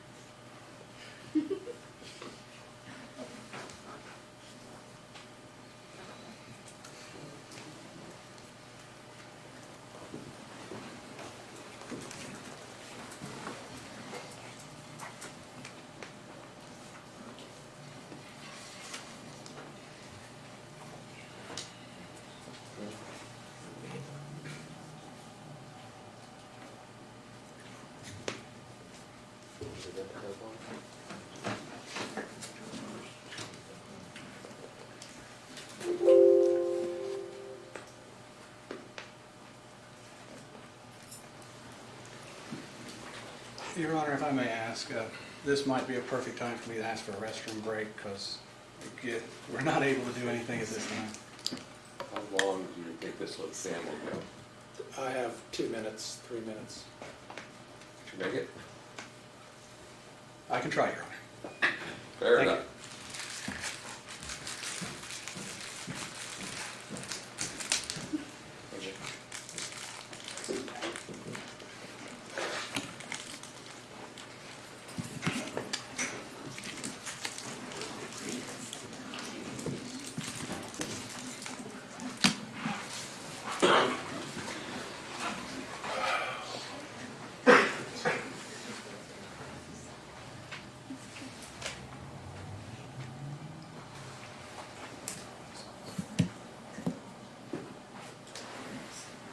Don't say a word.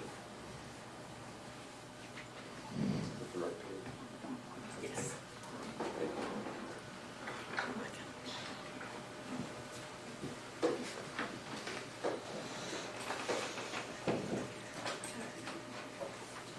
Thank you, Mr. Bailey. You're welcome. Just another day if you enjoy it.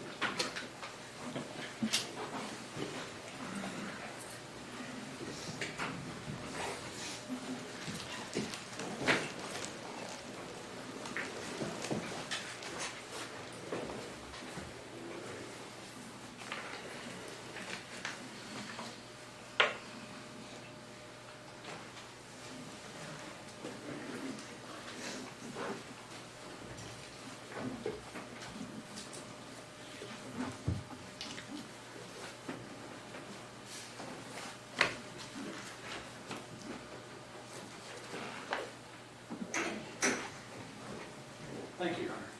Perfect. Okay, go ahead, Mr. Klingman. Thank you.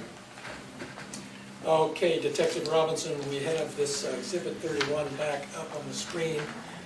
And the page we're looking at has a second to the last paragraph there from the bottom.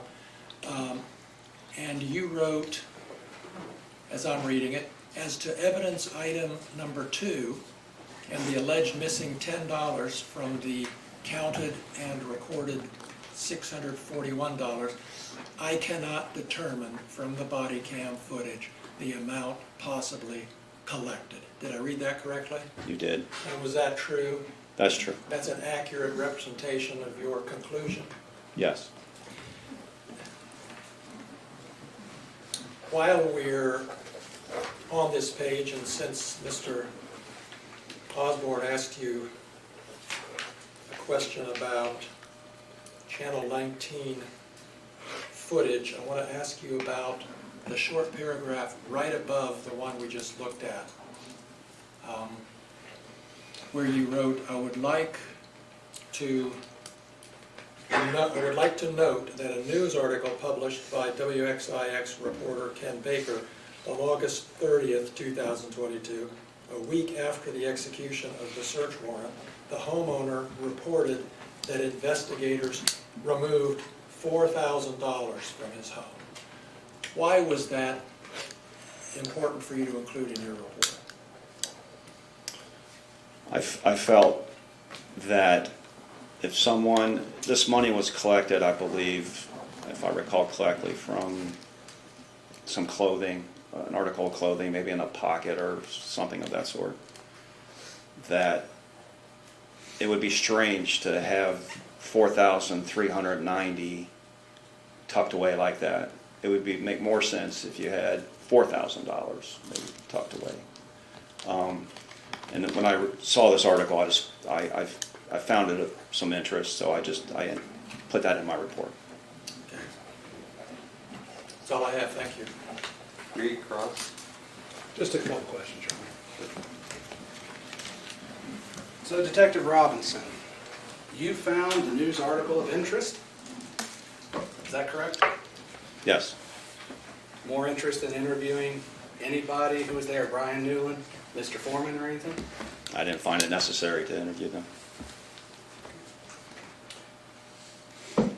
So this news article, though, would have occurred before Mr. Foreman got back his money, correct? All I recall and what I documented is that it was a week after the search warrant execution. Do you even know when he got back his money?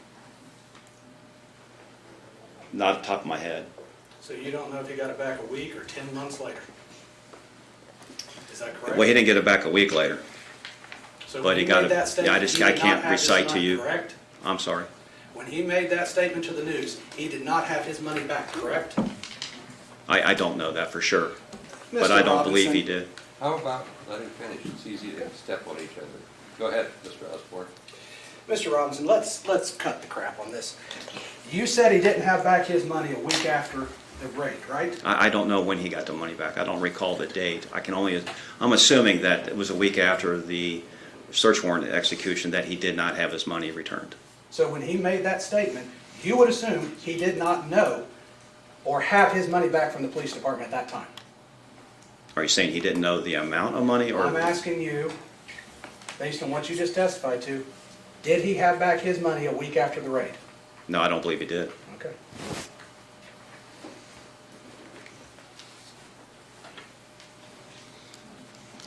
Did you call Ken Baker? No, I did not. No further questions, Your Honor. Redirect. No redirect, Judge. Go ahead and step down, thank you. Thank you, Your Honor. Thank you. Next. The plaintiffs called Joseph Foreman as if on cross-examination.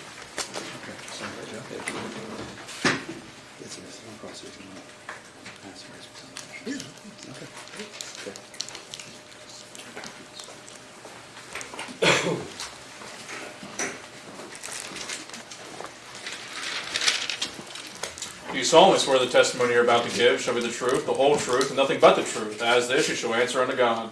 Yes. Thank you, sir. You may proceed. Go ahead, Mr. Klingler. Thank you, Your Honor. For the record, would you give us your name, please? My name is Joseph Edgar Foreman. You are known under the stage name as Afroman, is that correct? Yes, sir. And you create music videos and do performances? Yes, Is that sir. right? How many states of the United States have you performed in, do you think? All of them. All 50? Yes, sir. And how many countries have you performed in? I don't remember, but not all of them, but I've been to a few. How many live performances did you do last year, roughly? I don't know, possibly 250. I don't know, but I don't know. You know, it's a lot of days, but I don't know exactly. And you have a residence here in Adams County, correct? Yes, sir.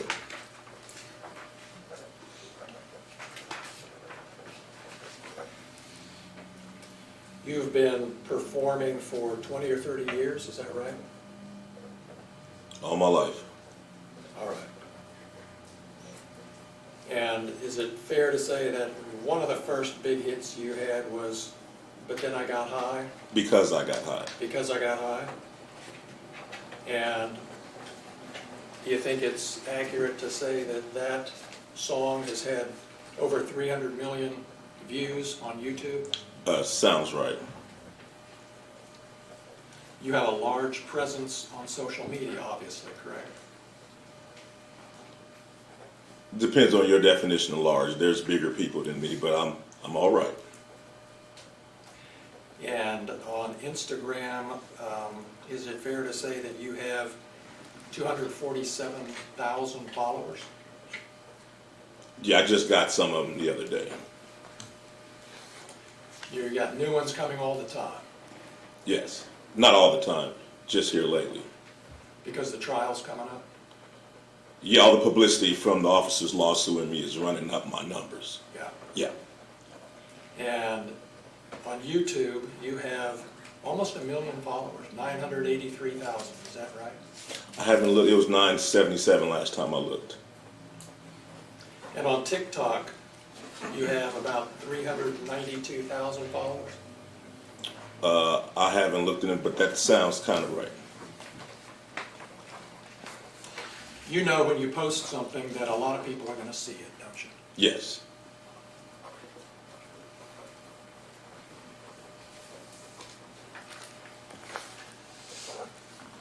When this search happened back in August of 2022, Mr. Foreman, you weren't at home? No. You were driving home from Chicago? Yes. And you got an alert from a family member that the sheriffs were there searching your home, is that right? Yes. And you were able to turn on your phone and watch through your home security system what the deputies were doing for a period of time, weren't you? Yes.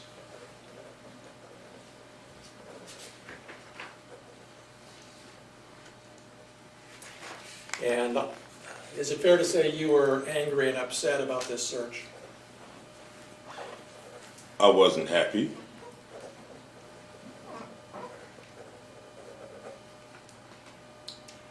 And is that why you posted the things we've seen this week, because you weren't happy?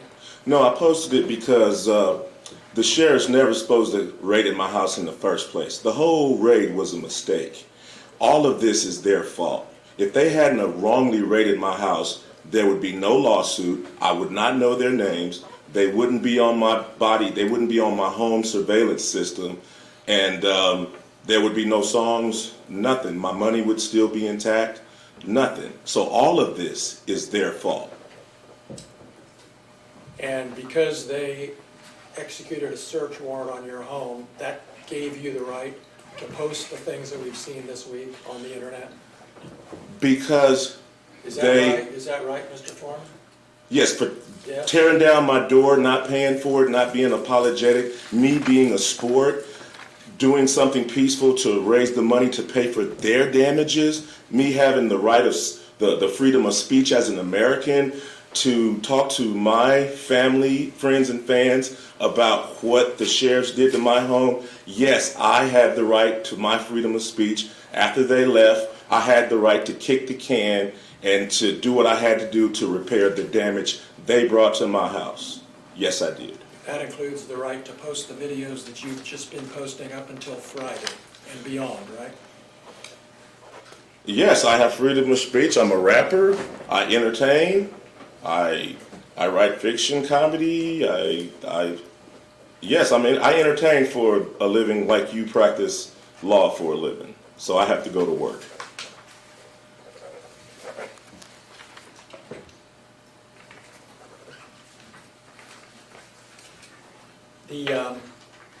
The deputies left a warrant return at your house, didn't they? I think they left something with my ex-wife. I'm not sure. Well, you saw, as soon as the search was over, as soon as you got home, you saw a document that showed exactly how much cash had been taken from the house, correct?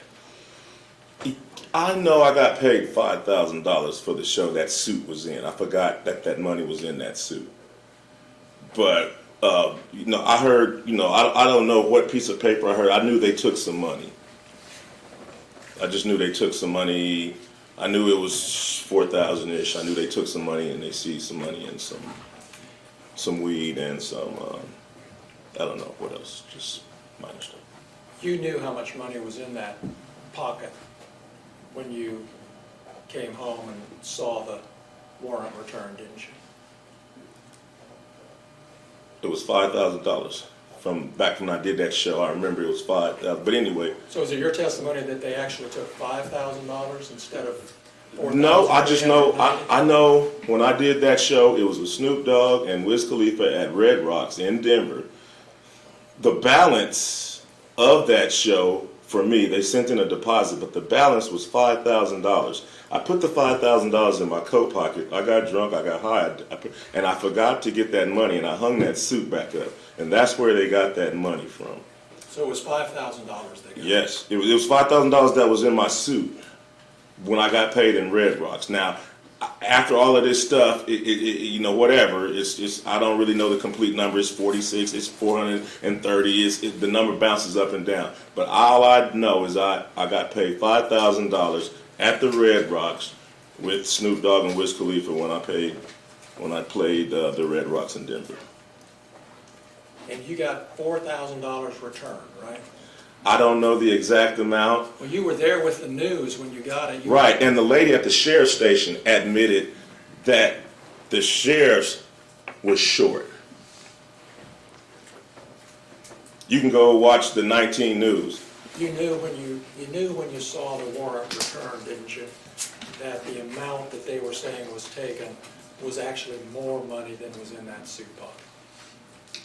I didn't warrant. That's why you brought the news to the sheriff's office when you got the money back, because you knew that they had miscounted the money and the number on the evidence bag was actually I didn't know more money. nothing. The lady at the sheriff department just volunteered the information. I was sitting there, if she had been, I might not even known I got ripped off. She admitted it live on Channel 19 News that the money wasn't right. You remember in your deposition when I asked you, why did you bring the news when you picked up the money? Yeah, I didn't want to get beat up or Epstein at the sheriff's station after I seen them running around my house with AR-15s. So that's why I brought the news and my attorney, so to make sure I got out of that place with my money. You brought the news to protect you physically. Yeah. You didn't bring the news because you already knew there was a miscount and you were going to make. I didn't know nothing about the miscount. I didn't know. I figured they stole my money. They turned my cameras off. So if you turn my cameras off, you must got something bad in mind. So yeah, I'm accusing them of it. They turned my cameras off. I can't see what they're doing. So I'm accusing. So your testimony under oath here today to these 10 jurors is that you brought the news when you picked up your money to protect you physically from being beat up or shot by the sheriffs, right? Yes.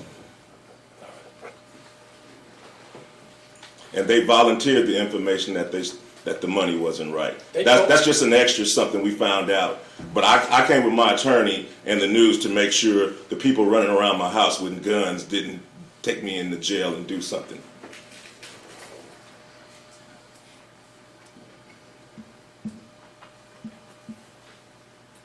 You had a safe in your home, correct? 2 of them. 2 safes.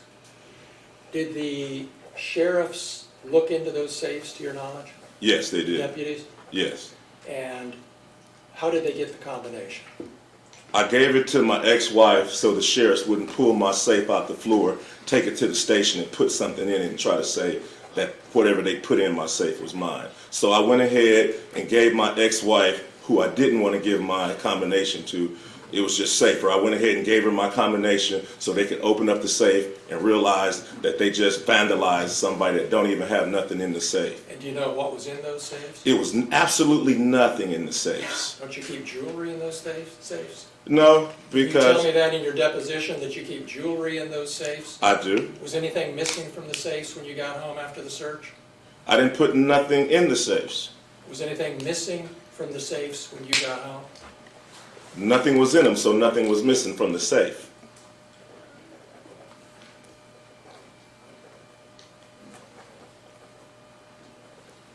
You talked to Randy Walters on the phone before you got home that evening during the search, or right afterwards, didn't you? Yes, sir. He told you that they were taking some money and some vape pens and a small amount of marijuana. He told you that. Yes, sir.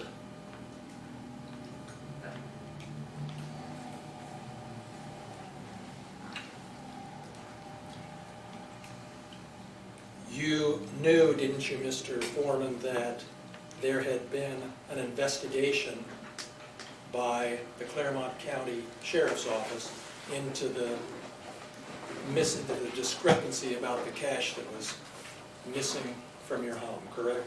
You knew there was an investigation. Yeah, I knew the sheriffs was investigating themselves. Oh, that's how you saw it. Yes, sir. Okay. And did you ever ask for a report so you could see how bad this investigation of themselves really was? Yes, I was trying to get involved any way I can. The investigation was going on without any of my participation. Did you ask for a copy of the report? I did. I asked for everything. I was trying to be involved. I didn't. So you've seen the report? No, I have not. Okay. I just saw it a few minutes ago. Well, you had an attorney when you got the cash returned, correct?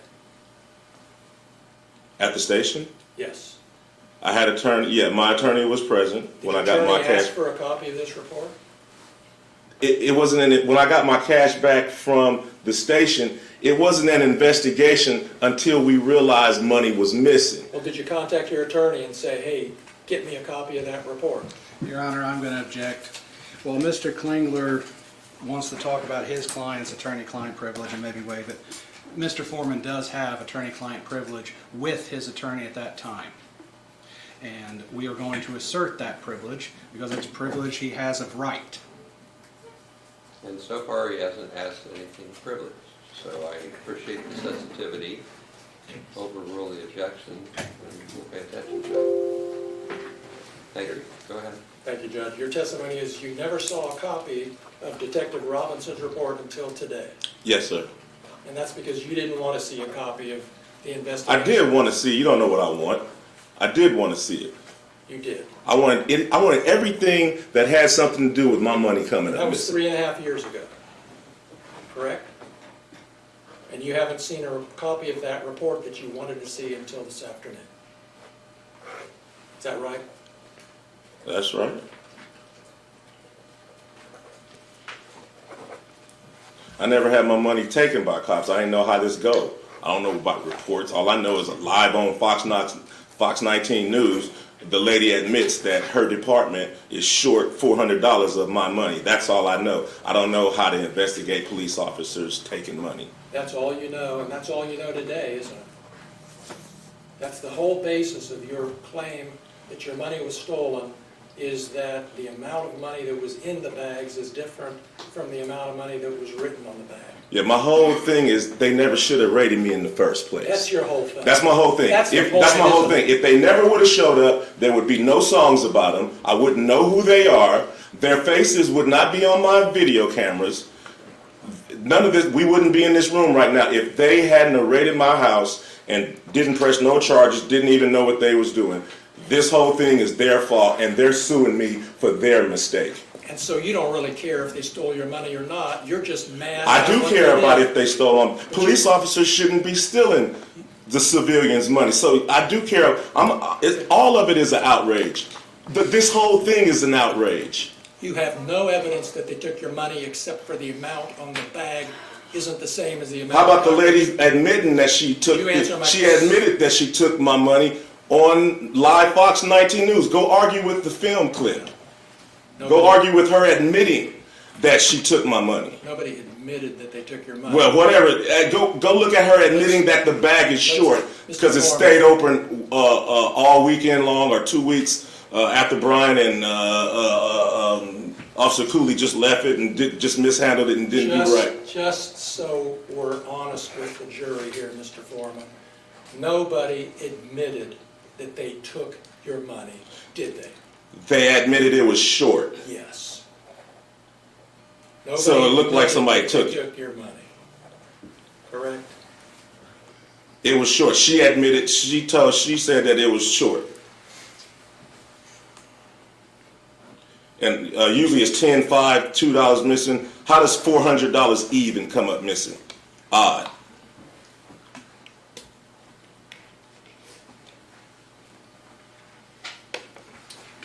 You posted videos about Brian Newland doing hard drugs and snitching on his friend, and you posted those based on rumors, didn't you? We can look at your deposition, but before you argue with me, but isn't that a fact that you made those allegations based on rumors you said you heard? It's a fact. William Newland is a convicted pedophile, and Brian Newland is his brother. After I zeroed in on Brian, I asked about him. Come to find out, he's a large statutory rapist that has sex with all kind of underage girls. He buys them beers and gets them drunk and all kind. That's probably the reason he had to leave the Adams County Sheriff Department, because he beats up his wife and he messed with underage girls, and he had to get out of town and go get a job in Northwood. All right. You don't want to answer my question. I do. Please ask another one. Well, let me ask this one again so I can get an answer.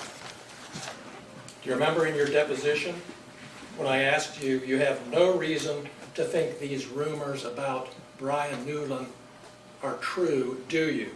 And you said, well, it's more entertaining if it's true, and I can make some money. Do you remember that? No, I don't. That's a however long that deposition was. You can read the deposition and it tells you what I said. Do you have a copy, another copy of that? Because I'll show it to you. I can show you my copy.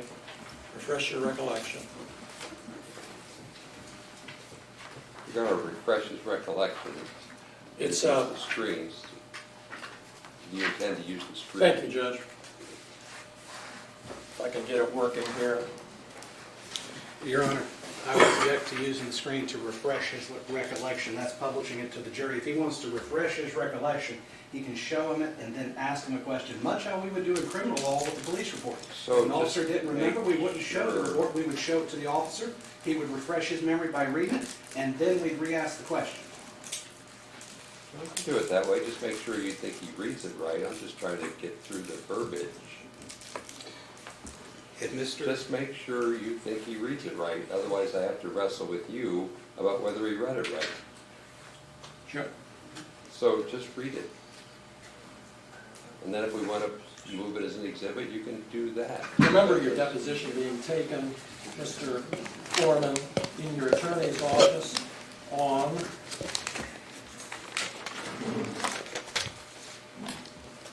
September 3rd, 2024. I remember the deposition. And that deposition was taken in DJ Osborne's office? Yes, sir.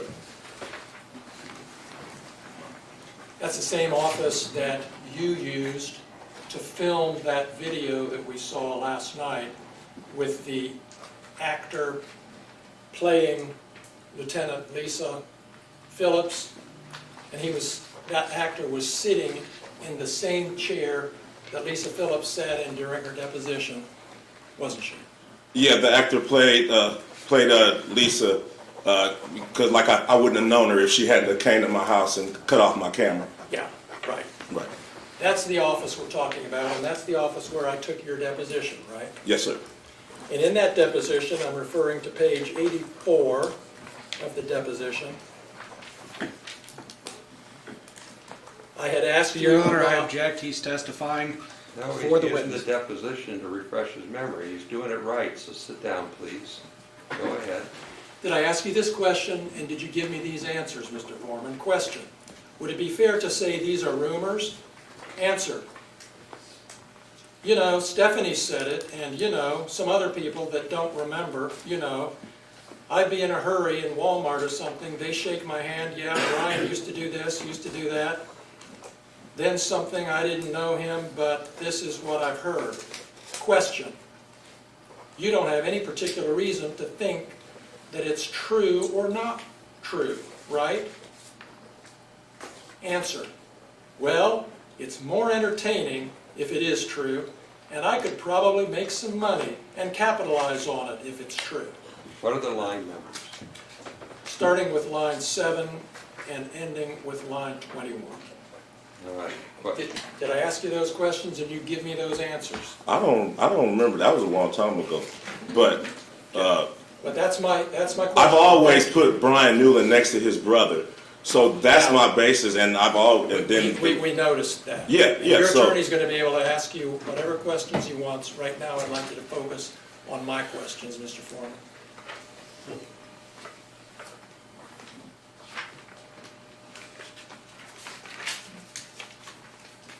You have no evidence that Brian Newland ever molested little boys, do you?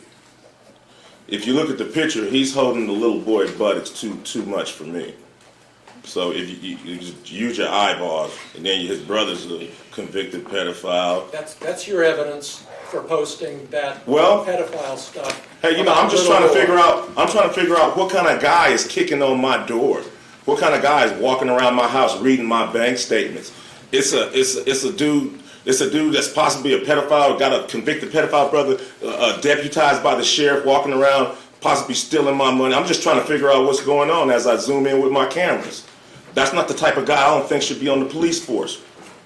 I'm going to refer you again to your deposition. If you don't trust my reading of it, I'm happy to give it to you, Mr. Foreman. But on page 98 of your deposition, on that same day,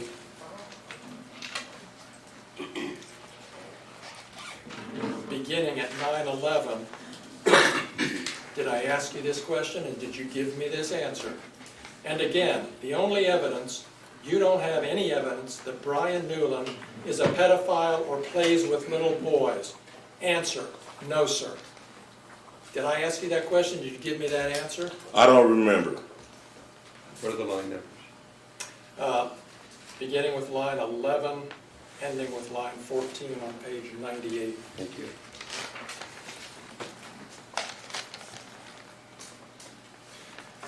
You have no evidence that Lisa Phillips stole your money, do you? I know if she hadn't raided my house, we wouldn't be having this conversation, nor a lawsuit or nothing. They never should have been at my house. Since you're not going to answer my question, I'm going to go back to your deposition again, Mr. Foreman, page 102. Your Honor, if I may, can I just enter a continuing objection so I don't have to object every time he does the deposition? No, it's too important, so please be specific. Okay. Thank you. So I would enter a notation and objection at this point. He is now testifying for the witness. He is no longer refreshing his recollection. I'll be sensitive to that, so you can rephrase and I'll sustain that. You made the conclusion he didn't have memory, so you've got to go back and fix that. All right, Judge, I will. Thank you. Do you remember telling me in your deposition, Mr. Foreman, that you don't have any evidence that Lisa Phillips stole your money? Yeah, you know, she cut off the cameras, but I didn't know who took them. I didn't know who took them. So, for as all the officers was a suspect in the at first, because I didn't know where. After the deposition, I realized that Brian Newland was in charge of the money, and I knew where to focus everything. But at first, all the cops was a suspect, especially after they cut off my cameras, and I couldn't see what they were doing. All right, well, let me, so you don't remember? Is that what you're telling me? I remember telling you that Lisa, probably didn't take my money, but I just didn't know. I just knew it was missing, and they cut off my cameras, so all of them were suspects until I figured it out. So until you figured it out? Until everybody figured it out, until it was solved of where the missing money was.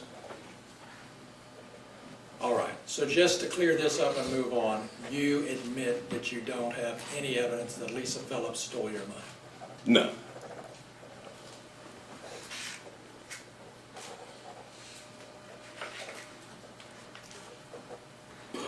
But I know if she wasn't there in the first place, we wouldn't be having this conversation or be here. And is it true that one of your big motivation, really, in making all of these posts is to make money? To pay for the damage that they brought to my house under the circumstance that they shouldn't have even been there in the first place. So the answer to my question is yes, your motivation was to make money. To pay for the damages that they brought to my house under the circumstances that they shouldn't have been there in the first place. Have you made enough yet to make up for it? Not really, you know. How much have you made on it? I don't know exactly, but it wasn't hardly $24,000. $24,000. It wasn't that. It wasn't that. You're still making money on today, right, with the new posts and advertisements and things? It's publicity. You're still selling merchandise, aren't you? No, publicity. Just everybody. Thanks to them bringing publicity to this, it's just an opportunity to run numbers up and be an entertainer. And the more lies, outrageous lies you tell about them, the more money you can make, right? Fact, they never should have came to my house in the first place. Fact, if they hadn't came to my house, they wouldn't have put themselves on the video camera and in my music career. All of this is their fact. All of this is their fault, and they have the audacity to sue me. These people and you are the predators and the victim at the same time. So what they did, searching your house, gave you the right to do everything you Under the circumstance that I got freedom of speech, after they run around my house with guns and kick down my door, I got the right to kick a can in my backyard, use my freedom of speech, turn my bad times into a good time. Yes, I do. And I think I'm a sport for doing so, because I don't go to their house, kick down their doors, flip them off on their surveillance cameras, then try to play the victim and sue them. You were at Lisa Phillips' deposition, correct? Yes, sir. In your lawyer's office? Yes, sir. Same office where you filmed part of that video last Friday? Yes, sir. You saw how upset she was when she was answering your lawyer's questions about how this had affected her, right? Yes, yes. And you saw your attorney say, do we need to take a break? Yes. And you saw her say, no, let's go on and get this over with. Yes, sir. You saw all that. Yes. You knew she was upset. Just like she knew I was upset when she was standing in front of my kids with an AR-15 with her hand around the trigger ready to shoot me. Just like she knew I was upset when she cut my cameras. But I'm not a person, she is. So I'm sorry for being a victim. Let's talk about the predators. Okay. So you saw all that. You saw how upset she was. You heard the testimony about her children. You heard the testimony at the depositions about Randy Newland's daughter who came home upset. You heard all that. But you're still posting stuff about Yeah, because I understand it was Randy's fault and all of their fault for coming in my house in the first place. So if they hadn't came to my house, their children wouldn't be saying nothing. None of this would be going home if they did their research and did things right. So all of this is their fault. And now they want to sue me for their mistake.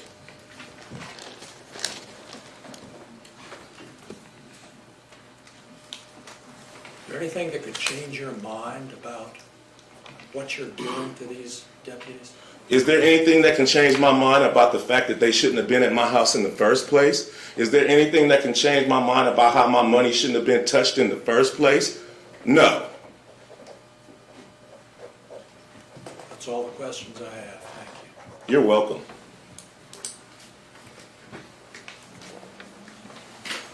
Do you want to continue? I'm sorry, Mr. Osborne. Do you want to continue the direct examination of your client now? Your Honor, I was going to actually ask for a sidebar so we can talk about that. Okay, so let's just talk about it. Okay, so I was actually going to not do cross with Mr. Foreman this time. I was going to hold off until our case in chief. Yeah, I just offered you the chance to do that. So do you want to do your direct examination on your case in chief right now? Not right now, Your Honor. Like the pogo stick of witnesses up and down is what I was talking about. If he testifies on his own direct case, it could be now or it could be later. I just gave the lawyer a chance to do it now or later. He said later. So you'll likely see Mr. Foreman again. This was an examination on the plaintiff's case. You get a chance to hear his testimony on his case. There's your explanation. Thanks, Mr. Foreman. You can stand up and sit down again. What are you going to do, Mr. Foreman? Plaintiffs rest subject to the admission of all our exhibits, Judge. Okay, thank you. We'll deal with the exhibits on a break. Who do you have? I have no one ready. All my people were subpoenaed to be ready tomorrow. I will have to call them to get them here in the morning.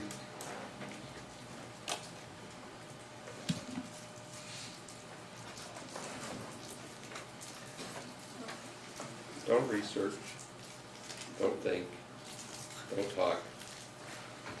Ruminate in your own mind, maybe, but it can't be any farther than that. The admonition we talked about previously about deliberating as a group and thinking collectively is still in play. You can't look at anything online, can't drive by addresses. All those things you can't do, you know you can't do, don't do.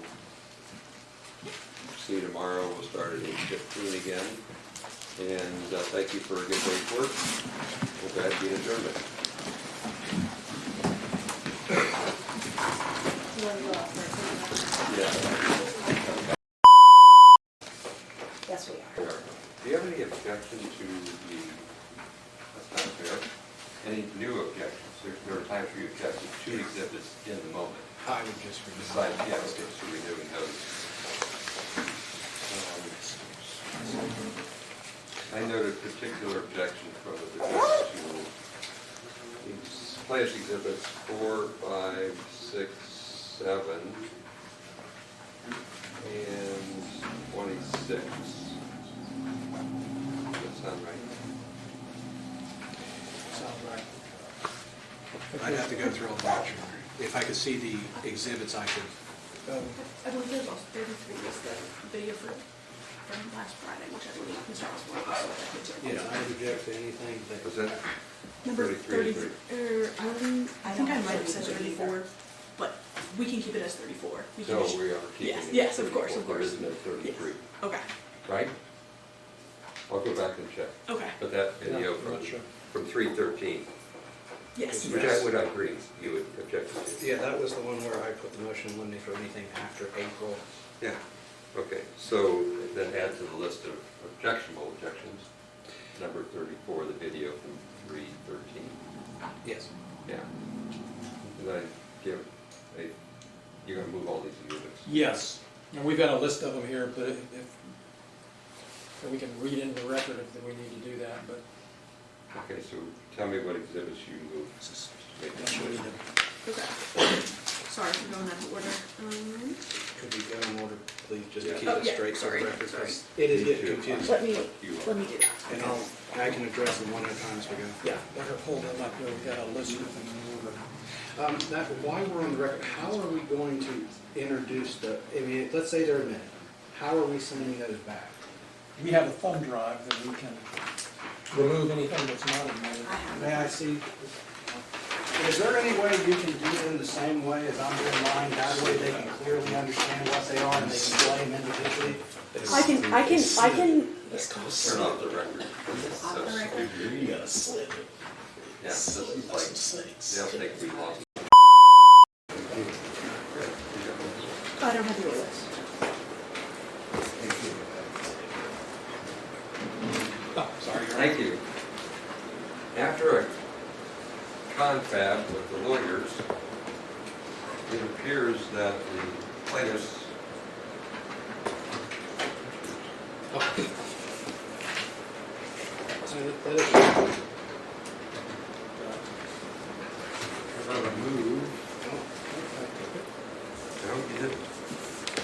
following exhibits.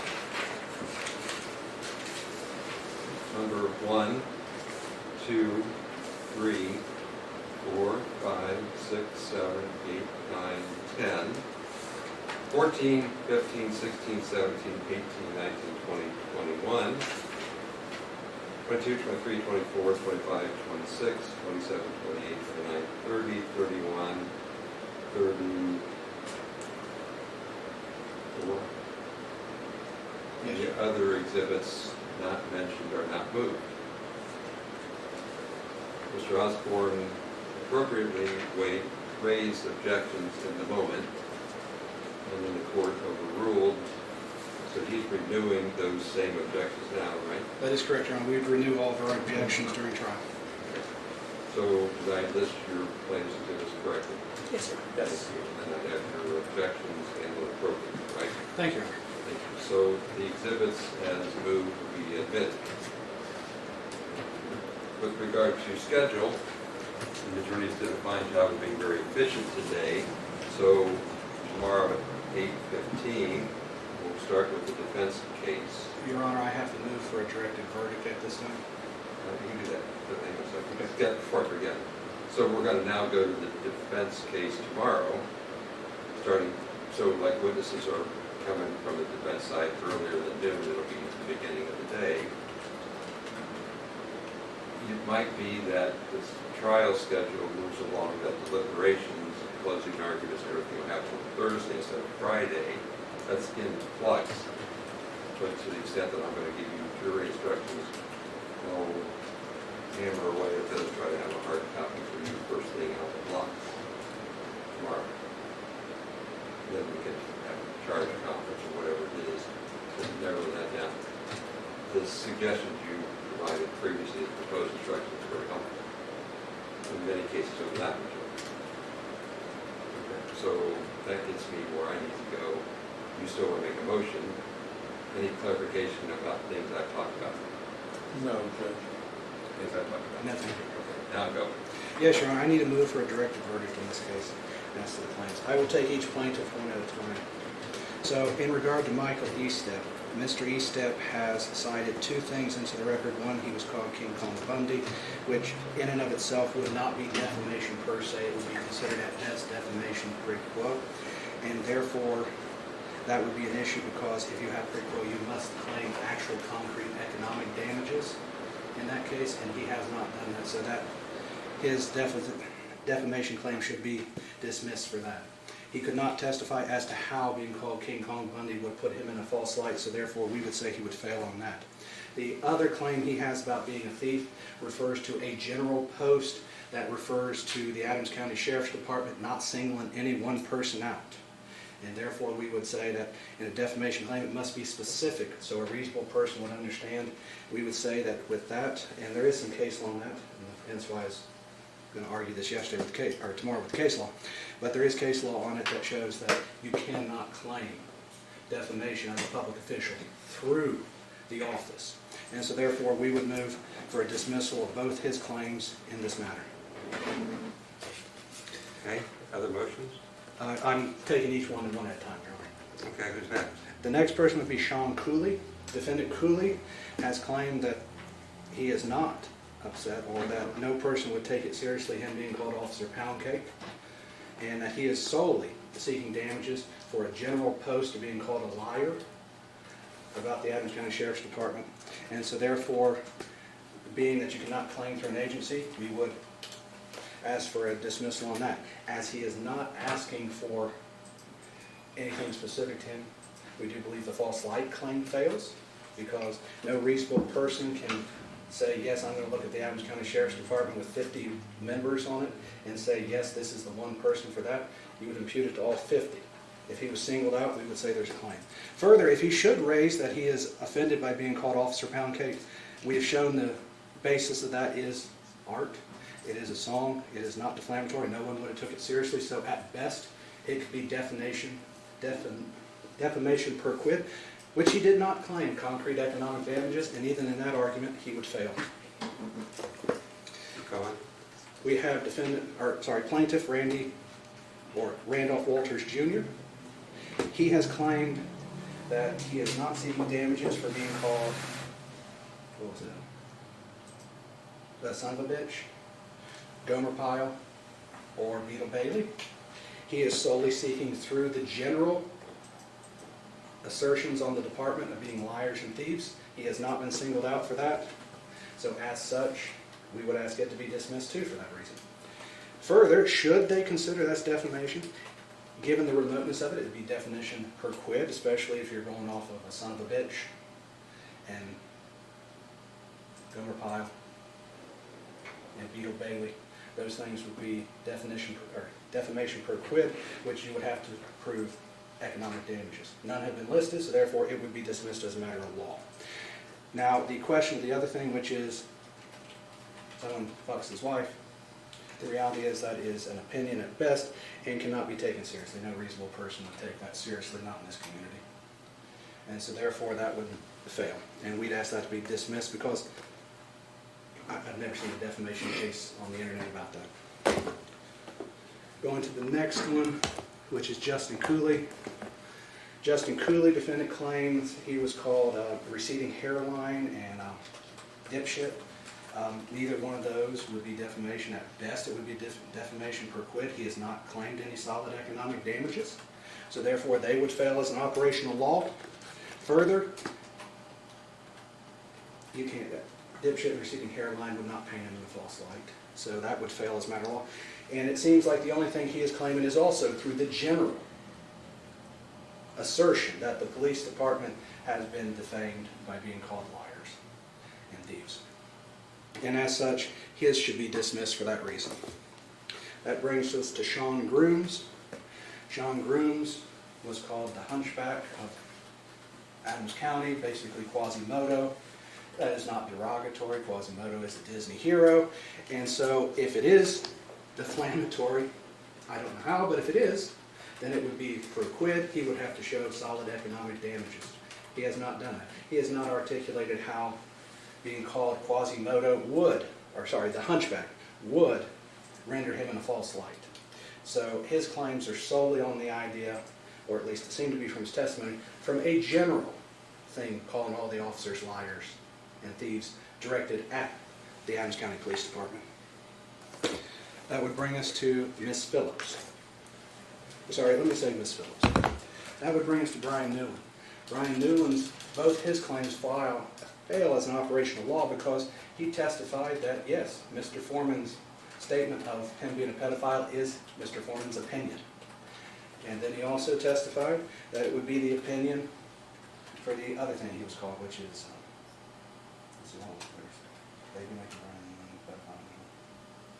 I forget what else he was called. But he did testify under oath that he believed those were opinions. Opinions are not facts and therefore do not meet the definition of defamation and therefore would be dismissed. Further, well, I'll leave that for Mr. Newland. That brings us to Miss Phillips, our final one. Miss Phillips was called Lickum Lolisa, was called Mona Lisa. Mona Lisa, as she seemed to indicate, was not a derogatory term, and so therefore, at best, would be defamation per quote, which she would have to prove actual economic damages, which she has not. Lickum Lolisa, the same way. It is not a crime to be a homosexual in this country. It is not a crime to cross-dress. It is not a crime to have oral sex with the opposite sex. As it is not a crime, it does not shock the senses like pedophile would, and so therefore would not be defamation per se. It would be defamation per quid, and she would have to show actual economic damages, which she has not. It would fail as an operation of law there. As the false light goes, it does not even go there because technically asking someone if they have a vagina or a penis is something that no reasonable person would ask. Further, she has testified that she has had that her entire life. And so through her entire life, she has already put up with this. She has, I should say, this is nothing new that would affect her reputation. It is something you've had your entire life. And so we would say both her claims fail as an operational law. Anything else? No, thank you. Go ahead and respond. Judge, We think the evidence is clear, that there's plenty of evidence from which the jury could reasonably conclude that each one of these plaintiffs has suffered defamation and false light damages in the context of the entire case, in the context of all the posts. It's clear that, and I think the jury could reasonably conclude that each one of these plaintiffs were singled out as thieves, and we are going to do some research on group defamation, which we haven't submitted a proposal, an instruction for yet, but we're going to look and see tonight what that involves. But even aside from group defamation, each of these individuals on the theft testified that they suffered harm from being called a thief. They all have images posted on one of Mr. Foreman's posts someplace along the line, so they've all been associated with this theft allegation. Of course, with respect to the others, Mr. Randy Walters, I mean, it's up to the jury to decide whether saying what was said about his wife and the effect that it had on him is reasonable and caused him pain and was opinion or stated fact. With respect to Newland, it doesn't really matter. I mean, it might matter to the jury that Brian Newland said, yeah, I think that's an opinion, but it's up to the jury to decide whether that was really to the average person or to them, if that was just an opinion or if it was stated as a fact. There's plenty of evidence from which they could conclude that that was stated as a fact. The same, of course, with Lisa Phillips. All of the things that were said about her, it's up to the jury to decide how outrageous those were and whether they were just opinions or exaggerations or whether they were actually lies. That's why we have juries. I think the evidence is sufficient for all of these plaintiffs at this point for the jury to take everything into account and decide that each one of them has a claim for defamation per se and has suffered damages as a result. Your Honor, Mr. Klingler, while generalizing law, has missed one point. The court decides what is defamation per se and what is defamation per quid, not the jury. And that standard is clear. He has to prove those standards. Now, they can go forward. I have included both in my jury instructions because he has to prove that calling someone a son of a bitch shocks the senses. Calling someone a pedophile, the reason why that is defamation per se is because it would shock the senses because it's a crime. Hence the reason why I asked the question about homosexuality. Calling a person a homosexual right now is not a crime. In the 1940s, different story. But this is 2026. So there has to be a determination of exactly which statement is defamation per se, defamation per quote, and they have to meet the burden for that. And that is the court's decision to make, not the jury. The jury does not decide what is defamation per se. If not, why would we be making jury instructions to that effect? And also, group defamation was never raised in the complaint. So therefore, we would object to anything that talks about a group defamation because, in general, if the group is the Adams County Sheriff's Department, they're not here. If the group is everybody took the raid, well, we've all agreed there was 10 people and 7 are plaintiffs. Where's the other 3? Judge Roy Gabbert's not here, and they've introduced one of his posts. So group defamation was never raised and would be inappropriate at this time, and there has to be a determination on which statements are per se defamatory and per quote. Get a decision tomorrow morning. You can send me emails tonight with aspects of law. Just make sure the other party, the other lawyer, gets in the loop. So it's under advisement. Thanks for appropriate motions. Anything else for the record? No, Your Honor. No, thank you, Your Honor. Thank you. Well done today. Thank you. Have a good evening. Thanks, you too. Yep.